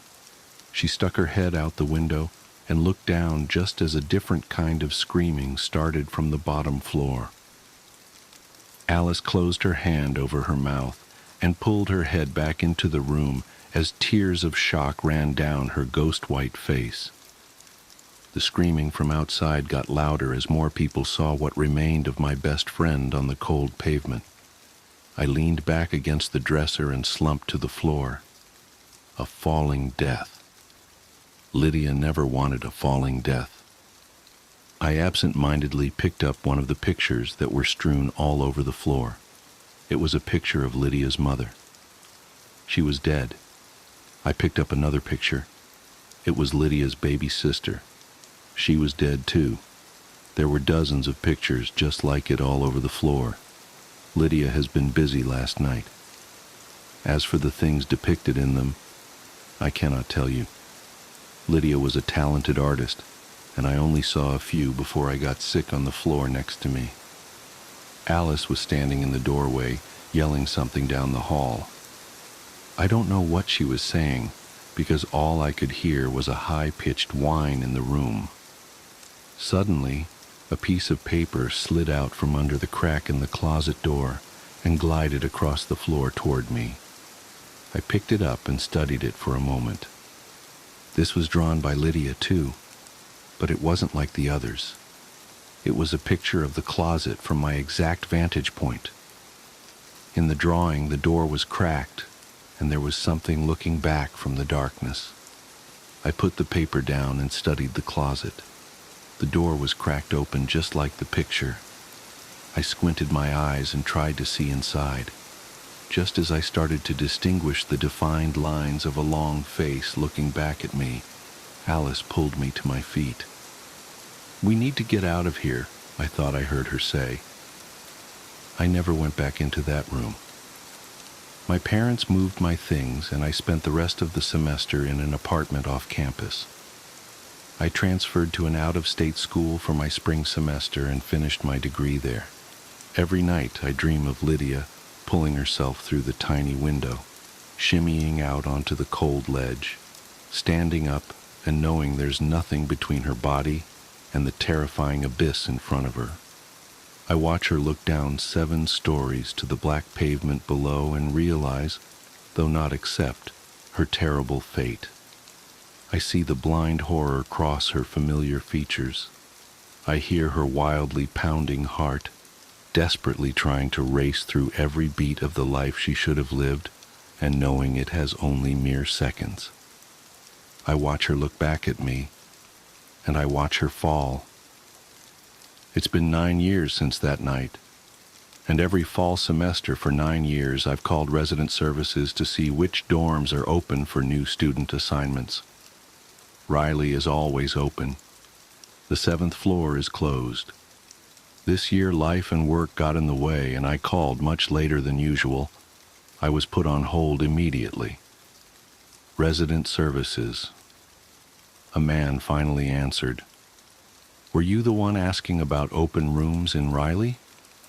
"Yes, that's me." "We're entirely filled up and there's a waiting list for Riley. But as it happens, you actually have great timing. I make no promises, but we may be able to get you in. We just got approval this morning." "Approval for what?" I said slowly. "We're opening up the 7th floor."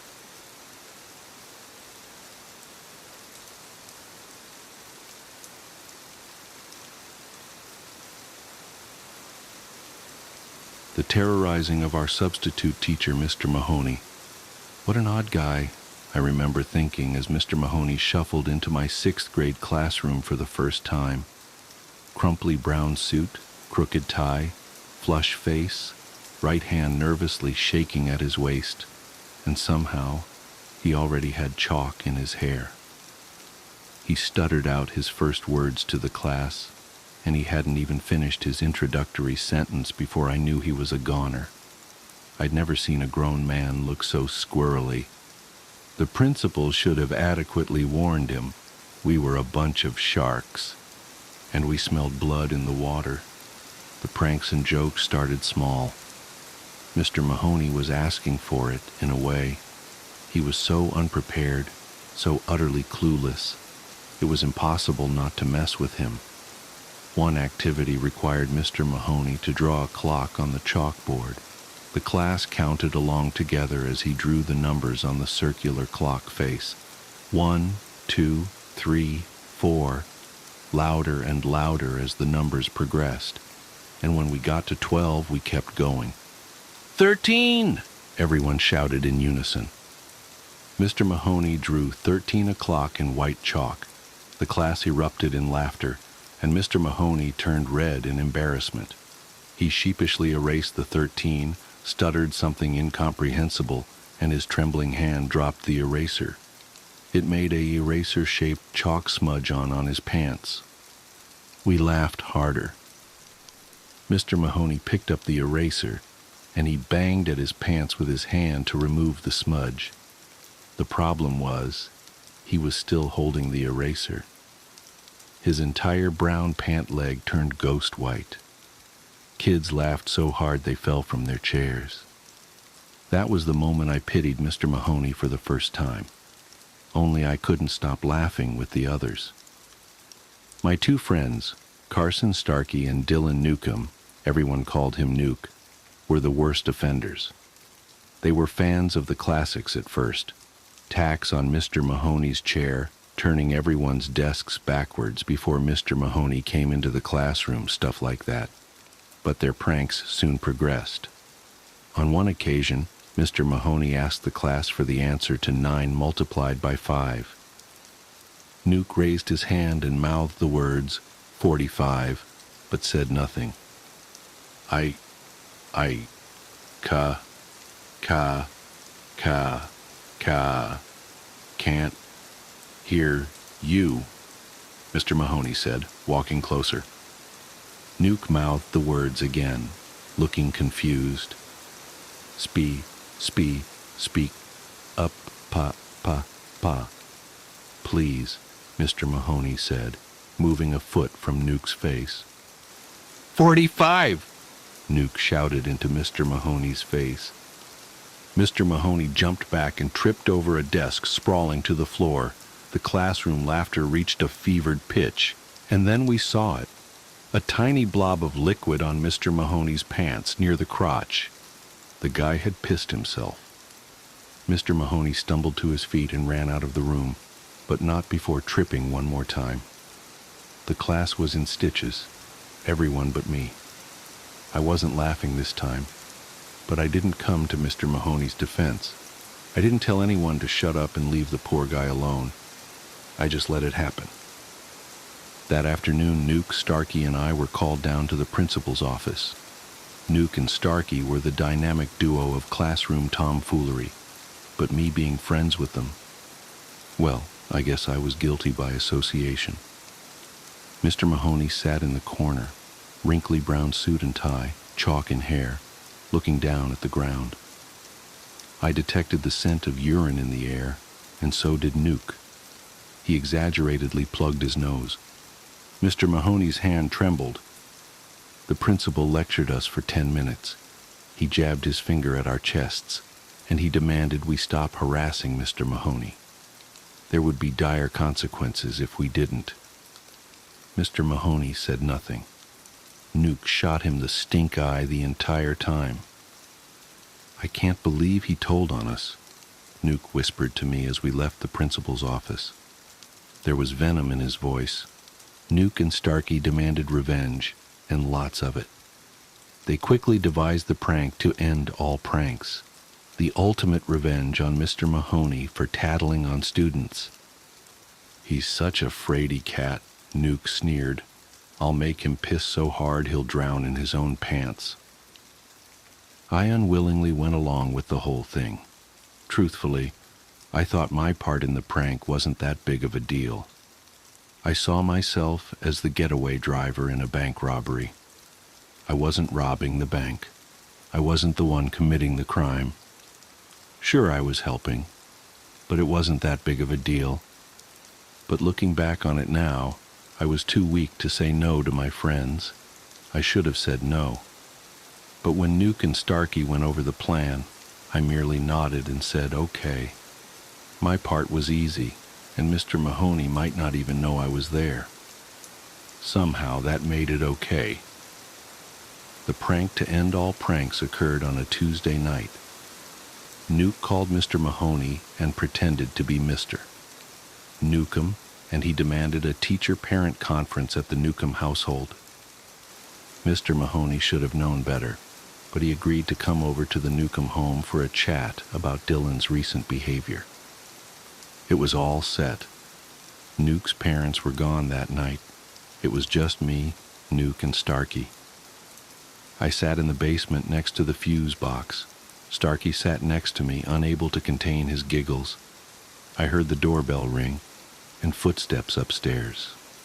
The door opened, and 2 sets of footsteps walked to the family room. Nuke and Mr. Mahoney are sitting on the couch. I waited for my signal, and it came 1 minute later. A loud crash. Nuke just accidentally knocked over the lamp. I flipped the main power switch to the house. The entire home went black. More footsteps. Nuke is telling Mr. Mahoney that he'll check the fuse box. He'll be back in a second. The basement door creaked open, and footsteps echoed down the steps. Nuke is descending the basement steps. A dark figure appeared next to us. It's Nuke. "Do it, Starkey," Nuke whispered. Starkey dumped corn syrup all over the front of Nuke's shirt. Nuke stifled his laughter while Starkey slipped a rubber clown mask over his own head and picked up the silver butcher's knife. "Let's do this." Starkey huffed through the latex.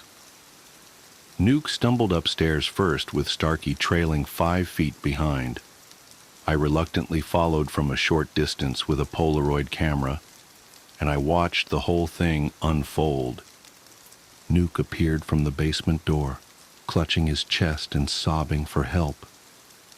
Mr. Mahoney ran over to him. "Oh, my God, Mr. Mahoney blubbered, touching the corn syrup on Nuke's shirt. The killer clown then emerged with a raised butcher's knife in his hand. Mr. Mahoney screamed and grabbed onto Nuke's shirt at the collar. It ripped off, and Mr. Mahoney fell to the floor. He backed up and trembled against the wall, still clutching the torn collar. I watched him quiver in the darkness. "Do it!" yelled Nuke. "Take his picture!" I brought up the camera to my face, but I couldn't do it. Starkey made some monster noises and inched closer to Mr. Mahoney. Our substitute teacher sobbed quietly. "Jesus Christ," said Nuke, pointing at Mr. Mahoney. "He pissed all over my floor." I looked down and saw piss emptying from the bottom of Mr. Mahoney's left pant leg. I had never felt more sorry for another human being in my whole life. It felt like we were torturing an injured puppy. "Tail the picture," Nuke insisted. I didn't do it. I just dropped the camera to the floor, and it shattered into 3 pieces. Starkey removed his mask and tossed it to Mr. Mahoney. It landed in his lap. "We're just joking around, Mr. Mahoney," Starkey said. "It's just a prank." Mr. Mahoney put one arm against the wall, braced himself, and clambered to his feet. He looked at the torn collar in one hand, the clown mask in the other, sniffled and shuffled out the front door. "He took my mask," Starkey lamented. "Let him keep the stupid thing," Nuke muttered. Mr. Mahoney wasn't at school the next day. In fact, he never came back. Nuke, Starkey, and I waited each day to be called down to the principal's office to answer for our prank, but that call never came. Our class was assigned a new substitute teacher, and life in the 6th grade marched on. 3 weeks later, a package arrived for our class. It was a stack of math homework that Mr. Mahoney had graded but had never returned to us. The sub passed back the worksheets, each meticulously marked up and graded.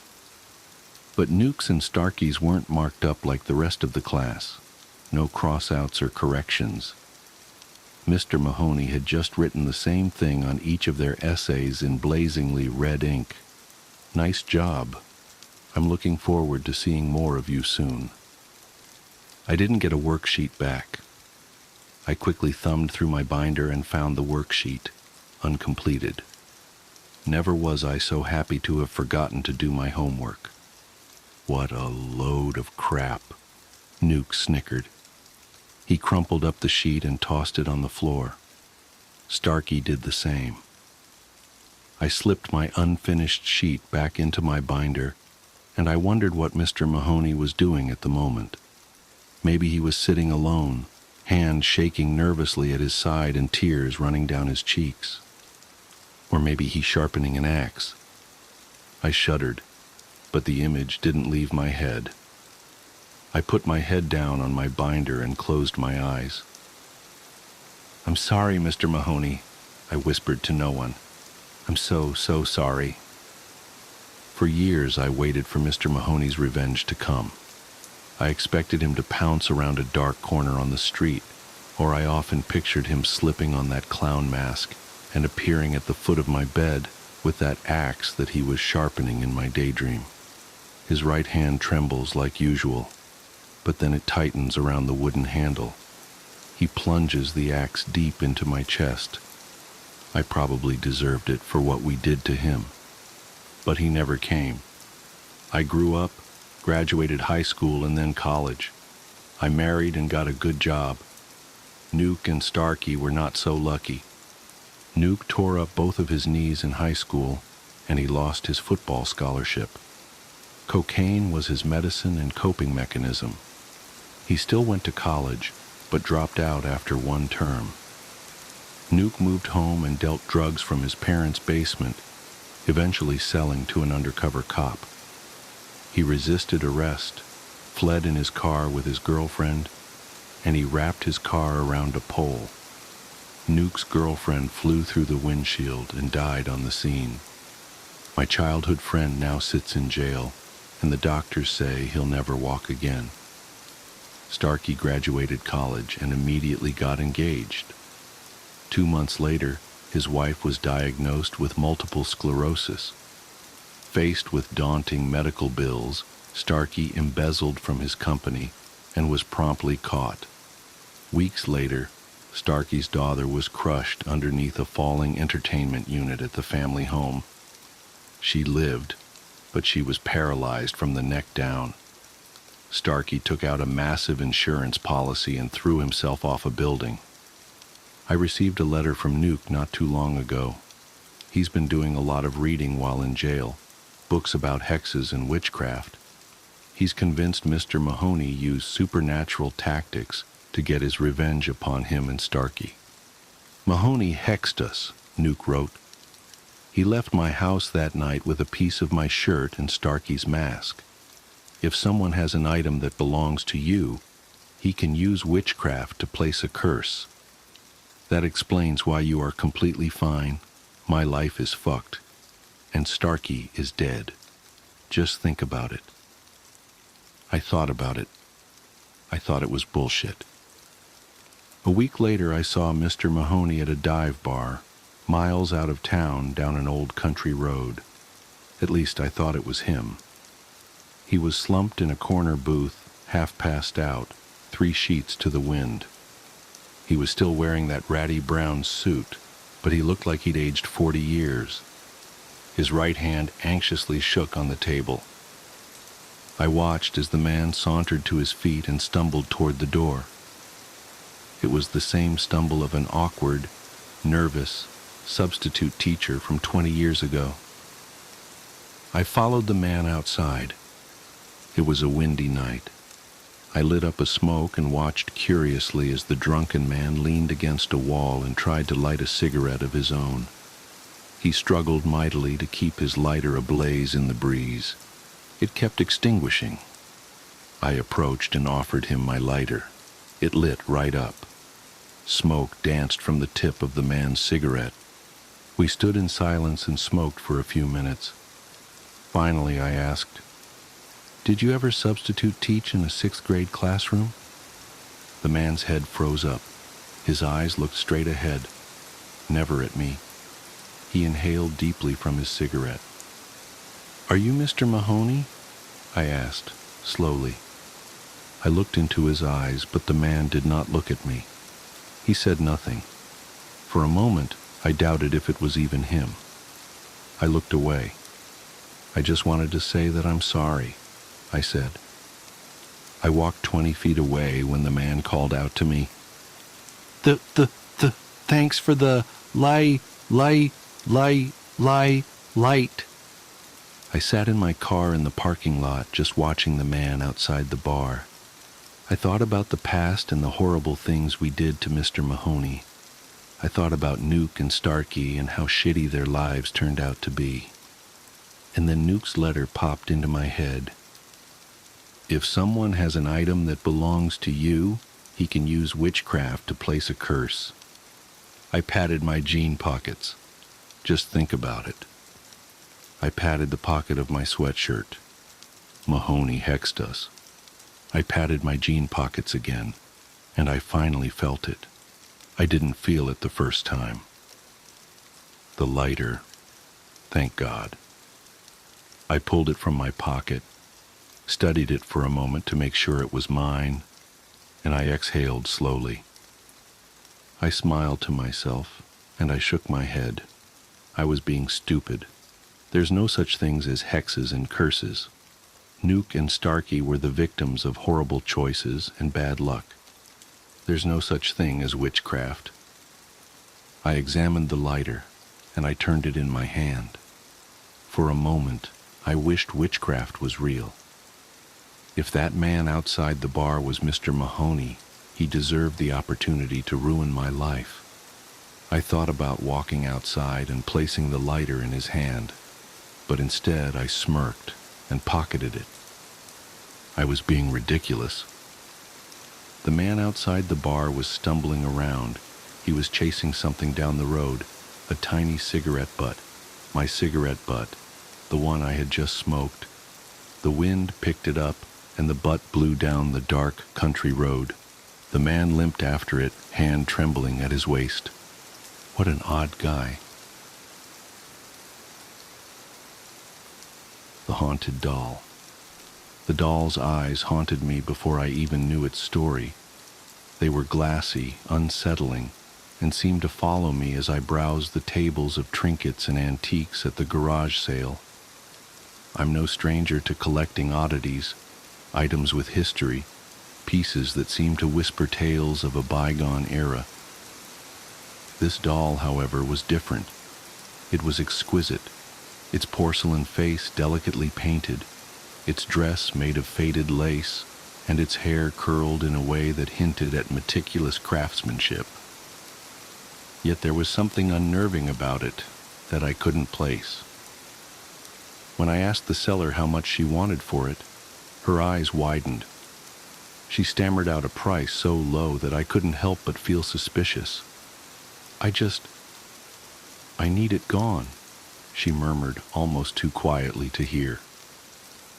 For someone who seemed desperate, she hesitated for a long moment before handing it over, her fingers trembling slightly as they brushed mine. That night, I set the doll on the shelf in my study.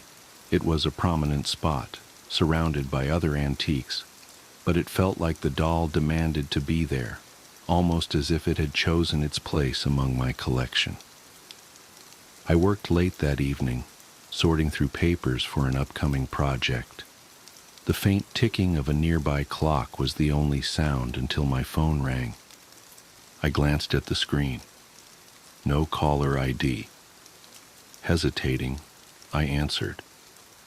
Nothing. Just static.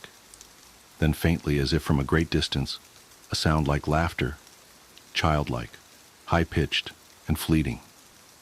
I hung up, shook off the unease creeping up my spine, and returned to my work. The rest of the night passed uneventfully, but I couldn't shake the memory of that sound. The next few days were uneventful, or at least I convinced myself they were. The lights in my study flickered every so often, but it was an old house, prone to quirks and electrical issues. The doll's presence, however, felt heavier. It wasn't just its physical weight. It seemed to occupy space in a way that was impossible to ignore. Every time I entered the room, my eyes were drawn to it, its gaze almost magnetic. One morning I woke to find it had moved. At first I thought I was mistaken. It had been on the shelf the night before, but now it sat at the foot of my bed. Its lifeless glass eyes stared directly into mine, and one porcelain hand was extended, its finger pointed accusingly at my chest. My breath hitched, and my heart raced. I tried to rationalize it. Maybe I had moved it and forgotten. Maybe someone else had, though I lived alone. I placed it back on the shelf that morning, determined to put the incident out of my mind. Still, I couldn't help but notice the growing sense of dread that seemed to radiate from the doll. It was as if the air around it had grown colder, heavier, more oppressive. The breaking point came 3 nights later. I was jolted awake by the unmistakable sound of laughter. It was faint but clear, echoing through the otherwise silent house. My bedroom door creaked open on its own, and I swear I saw a shadow dart across the hallway. Trembling, I grabbed a flashlight and crept downstairs to the study. The doll wasn't on the shelf. I found it sitting on my desk, its head tilted slightly as if it were studying me. Its expression seemed almost mocking now, its delicate features twisted into something sinister. My instincts screamed at me to destroy it, but I hesitated. I couldn't bring myself to act. Instead, I grabbed a blanket from the couch and spent the night huddled in the living room, unable to close my eyes. The next morning, I took the doll to the local church. The priest was a kind man, someone I had spoken to a few times before, and I hoped he could offer a solution. As I explained the events, his expression grew grim. When I placed the doll on the table before him, he refused to touch it. "This isn't something we can help with," he said, his voice low and steady. "You need to get rid of it." "What do you mean?" I asked, panic rising. "Burn it? Throw it away?" He shook his head. "It's not that simple. Be careful how you proceed." Desperate, I decided to bury the doll in my backyard. I dug a deep hole beneath the gnarled oak tree at the edge of the property, placed the doll inside, and covered it with soil. For a moment I felt relief, as if I had finally rid myself of the strange and terrible presence that had invaded my life. That night, I slept peacefully for the first time in days. But it didn't last. The faint laughter returned, drifting through the house in the early hours of the morning. It was accompanied by the sound of small, deliberate footsteps. When I investigated, I found nothing out of place, yet I couldn't shake the feeling that I was being watched. A week later, I noticed a patch of earth beneath the oak tree that seemed disturbed, as if something had clawed its way out. I refused to go near it, convinced that acknowledging it would give whatever malevolent force inhabited the doll more power. Since then, my nights have been plagued by nightmares, visions of the doll standing at the foot of my bed, its hand pointing at me, its glassy eyes filled with malice. Sometimes I wake to find faint scratches on my arms, marks that weren't there when I went to sleep. I've tried everything: burning sage, consulting psychics, even moving the bed away from the window. Nothing works. The doll's presence is relentless, its influence seeping into every corner of my life. I've become paranoid, jumpy, and reclusive. Friends and family have noticed the change, but how can I explain it to them without sounding insane? I'm writing this now as a warning to anyone who might come across an object that feels wrong. Trust your instincts. Don't let curiosity or the allure of a bargain blind you to the danger. Some things are better left alone, their histories buried and forgotten. The laughter is louder tonight, and the shadows seem to move on their own. I know it's only a matter of time before the doll returns. Maybe it never really left. All I can do now is wait and hope that my story serves as a cautionary tale. If you hear faint laughter in the night, or feel a chill that has no explanation, don't ignore it. It might already be too late for me, but maybe it isn't for you.